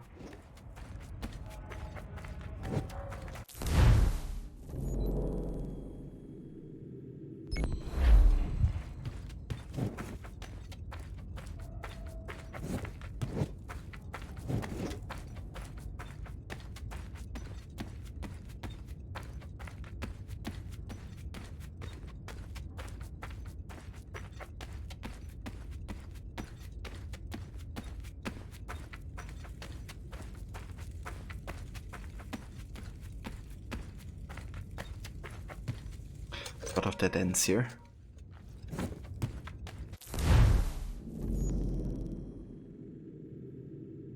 Okay, I think this shall be it for the underground part for today.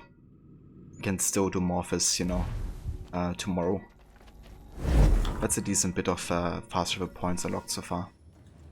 7 out of 11.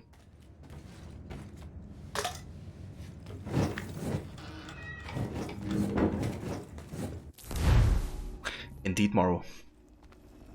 It's time for assassinations. Yeah, it's 6 o'clock in the evening, so it's a time that the bells go crazy, and I'm basically living right next to a church, so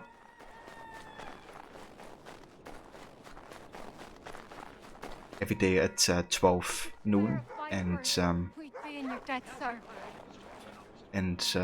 in the evening. Anno's outfit. Alright, we can do that, right? I will only be on for another half an hour though. You can throw them away. We could take just enough to fill our bellies for the night. But we can just do it like, you know, I would like use it now and for the start of next stream. Draw them out farther.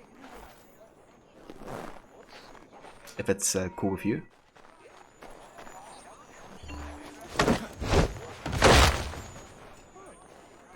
Too many eyes on us. This work?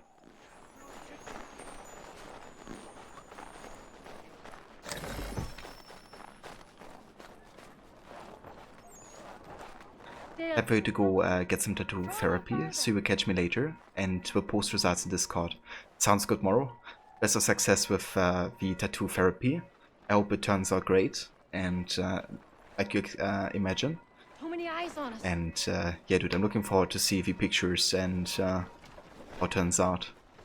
Have a good one, dude. And yeah, for anybody who hasn't checked out Morrow's channel yet, as well as the Animus Project, definitely make sure to do so. He's a great streamer and a big fan of Assassin's Creed. Currently playing AC Valhalla and Origins over on the Animus Project. So yeah, so definitely check it out if you haven't.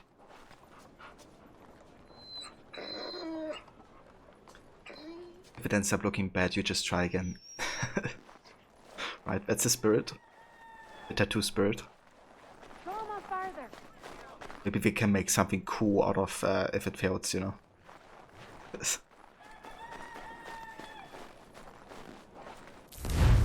Edward, thank you for giving the shoutouts as well, dude. I appreciate it. Thank you for doing that. Okay, so for the last half an hour, I wanna first go to the store so we can equip the outfit. Let's go down here.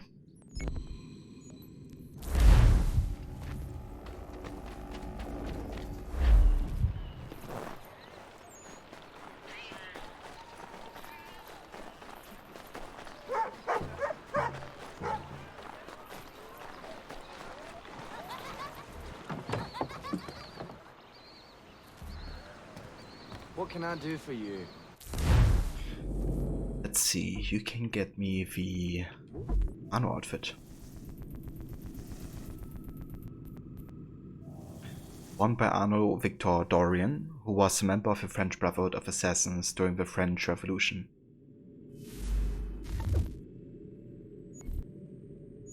Just want to go ahead and buy all the resources available. Barley and beeswax, flax, small, and fresh water, honey, pork, rye, vegetables, and wool. You wonder why they darkened the color of his outfit? Yeah, me too, actually. Like, the blue tone was definitely brighter. It wasn't like a bright blue or something, but, you know, that's like close to looking black. Essentially. Kinda funny.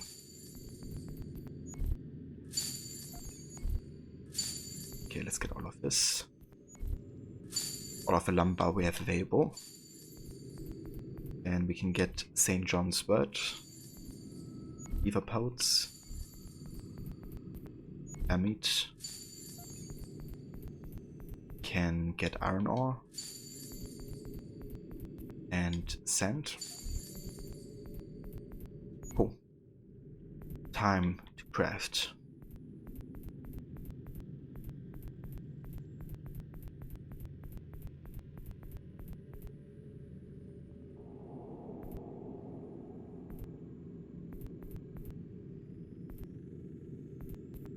Definitely gonna make barrels, sure.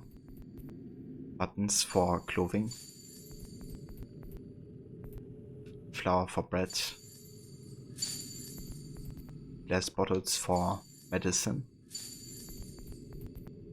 Lindsay Woodsy for like everything that has like clothing. Nails. Definitely gonna make spirits.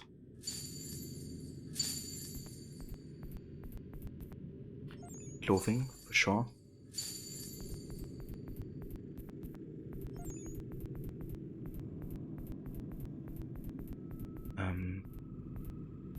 Let's make bandages. Like that was really good to sell. And we have all-purpose remedy.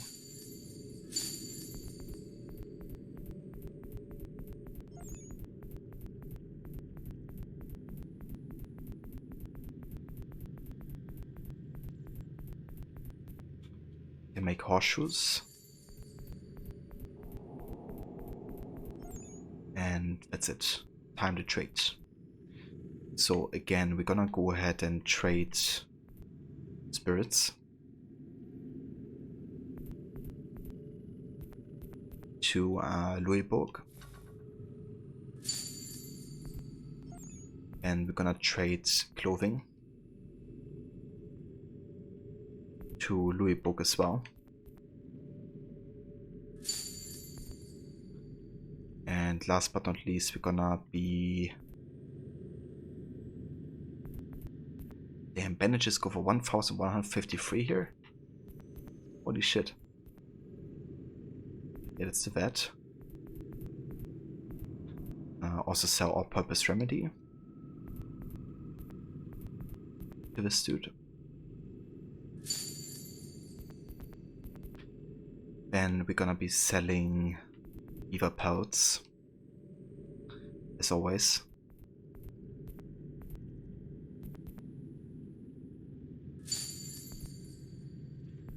What else do we have? We have plows, 300. Sure, let's do this.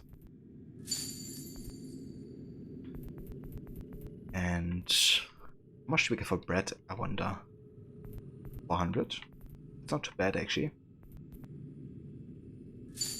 Yeah, solid.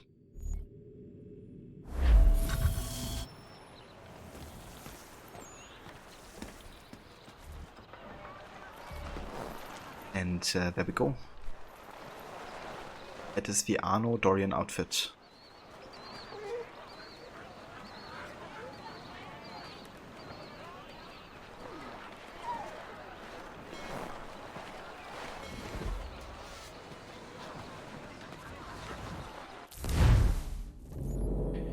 Alright, let's go back up to the north side here. I would like to do the, what I think is the last fort.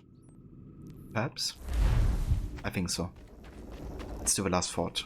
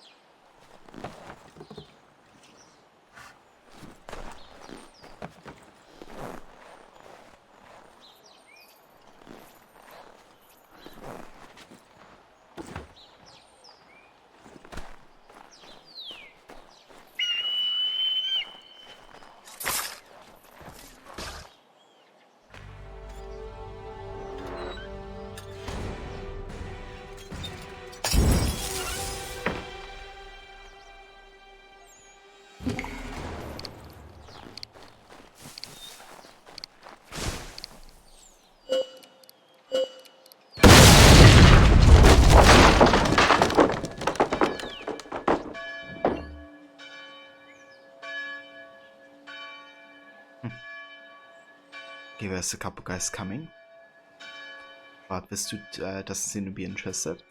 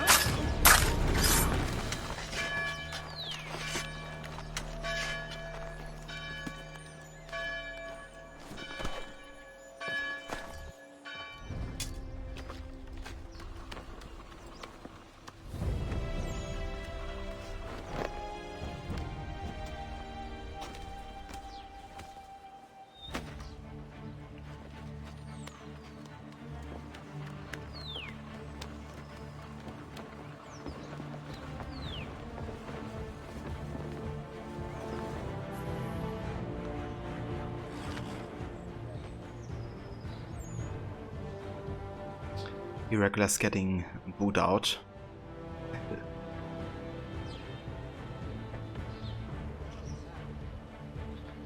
Go away, guys. This is our territory now. And yeah, do that music as well.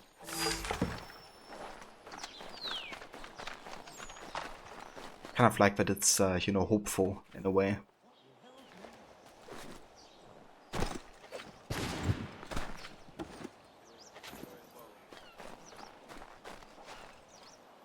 Damn, did we just get 10k? What did we get 10k for?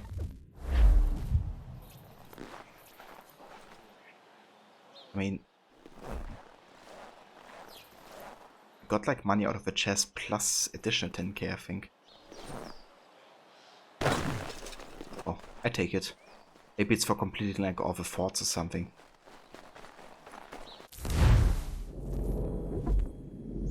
Could be. Let's have a look at the DNA tracker. We're at 65%.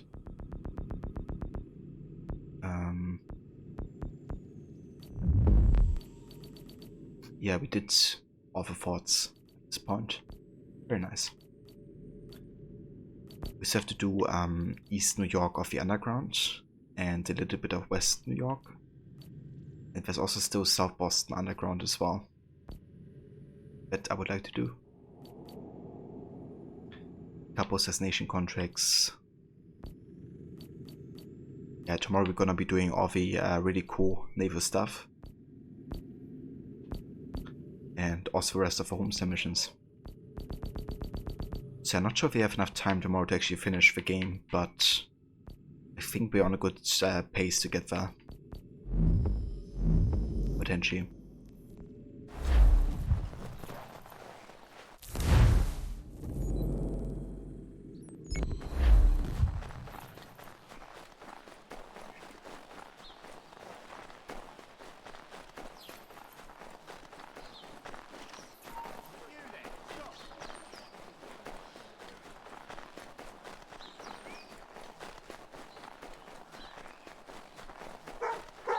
I don't much care where you find it. Just get me the money, or you'll suffer the consequences and be removed from your home. It's not complicated. But I never did nothing for you. Why do I owe you anything? You owe what you owe, and there's nothing else to be said about it. Pay me, or my associates will discharge you and your family from your residence. By force. Your choice. I don't want to deal with anybody. I've never seen any of you before in my life. Oh, good day, sir.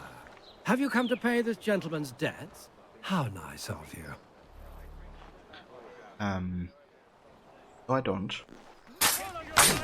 Darling, take the children and stay out of sight.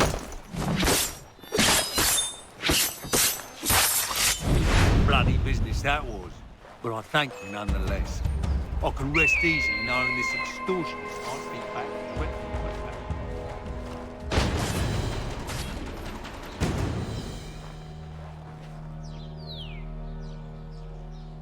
Mustn't Blade have something to pay you? Indeed. Gonna pay in blood. They're gonna pay in blood, rather.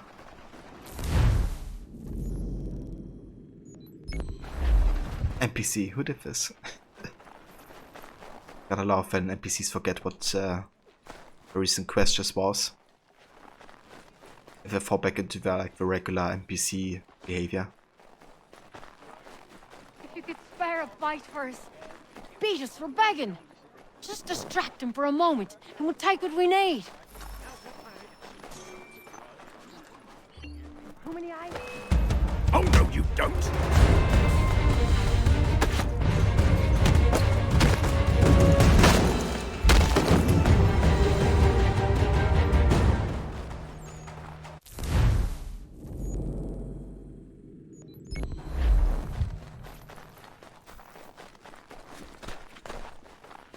We'd love to see a live action version of that kind of situation. It would be funny to find comparison.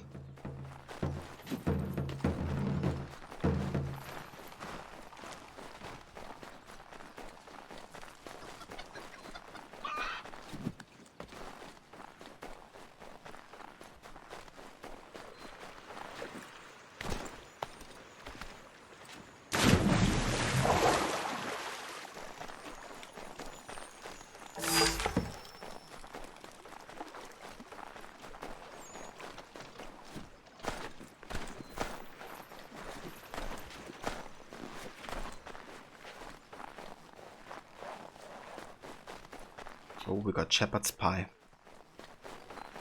Recipe. That sounds nice. If you could spare a bite for us, we'd beat us for begging. Just distract him for a moment, and we'll take what we need. Hey, where are you going?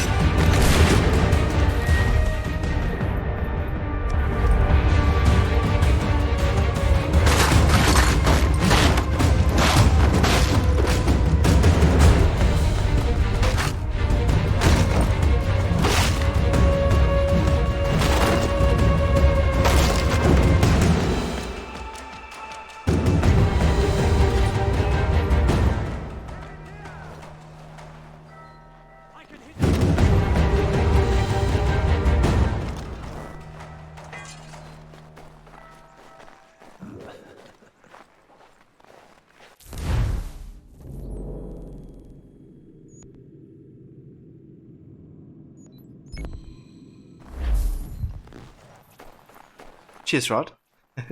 Thank you, dude.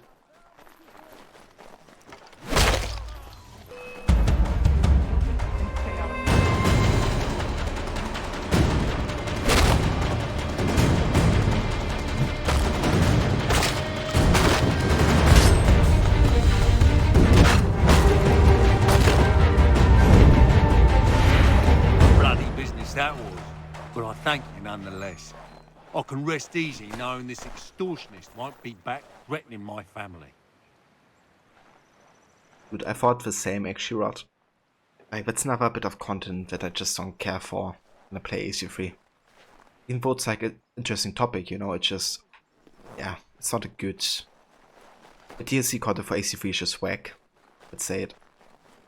The main story and the main game is fantastic, the DLC is whack.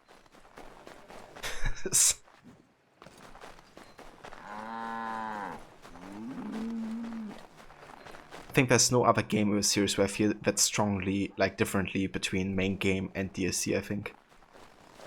It really is so different. I don't much care where you find it. Just get me the money, or you'll suffer the consequences and be... Oh, good day, sir. Have you come to pay this gentleman's debts? This dude kind of reminds me of Warren Vidic. I wonder if it is the same voice actor. Some of you. I wonder if that's the case. Darlings, take the children and stay out of sight. Like the tax collector. But I thank you nonetheless. I can rest easy knowing this extortionist won't be back threatening my family. Well, that's good. Glad that's the case. So we have a liberation contract up there. Who I want to talk to because there's often dialogue before they actually get recruited to the Assassin Brotherhood. So yeah, I would like to talk to her. To Deborah. I think the DLC for this was a waste. It would have been better to do Dead Kings kind of DLC where it's another story with Connor to experience. Yeah, you know, the story that actually like means something, that actually, you know, Perfect is insight into his life rather than making a story that's completely, you know, not happening for you, but just an imagination. But yeah, Dead Kings type of story would be great to kind of like showcase what happens in his life later on.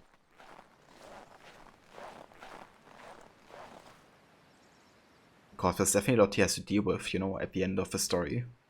Might I have a word? Name's Dobby Carter. Couldn't help but notice you're getting involved in the goings-on in our borough. Thought we might be of service to each other. What is happening here?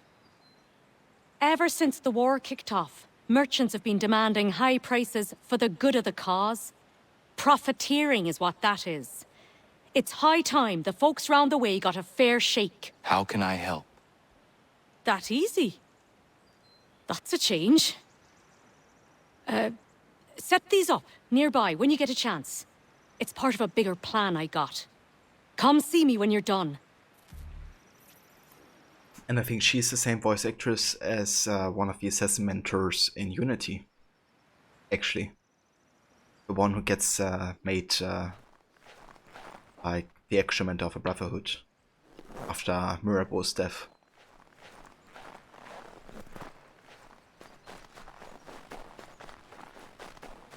If you could spare a bite for it, beat us for begging. Just distract him for a moment, and we'll take what we need. Sure thing, guys. Too many eyes on us. Hey, where are you going?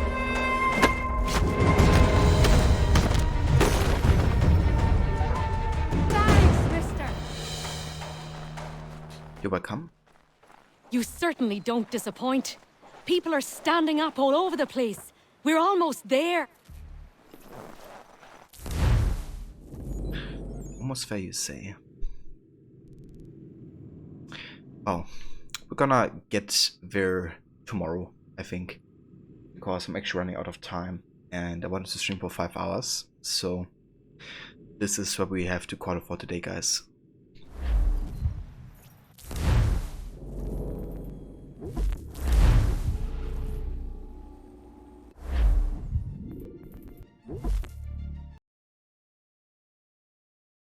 But yeah, I want to thank you all very, very much for coming by and joining for another AC3 stream. You can definitely expect another one tomorrow, of course, where we will be trying to get closer to the ending of the game.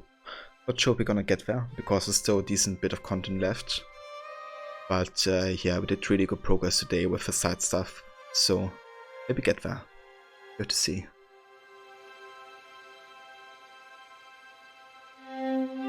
But Dobby is voiced by Angela Gallupo. In Unity, she was young Elise, Jennifer Kenway in Black Flag, Chao in Embers, Claudia in AC2, and Brotherhood.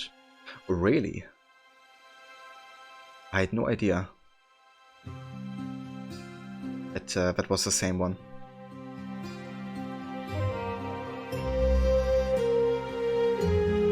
And that's the voice shot. Thank you so much for being here, dude, and joining. I very much appreciate it. Thanks again also for raiding earlier with a party of 5. So if you guys haven't checked out Rod yet, he's a really good streamer. A big fan of Assassin's Creed, playing AC Valhalla and AC2 on the weekends currently. And he just started the playthrough of Quantum Break, which is his first time playing the game, which he also has been enjoying very much. And ironically, it's also about time travel. So it's, I guess, something both games have kind of in common in a way. For I guess the means of time travel are different. Also thanks again to Slayer for the follow. Don, thank you for the bit. And Levy, thanks again for resubbing earlier with 5 months. Very much appreciate all the support, guys. And that's the voice shot. Happy to give you a shout out, dude. You definitely deserve it. But yeah, guys, we're gonna send everybody over to Destro, I think, who's currently playing Outriders. I never heard of that game, but we're gonna have a look and see how he's doing. So yeah, take care, guys, stay safe, and I will catch you next time.